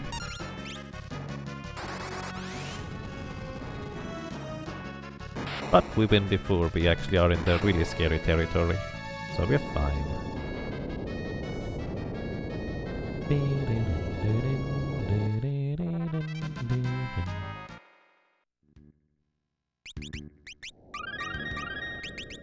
If you reflect on yourself there, would it not be useful to cast off of yourself? It doesn't actually do anything if it's just a single target. If you cast spells off of your own wall, the main use of it is to either avoid enemy walls, or you'd multi-target your own entire party's walls in order to boost your elemental damage by, well, however many targets there are times 50%. So up to 200% damage if all of your party members have wall and you cast like Fire 3 on your own party entirely and it all hits one target.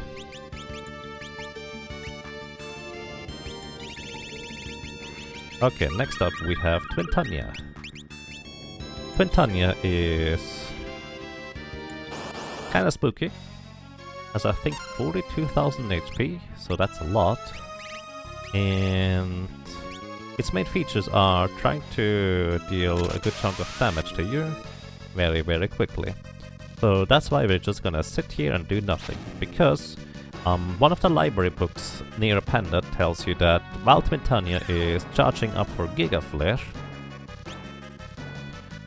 it will be very vulnerable. What that means is it's literally vulnerable to all status effects, basically everything. Also, that is 3 wind slashes. I think 2 or 3. Either way, once my cursor jumps down back into the bottom, Twintania will be switching forms and I can cast Doom or Break to instantly kill it. Before that it is immune to everything, but after that it's vulnerable to virtually everything. Kind of funny. Goodbye.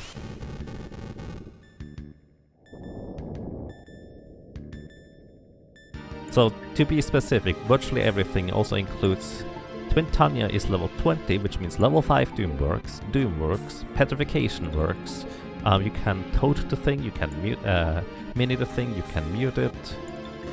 Yeah. However, it is worth noting that it's technically a separate creature when you do that to Twintania.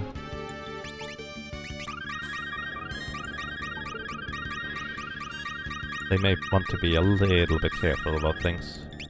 And there go my potions.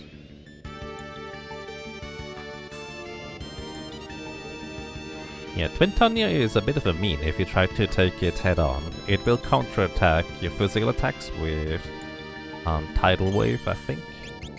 Basically a heavy damage water-based move. And your magics, I think it's counters with something as well. I don't remember what it is though. Probably Atomic Ray.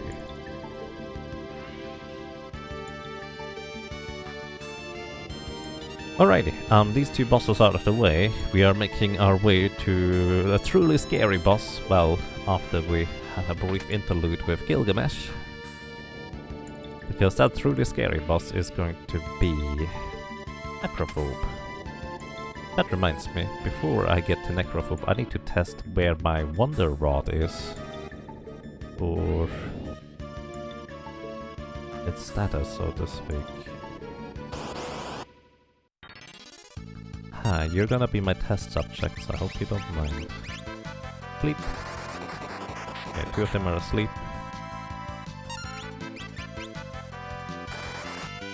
And I missed this one, that's not good.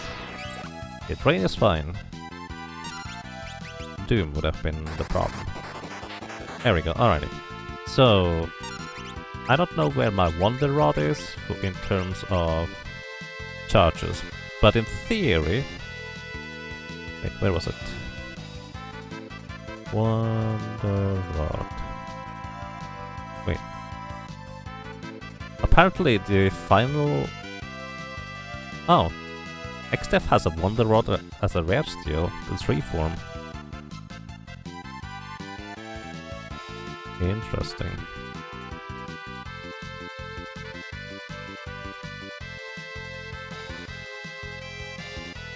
Let's see. Apparently I closed the website where the thing was listed. There it is. Alright. I don't know what it is going to be next. I thought it was raised last time, but apparently it wasn't. I don't know what that is. Okay, that's image. I want to keep that.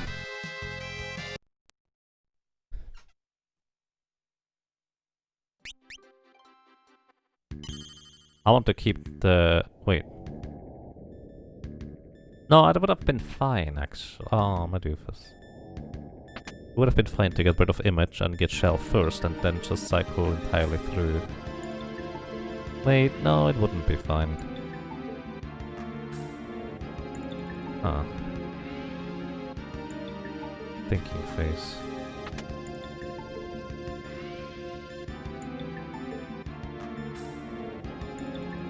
You love these trap mages back there? Yeah. There are some weird kind of mini-boss. I remember it being really annoying, but I've never actually fought them since my very first playthrough, I don't think. So I don't even know what they do. Can you put to sleep? Yes, alright.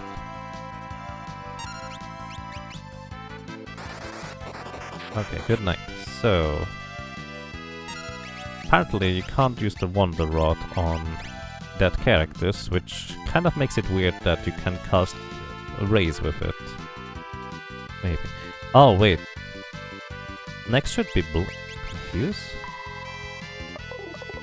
Oh, that's why Confusion was there first. Okay. I want to confuse myself. Are you still... Oh well.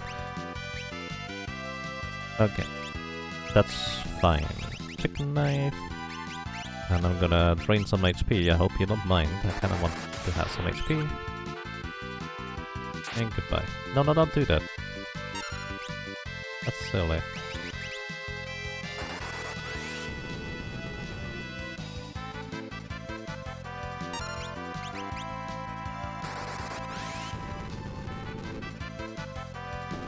Ultilator. Yeah. I was really confused when I read this name. The first time. It's such a weird name. Like, my brain is completely focused. Oh, everything is English. But suddenly, Ultilator? What? Yeah, I thought you could do that with the Belfort Ghost, but apparently not.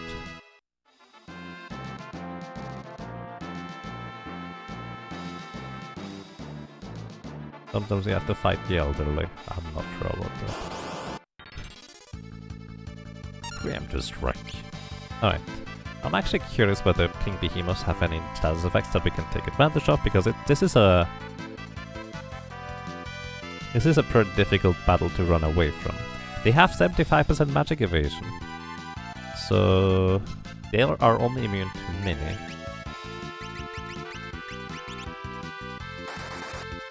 So we can just try to sleep this thing over and over, or try to run away instead. Alrighty. Hello. I get a preemptive strike. Huh. So I guess Ifrit and Bibbles are not the only enemies where that can happen. So this is Gilgamesh. He only has like 7000 HP. And they're gone.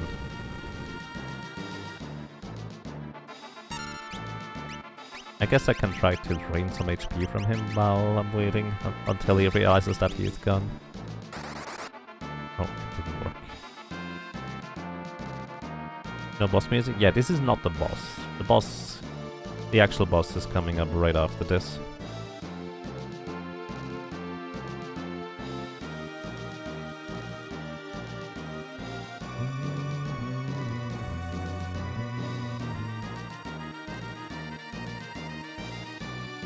The actual boss is far more upsetting. Yeah, the actual boss I have a pretty solid chance of straight up dying.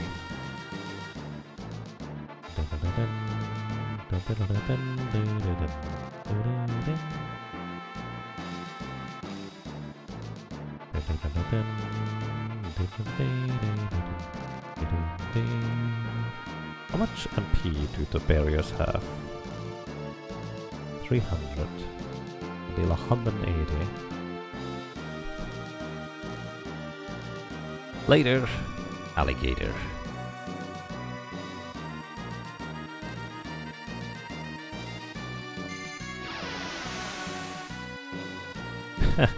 Dude's got 8 arms and 6 weapons and he's saying the monsters are scary. Yeah, that's when you know the monsters are scary. Or maybe you shouldn't judge a book guide by its cover. Maybe he just likes to pick flowers and somebody told him that it's easiest to pick flowers with oats. I don't know.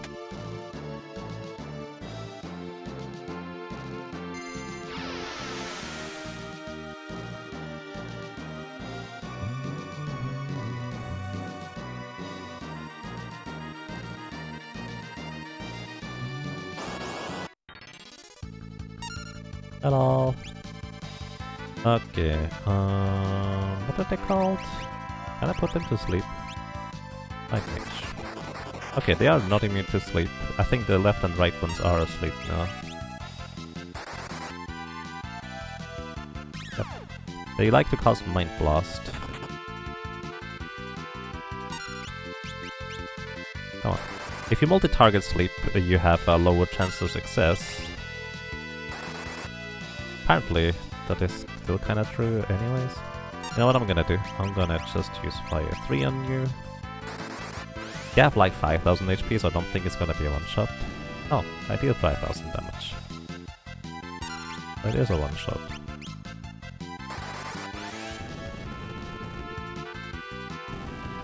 Alright. The main reason I wanted to put them to sleep is because I want to drain some HP. Hope you don't mind. Drain still can miss, which is why I did not want to do this while they were still awake. So that's the main reasoning. And also, while I'm here, might as well absorb your MP. Actually, you know what, doesn't matter. Also, by the way, the enemies here don't give us any experience. They only give us ability points and money. A lot of ability points and money, but I don't really care about either.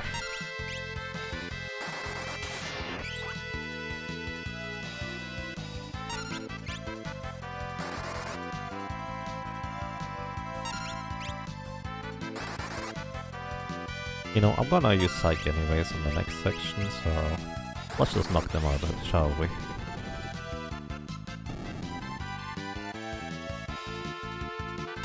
I guess just AoE Fire 3 would do the trick. Actually, I don't know, they might counterattack damage. I know they counterattack if you hit them, but I don't know whether they counterattack spells. They might just counterattack spells and I took a ton of damage in return. Oh, goodbye. They counter all damage. Yeah. Sounds about right.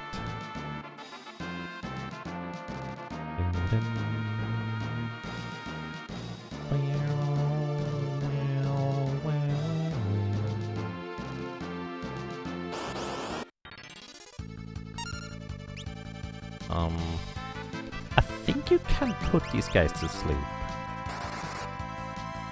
Oh, I can also run away. Good. That, because those are spooky. Alrighty, order of operation. I'm gonna equip the chicken knife, so I'm gonna be faster, initially anyways. And... that's kind of largely it. Welcome to Necrophobe. Necrophobe, you have to defeat the 4 barrier first before he is vulnerable, but he doesn't do anything while the barriers are still alive. So my goal right here is to survive, because the barriers will cast Holy or Flare on themselves in the first turn, which each deal 1000 damage. So that's kind of part of the reason why I want the Wonder Rod. So, first charge of Wonder Rod is going to give me Blink, which absorbs 2 physical attacks, which is going to be incredibly important against Necrophobia itself. And then the second one is going to give me Shell, which halves all the magic damage I receive. Because without that, I would be dead here. I was also considering just cycling my Wonder Rod all the way through back to Blink, but I don't really know how to do that. Actually, I know. No, I can. Hang on, I can. Because I can just target Necrophobe. It's not gonna do anything, but that's kind of okay. But yeah, these little barriers have 8800 HP, and each one has only 300 MP, which means they run out of magic relatively quickly. No matter what, we have to kill, or heal, before I do anything else.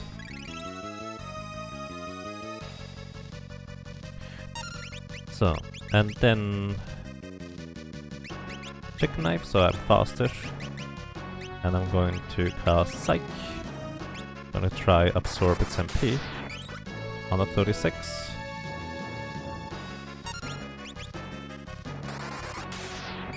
On the 36. So the bottom right barrier is out of magic now. All the other barriers are going to deal 200% damage with their magic spells, because they multi-target themselves, which each multi-target spell attack deals 50% damage, but it's 4 times 50% damage, so it's 200% damage. I have to heal again here. Now we're just gonna run the others out of magic.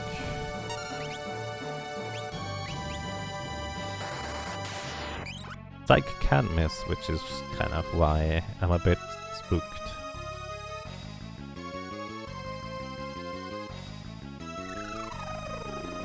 Also, in the first turn, they have a 2 in 3 chance to use Flare, and 1 in 3 chance to use Holy. In the second time they get around to this, it's the other way around.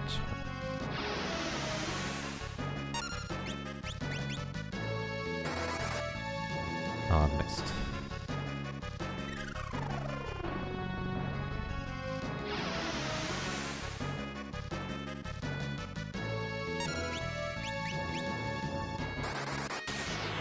Right, that thing is out of magic. Now I'm going to go ahead and just try to drain tank this. Where I'm gonna heal myself via drain, rather than anything else. And this is how I survive phase 1.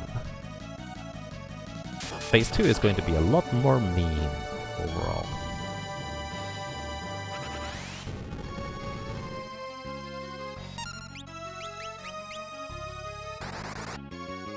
Oh.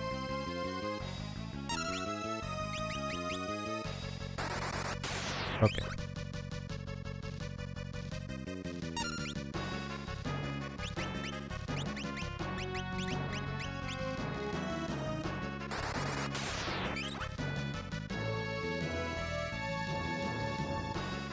Alrighty, I don't know how much MP the top left barrier has, but it should not be much anymore.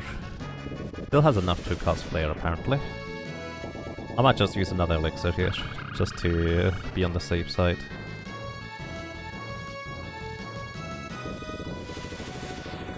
Because I think each spell cast was like 700 damage with the multi-targeting thing. Yeah, I'm just gonna use an elixir. I have plenty. Oh, and now, Psych on this thing. It had 16 MP remaining, so actually it couldn't even have cast Fire or Ice or Lightning 3. It was out of magic.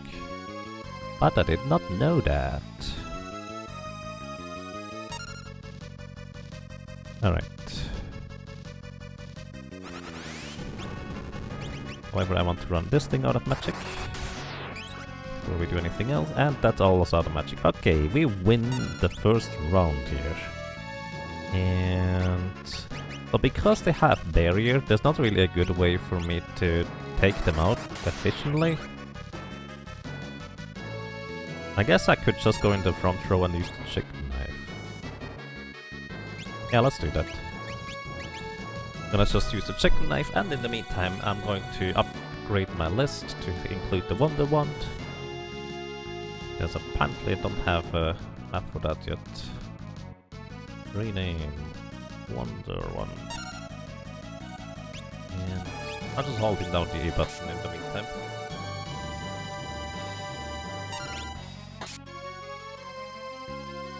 I'm gonna take out the first two barriers by holding down the button. Okay, let's see.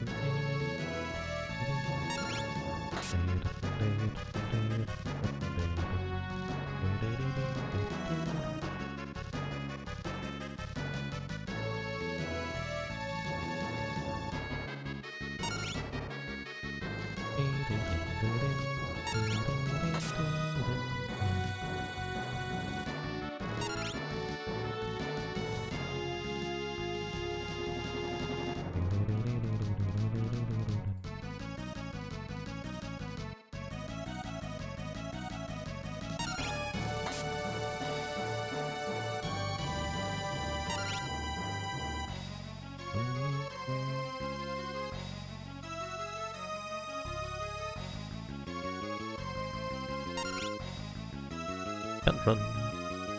Alright, let's see. Cure, Antidote, Silence, Protect. I'm just gonna write or copy it over myself. Fortunately, that means I'm done with this one now.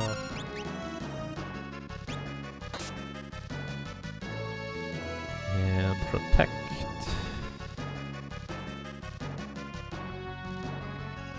Mini, Cura. Cure 2, I'm just gonna write Cure 2 because I'm more used to that by now. Raise, Confuse, Blink, L, Azuna,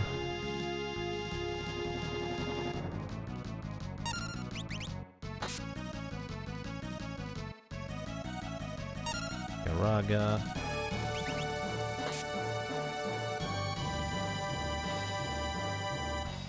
Reflect, Berserk, and Life 2.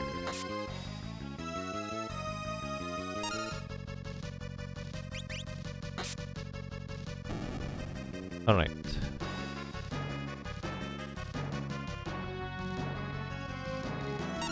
Then the black magic spells are as follows. I'm just gonna write down real quick before I get sidetracked too much. Fire, Fire, Ice, Lightning, or Bolt, I guess. Then Venom, Leap, Toad, Fire 2, Ice 2, Bolt 2,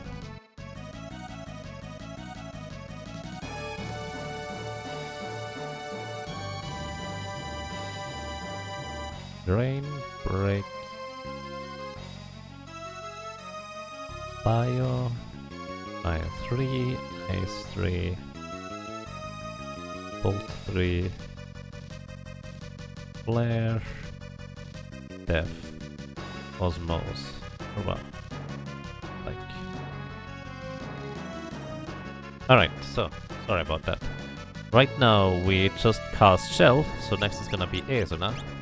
I'm going to cycle through the Wonder Wand here. Then we have Curaga, which is a full heal. On a single target anyways. Then we have Reflect.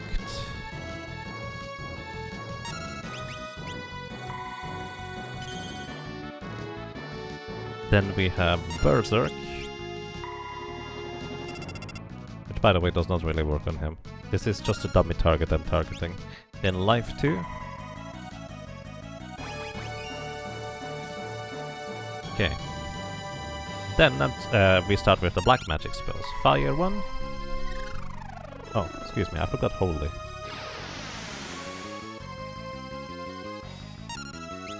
Yeah, now it's fire 1. Okay, apparently this will. I'm learning things as I go. I must have missed stuff. Now we're at fire 1. Alright, there we go. Then it's ice 1. Then it's bolt 1. Then it's venom, which is normally poisoning an enemy, but it doesn't work.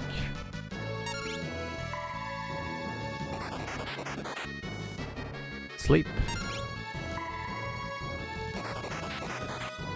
Toad.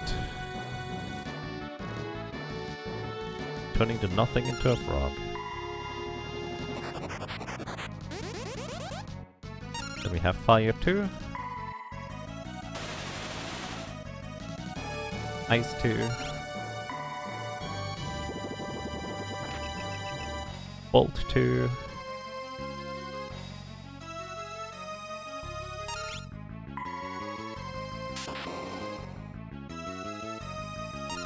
Drain. Then we have break.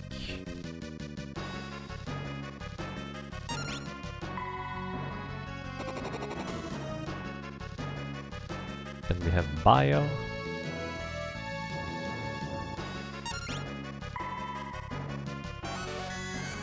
Next is fire 3. Then we have ice 3.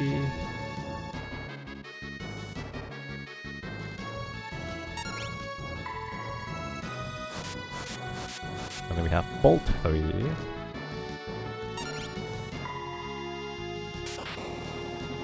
We have flare.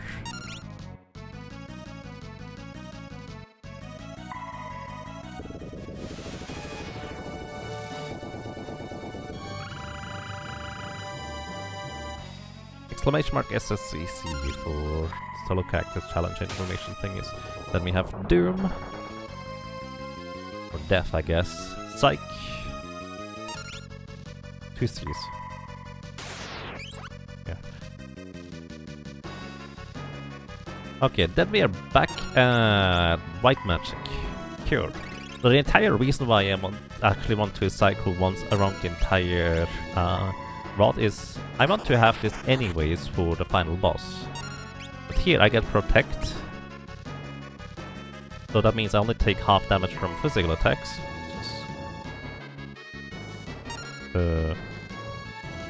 Wait. Oh, that was silence. I forgot silence in there.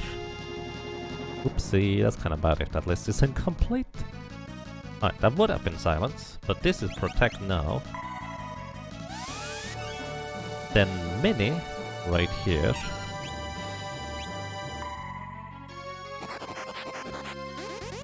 Then we have cure 2.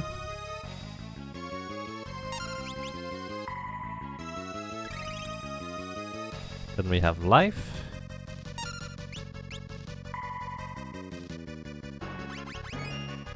Confuse. And next is going to be blink. And that's literally the reason why I cycled once through the entire rod. I already have blink, which is the 2 images you see behind fairies here. And these are going to absorb some physical damage. In fact, they are just going to half the physical damage. Those are going to deny 2 physical attacks entirely. And Necrophobe usually attacks twice per turn.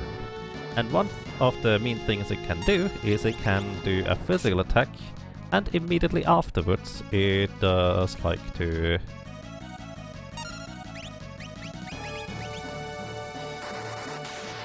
That is not that much. It can use a physical attack, and immediately afterwards Necrophobe will... No, the other way around. He will cast Hurricane, which puts me into critical HP, and immediately afterwards a physical attack, which basically, well... will kill me, because critical HP plus physical attack, I'm dead. Unless I have Image, which is going to absorb those physical attacks. However, there's still going to be a problem in this fight. We're not out of the woods yet. Even if I can deny the physical damage from him,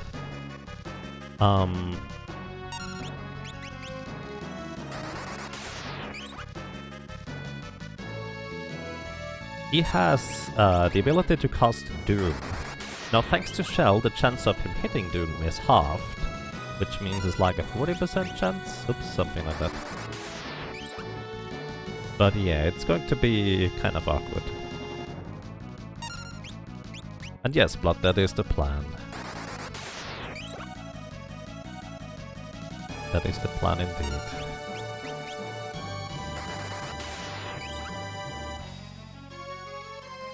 So yeah, this entire setup and this fight took like, what, 20 minutes so far? I don't know. It's literally just, it could be that he ends it with a Doom spellcast. I think it's only 1 in 3 chance for him to cast Doom, plus he's actually weak against literally every single element. So I can probably nuke him. He has 34,000 HP. So we're going to wait until he says my barriers. And then we're gonna cast... Let's ice him. My invincible barrier! Did I have no choice? Have a taste of my real powers. Also, he is going to cast Flash initially, which actually hit. And a spooky prospect. Alright. 6,600 damage. I was kind of hoping that it was closer to 9,000. But then again, that's kind of silly. 5 to 6 spellcasts. Alright, there's both of my image charges gone. Where's my... Oh! Oh, I had the Wonder Rod equipped, not the Wizard Rods. I was dealing less damage. I'm a dummy. Here's my image charges back up. Yeah, that was not clever. Now we deal basically max damage. Ooh, okay. So... Yeah, this is not gonna kill him now, is it?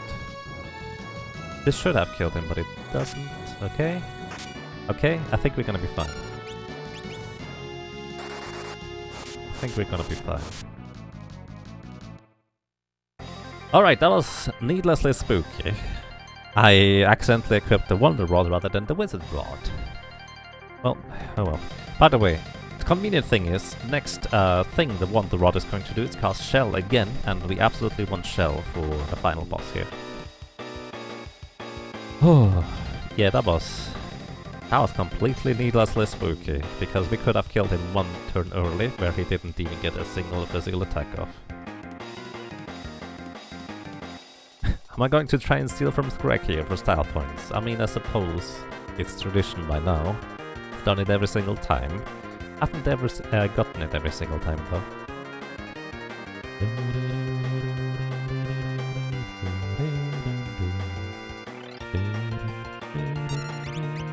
So yeah, if you steal from Gilgamesh, every encounter you get with Gilgamesh, you want to steal from him, actually.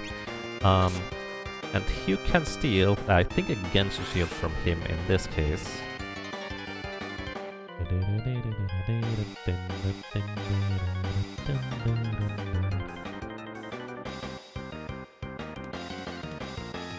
Pretending I was using the wrong rod.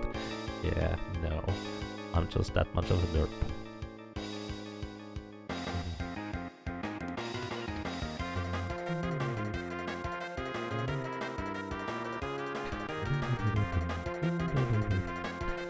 But yeah, Necrophobe is pretty spooky overall.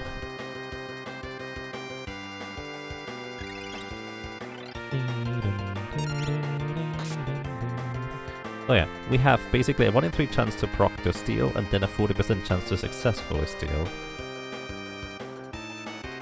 Whatever that equates to in the end.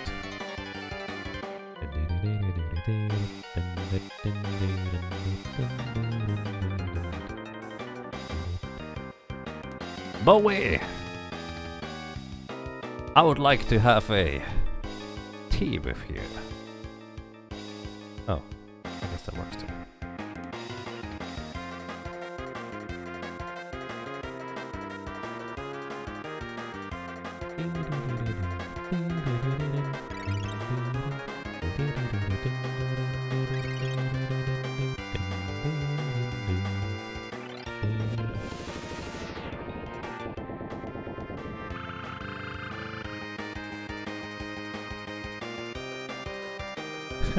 Clearly, if you don't get the steal, you can wonder Rod reset the fight.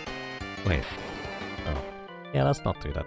So by the way, if you don't defeat Gilgamesh at the end of Worlds 2, you have to deal all 44,040 damage to Necrophobe yourself.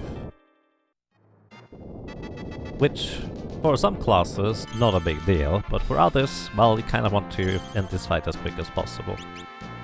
Alrighty. Now, we save. Alright, that took a while. Also, now, I apparently never picked up the Angel Ring. Well, okay. Oh. Time for a walk. Nah, we're just gonna try it straightforward. It'll be fine. We have sunglasses. I want to prepare the magic lamp now. Sure, let's use the magic lamp now. Alright, magic lamp, as mentioned before, it summons the strongest summon spell, and then it cycles all the way down to the weakest one. It does not reset like the Wonder Rod does. So I'm just using these poor moving targets as a way to express my gratitude here. So the third charge of the magic lamp is actually what I'm looking for here, because that is going to be Odin, which is an instant death on all enemies that are not flagged as heavy. And one of the final parts of Neo X Death is in fact not heavy, so that's going to be what I will be using. But don't get mad when you get Grand Crossed into zombiehood. Yep, or aging. Very true. But considering that I forgot to pick up the Angel Ring, which was behind the waterfall. Oh yeah, I really wanted to get the save file, or save point, because I was really spooked by enemies back attacking my low-level Black Mage the entire time in the void. So I just jumped down and saved immediately, and then forgot the Angel Ring after. That's okay. It's just now a 6.5 in 18 chance to straight up die from Grand Cross. You can deal with aging. I mean, yeah, I can deal with aging once. Thanks to the Wonder Rod, it actually is now right after a shell. Which I suppose is basically makes it a half. I still lose a bunch of damage, depending on when I get my turn and that I have to heal.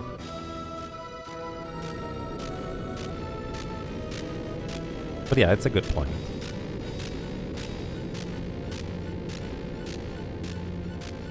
No decimals in factions, right? You almost can't get aging twice in one fight. I mean, my original plan was nuking the physical part and then going with Grand Cross and Almagest instead. But yeah, I guess we're not gonna do that. 13 and 36. I see. Fair enough.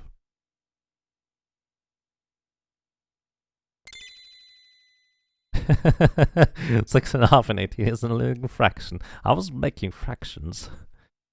I was making... What's the other thing? Hang on, let me look up the English word for that.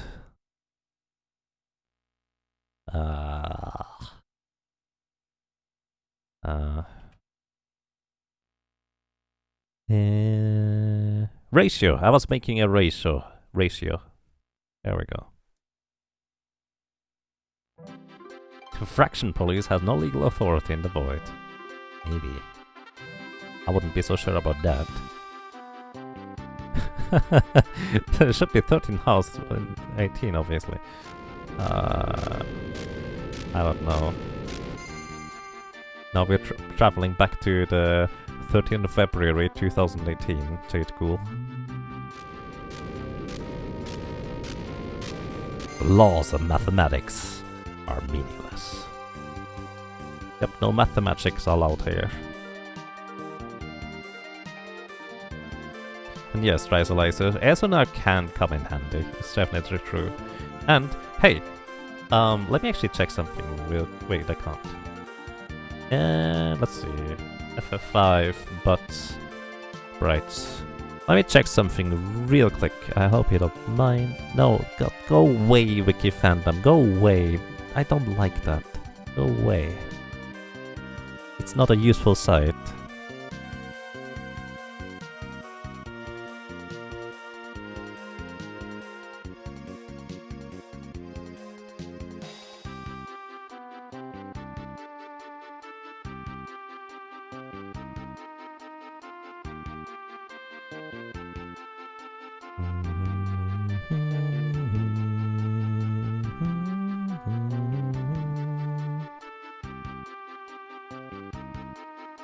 There we go, alright. So, what I wanted to say is, Fairies has a very unique advantage over Butts as a black mage. Fairies has long hair, which means we can see the hair under the black mage hood. Which means we can actually recognize whether the enemy has inflicted the aging status effect upon us. Which literally, that is not a thing we can see with Butts, because his sprite does not show the hair. I think that's actually kind of funny. Okay, we're gonna use... Where's your moon there? Go away. Where's my Ethos? Hey, it's time to use my Ethos. All the way up to maximum MP.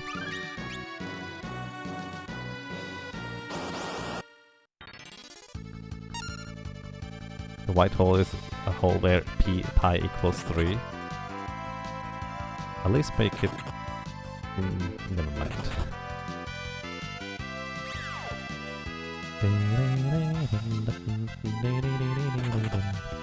Hey, let me run away, please. I just want to get to the final boss fight. I have an appointment! Let me go!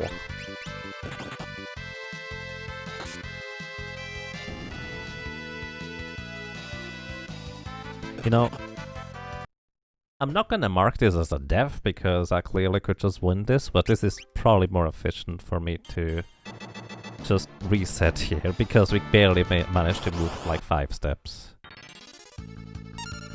You again? Go away.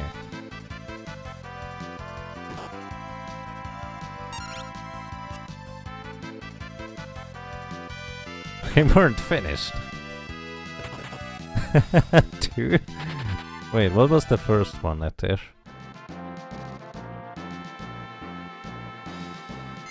Also, by the way, there's absolutely no reason for me to keep the sunglasses. But then at the same time, there's no reason for me to remove them either. I'm not really going to attack physically anyways. I thought you might get wrong. Stuck again. Oh, I see. Alrighty. We start off with Chicken Knife, so we have a higher agility at the beginning of the battle, which literally is only health for the first turn. We have a Tiara to increase our magic power by 5. Excuse me, by 3. Which also prevents getting confused. It does not have as much physical defense as the Circlet, but actually it has more magic defense. I was not even aware of that. Alright. However, our spells are going to be full price now at this point. That's alright. Then we also have the Black Armor Robe, which is the highest defense and magic power that we can get. There's not really any other choice. And Running Shoes, because we need to have the permanent haste, as well as immunities against other stuff. Alrighty, let's go. Because, yeah. I may need a little bit of luck here. So let's see. we are going to immediately start with the Wonder Rod. We need Shell, because if he casts White Hole, we're dead if he hits. And that is probably going to happen quite a few times, let me put it that way. Alright, next up we equip the Wizard Rod and just start nuking him. So this is Xdef. He has 49,001 HP in the first phase. And in the first phase of his first phase, he will either do a physical attack, do nothing, or cast spells. Wait, hang on. This was number 3. Either way, he will just do White Hole. White Hole is petrification and instant death. If you're immune against either, you actually are not afflicted. But we are not immune against either, so this is why we have Shell. In order for the chance for a White Hole to hit us to be halved, which is like 50%, I guess. We just hope that he either doesn't use it or it doesn't hit us. One or the other. Either way, this is gonna be attack number 4. Once he drops below 19,000 HP, or once we deal 19,000 damage that way around, he will most likely open up with Holy or Flare in his second phase. We have to heal up before that happens.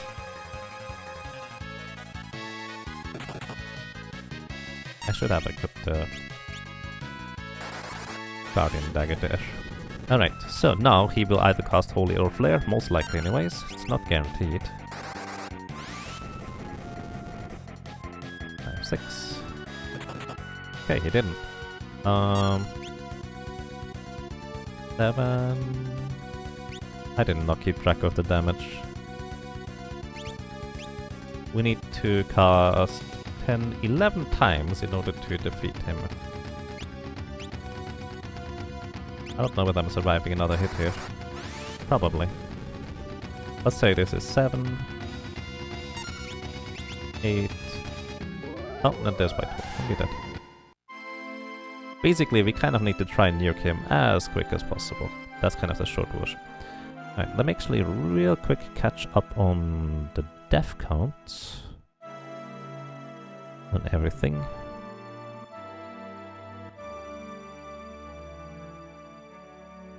Didn't fight this. No. Nope. 0. Didn't fight that one. 0, 0. We had like 4 deaths to catastrophe. Oh, 3 deaths. 1 random, 1 additional that way around. And 1 death to 3x death. Everything else was surprisingly 0. Okay, sorry, I need to catch up on how many deaths we got so far.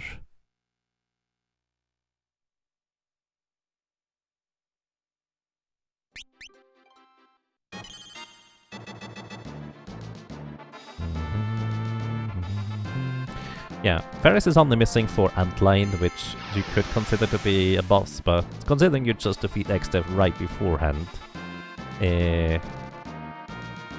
probably not that big of a deal to skip out on it.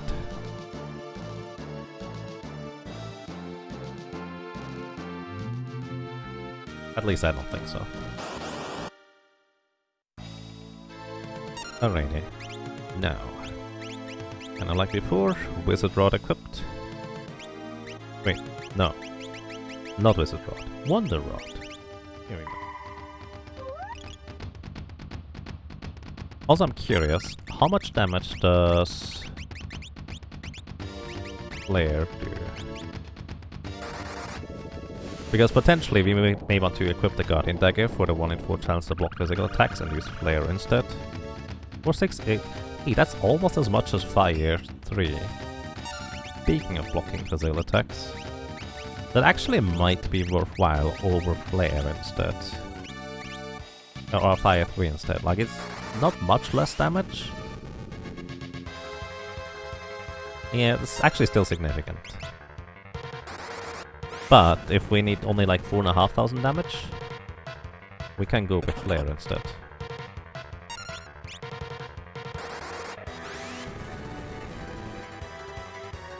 Okay, he's now in phase 2, which means he's going to cast most likely Flare or Holy, which is going to be about 1,000 damage. There's Flare. And what's your next move?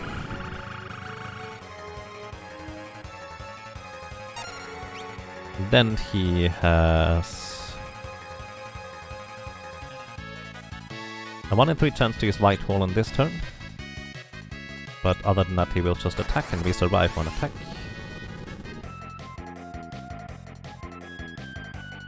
Okay, we resisted White Hole. Good. And actually the next turn is going to be more or less the exact same, except that he also has a chance to do nothing. After that he will use Condemn. Or has a chance to use Condemn. Or White Hole. In fact we have a... Oh! Oh, I pushed him below 10,000 HP remaining. I didn't realize we were that close. Deal 39,186 damage. So that's actually literally just one turn before the bad turn would happen. Huh. Curious. Alright, fair enough. So in the once he is below 10,000 HP, he has a 1 in 3 chance to cast Meteor, 1 in 3 chance to do nothing, and 1 in 3 chance to physically attack. And Meteor will pretty much always kill us. There's very little chance I'm going to survive a Meteor. There were a couple of good Fire 3 rolls in there. There were indeed. I actually may want to just use Flare beforehand twice, instead of just once. Purely because it's going to be able, or allow me to... Well... Actually... Yeah, I'm going to use 2 flares. This is going to mean that we have one more turn before we push him below 10,000. Actually, I don't know whether that's a good thing, because we might not have enough damage then for things. I should have equipped the Guardian Dagger for that. It'll be fine. I think there was a host. Don't know who, but or how much, but thank you, I appreciate it. 5166.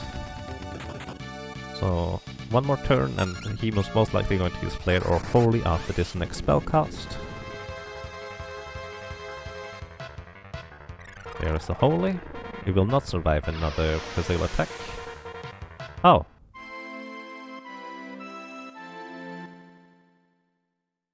I forgot to use Shell.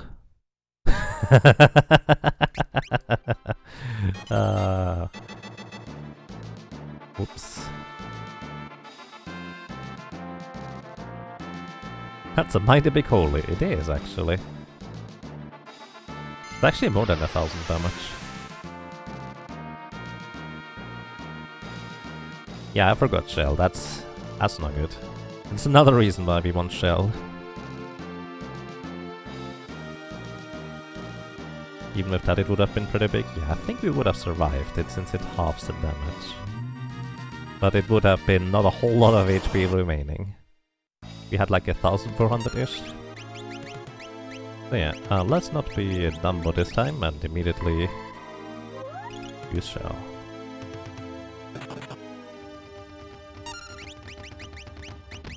Switch to Wizard's Rod and we start firing away.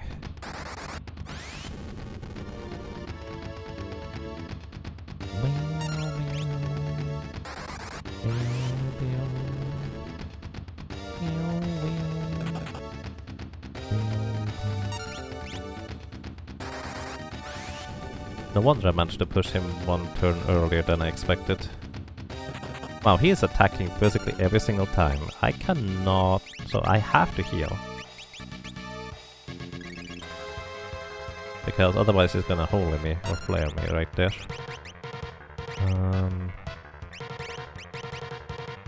There's a strong argument to not push him to the next phase. Nah, we just go for it. Bird the tree. Okay, he's in phase 2. In fact, he skipped his first Holy Flare. Just ice him as well, I suppose.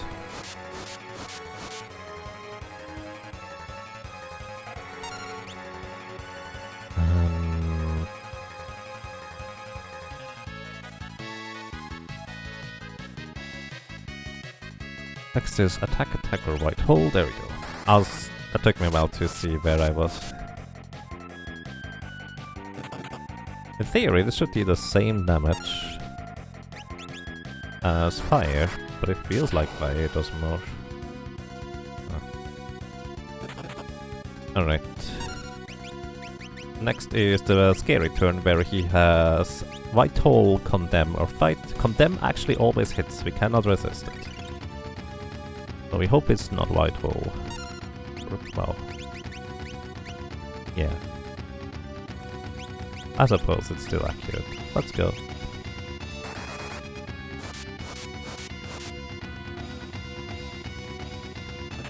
Alright, now we are pushing him below 10,000 HP.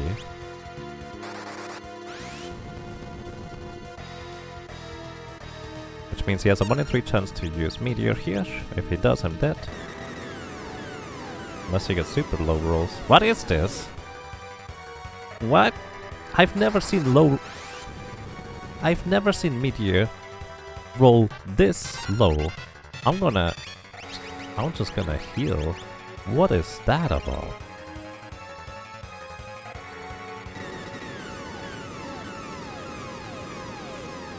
Huh. Yeah, this is more like it. I'm gonna risk it anyways. I want to go into next phase with full HP. Go away. I'm actually gonna go into next phase with a chicken knife so I have more speed. Alright. Rude.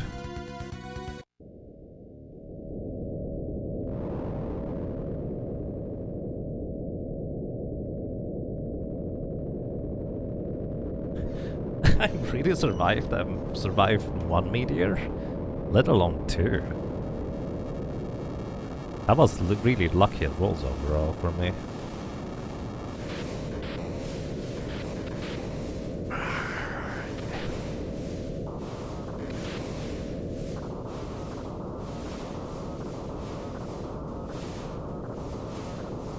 You heard meteor. How are you still going? That's an excellent question. I survived with 104 HP from full HP. Before that, I survived with like 680 HP from like 2200. It was ridiculously low rolls. Alrighty, welcome to Neo XDev.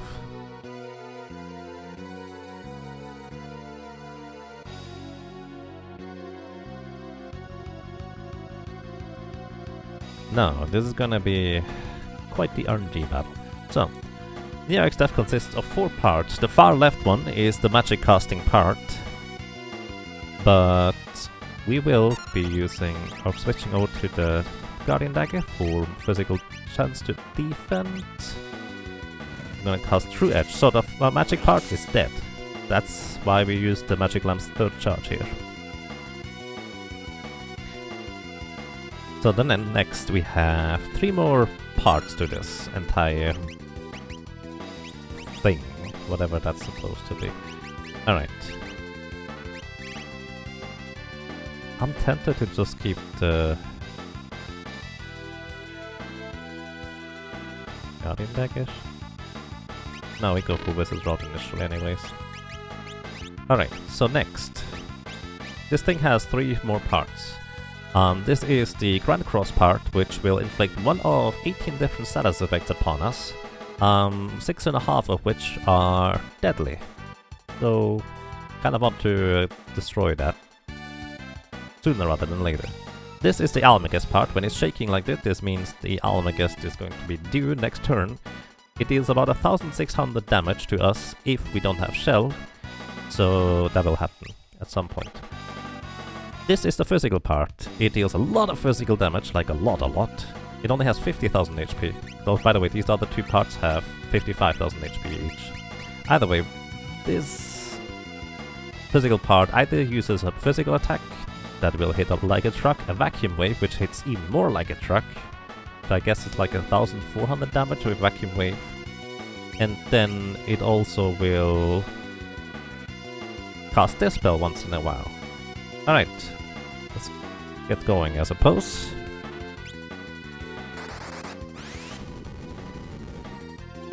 $50-40. By the way, Grand Cross will only happen once in a while. Okay. just use Vacuum Wave. If Almagest happens next, I will survive the Almagest. So that was less damage for the Vacuum Wave than I expected it to be. Still need to heal pretty much right now. Guardian Dagger, Elixir. Laws of Physics are broken, which announces that the Grand Cross part is going to cast Grand Cross soon. Right. However, aside from that, there's actually no incoming damage aside from the physical part. So we kind of need to just kind of keep track of how soon the physical part is going to go before or after us. Like right now. So the thing is, I can probably get away with one more attack before I need to heal. But I need to heal at some point anyways. And there's Grand Cross. Let's see what's going to happen.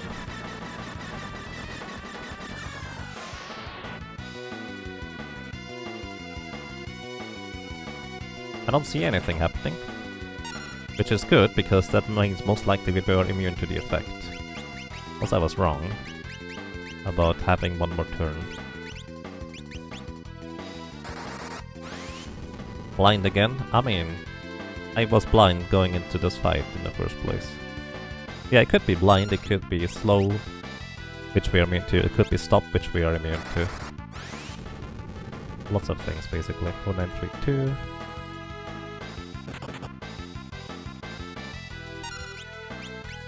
We will survive a Vacuum Wave here. I'm surprised that Vacuum Wave does as little damage as it does, honestly. But here, I basically have to wait for the physical part to attack me and then heal after. Because Almagest will hit me here. Come on. Did you skip your turn? Okay, physical part either skipped the physical part skipped its turn. So I was waiting for it to attack and it didn't. Sneaky. Alright, if we manage to deal slightly over 10,000 damage in the next two attacks, I might be able to skip... Nope. Alright. I wasn't able to skip that Grand Cross.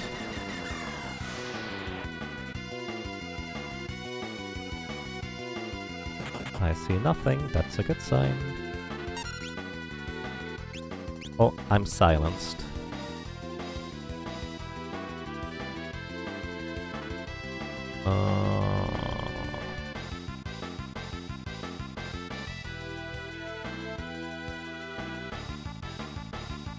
I don't think Magic Lamp works when you're silenced, does it?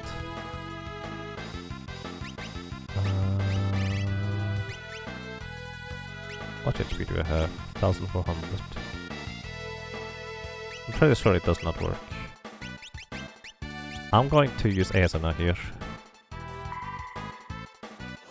Remove the status effect. Not great, but I have to do something. You cannot remove silence aside from specifically casting Asuna. Alright. What's it brought?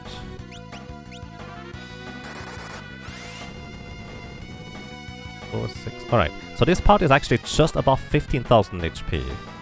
So I'm going to do something mildly sneaky. And I can try break on this thing. Ah, sure, let's try it once. Yeah, I don't know whether that would have been a good thing if it hit at all.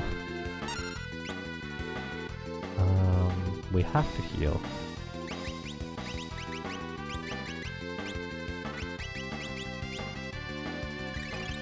Elixir.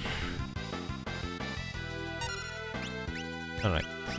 Also, we're gonna use the Magic Lamp now.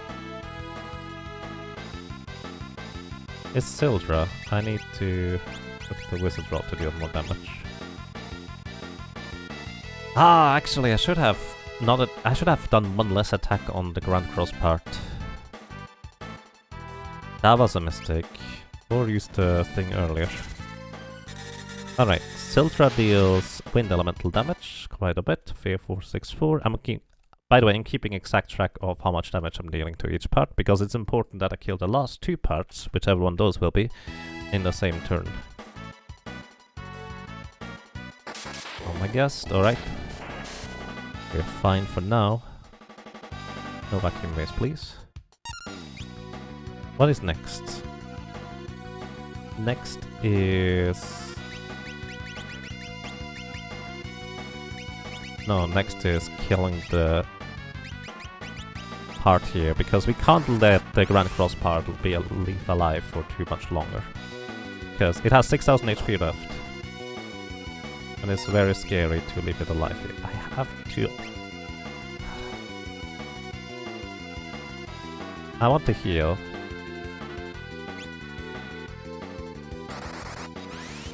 But I also really want to kill that part. Yeah, I wanted to kill the part before it got the Grand Cross up.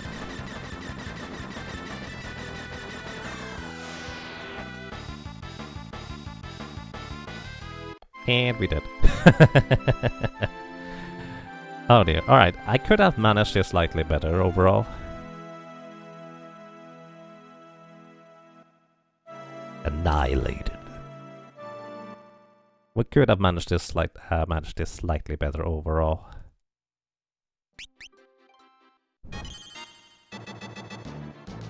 Better lunch next time.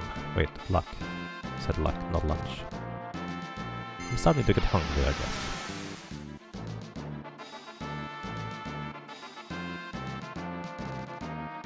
Yes, one of these status effects is straight up death.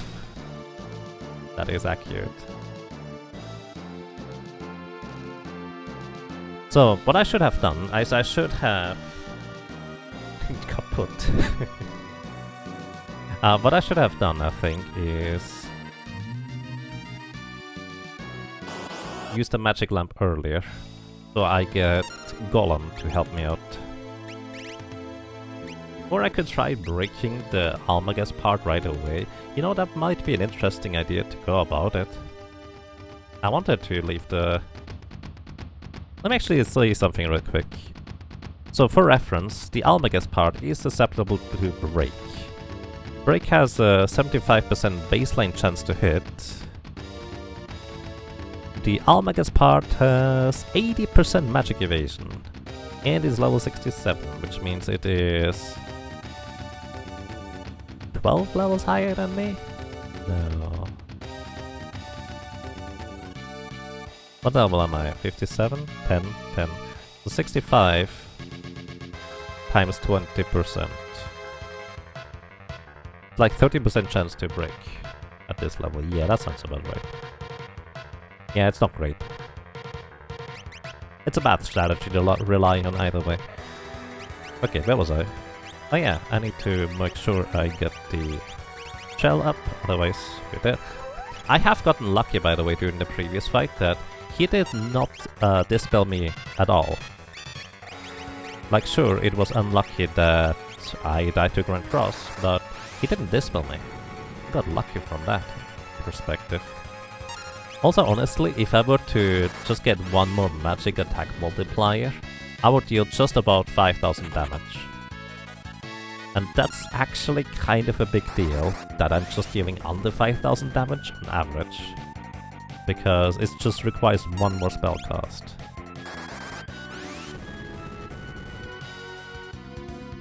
Also, speaking of spell cast, we are now in phase 2. So it's most likely going to be Flare or Holy as his next turn. There's the Holy. Okay, we do survive a physical attack, right? Yeah. Alright. Can go on. 86.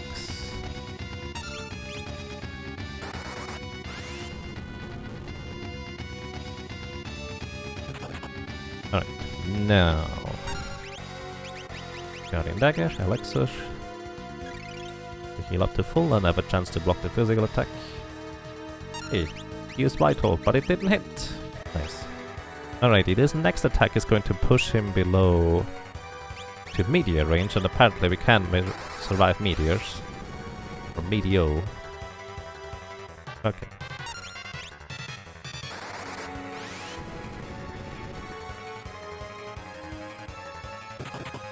Physical is fine. One more spell and he's dead. Yeah, let's just go for it.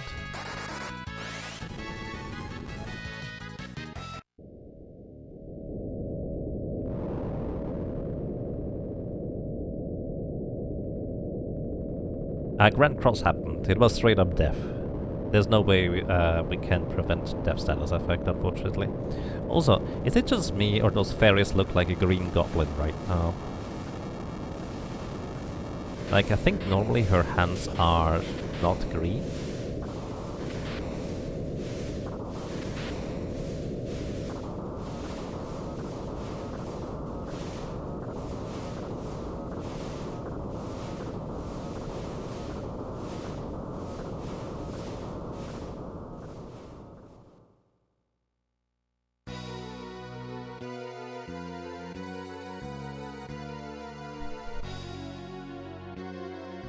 Yeah.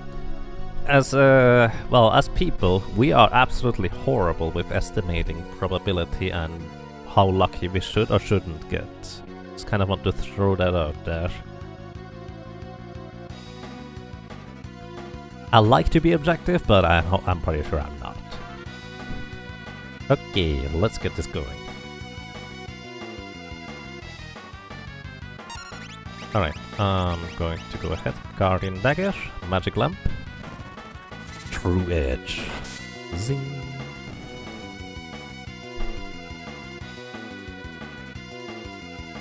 At least the latest version of XCOM does, Recodactylus. At least the latest version does, that is. To my knowledge, accurate. Okay, we need to heal.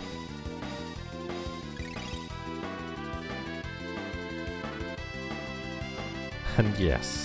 Laser, that sounds about right. Hey, we blocked the physical attack. Good. Alright. I'm gonna actually keep using the magic lamp here. Oh, I should have... Oh, I didn't equip the wizard rod, so it's gonna be less damage than it should be. Okay. 2808, as well as 2826 on the Almagus part, and 2754 damage on the Grand Cross part. Almagus right here. So, and we're gonna continue using the magic lamp here. So next is going to be Ruby Light, I think, which gives me Reflect, which doesn't do anything, since he doesn't use any spells. I think I survived now, I guess. Vacuum Wave. Next is going to be Demon's Eye. This has a slight chance of killing the Almagus part. And then we get this one. This is the reason why... Oh, well, I guess we get Grand Cross first.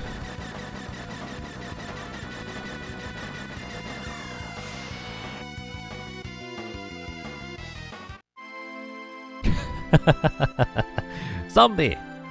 Alright.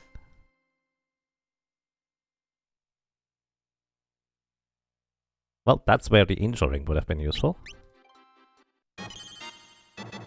Okay, by the way, this is gonna be my last attempt for today, because I'm starting to get really hungry. I've streamed for a little bit longer than I anticipated I would. So yeah, still we might just finish this, let's say... I'm gonna say try tomorrow. Might be tricky. As usual, I just post when I go live on Twitter and Discord if you'd like to know that. Jinx? I don't think we have a Jinx in this game. One rod. Okay. White hole.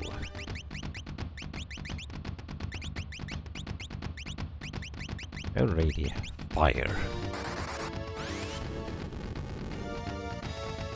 That's a low roll there.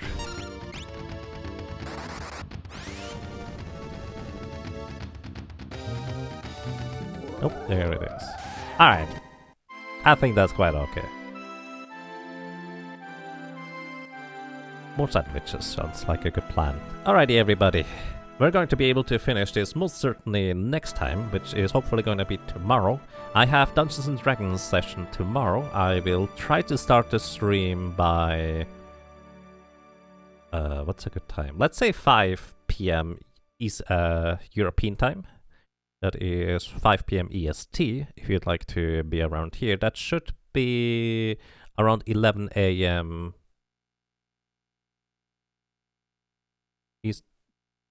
East Coast time, USA.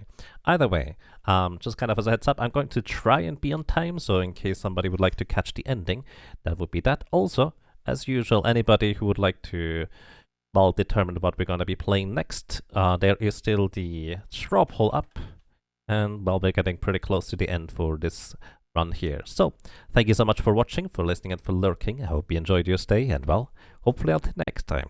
Take care, and have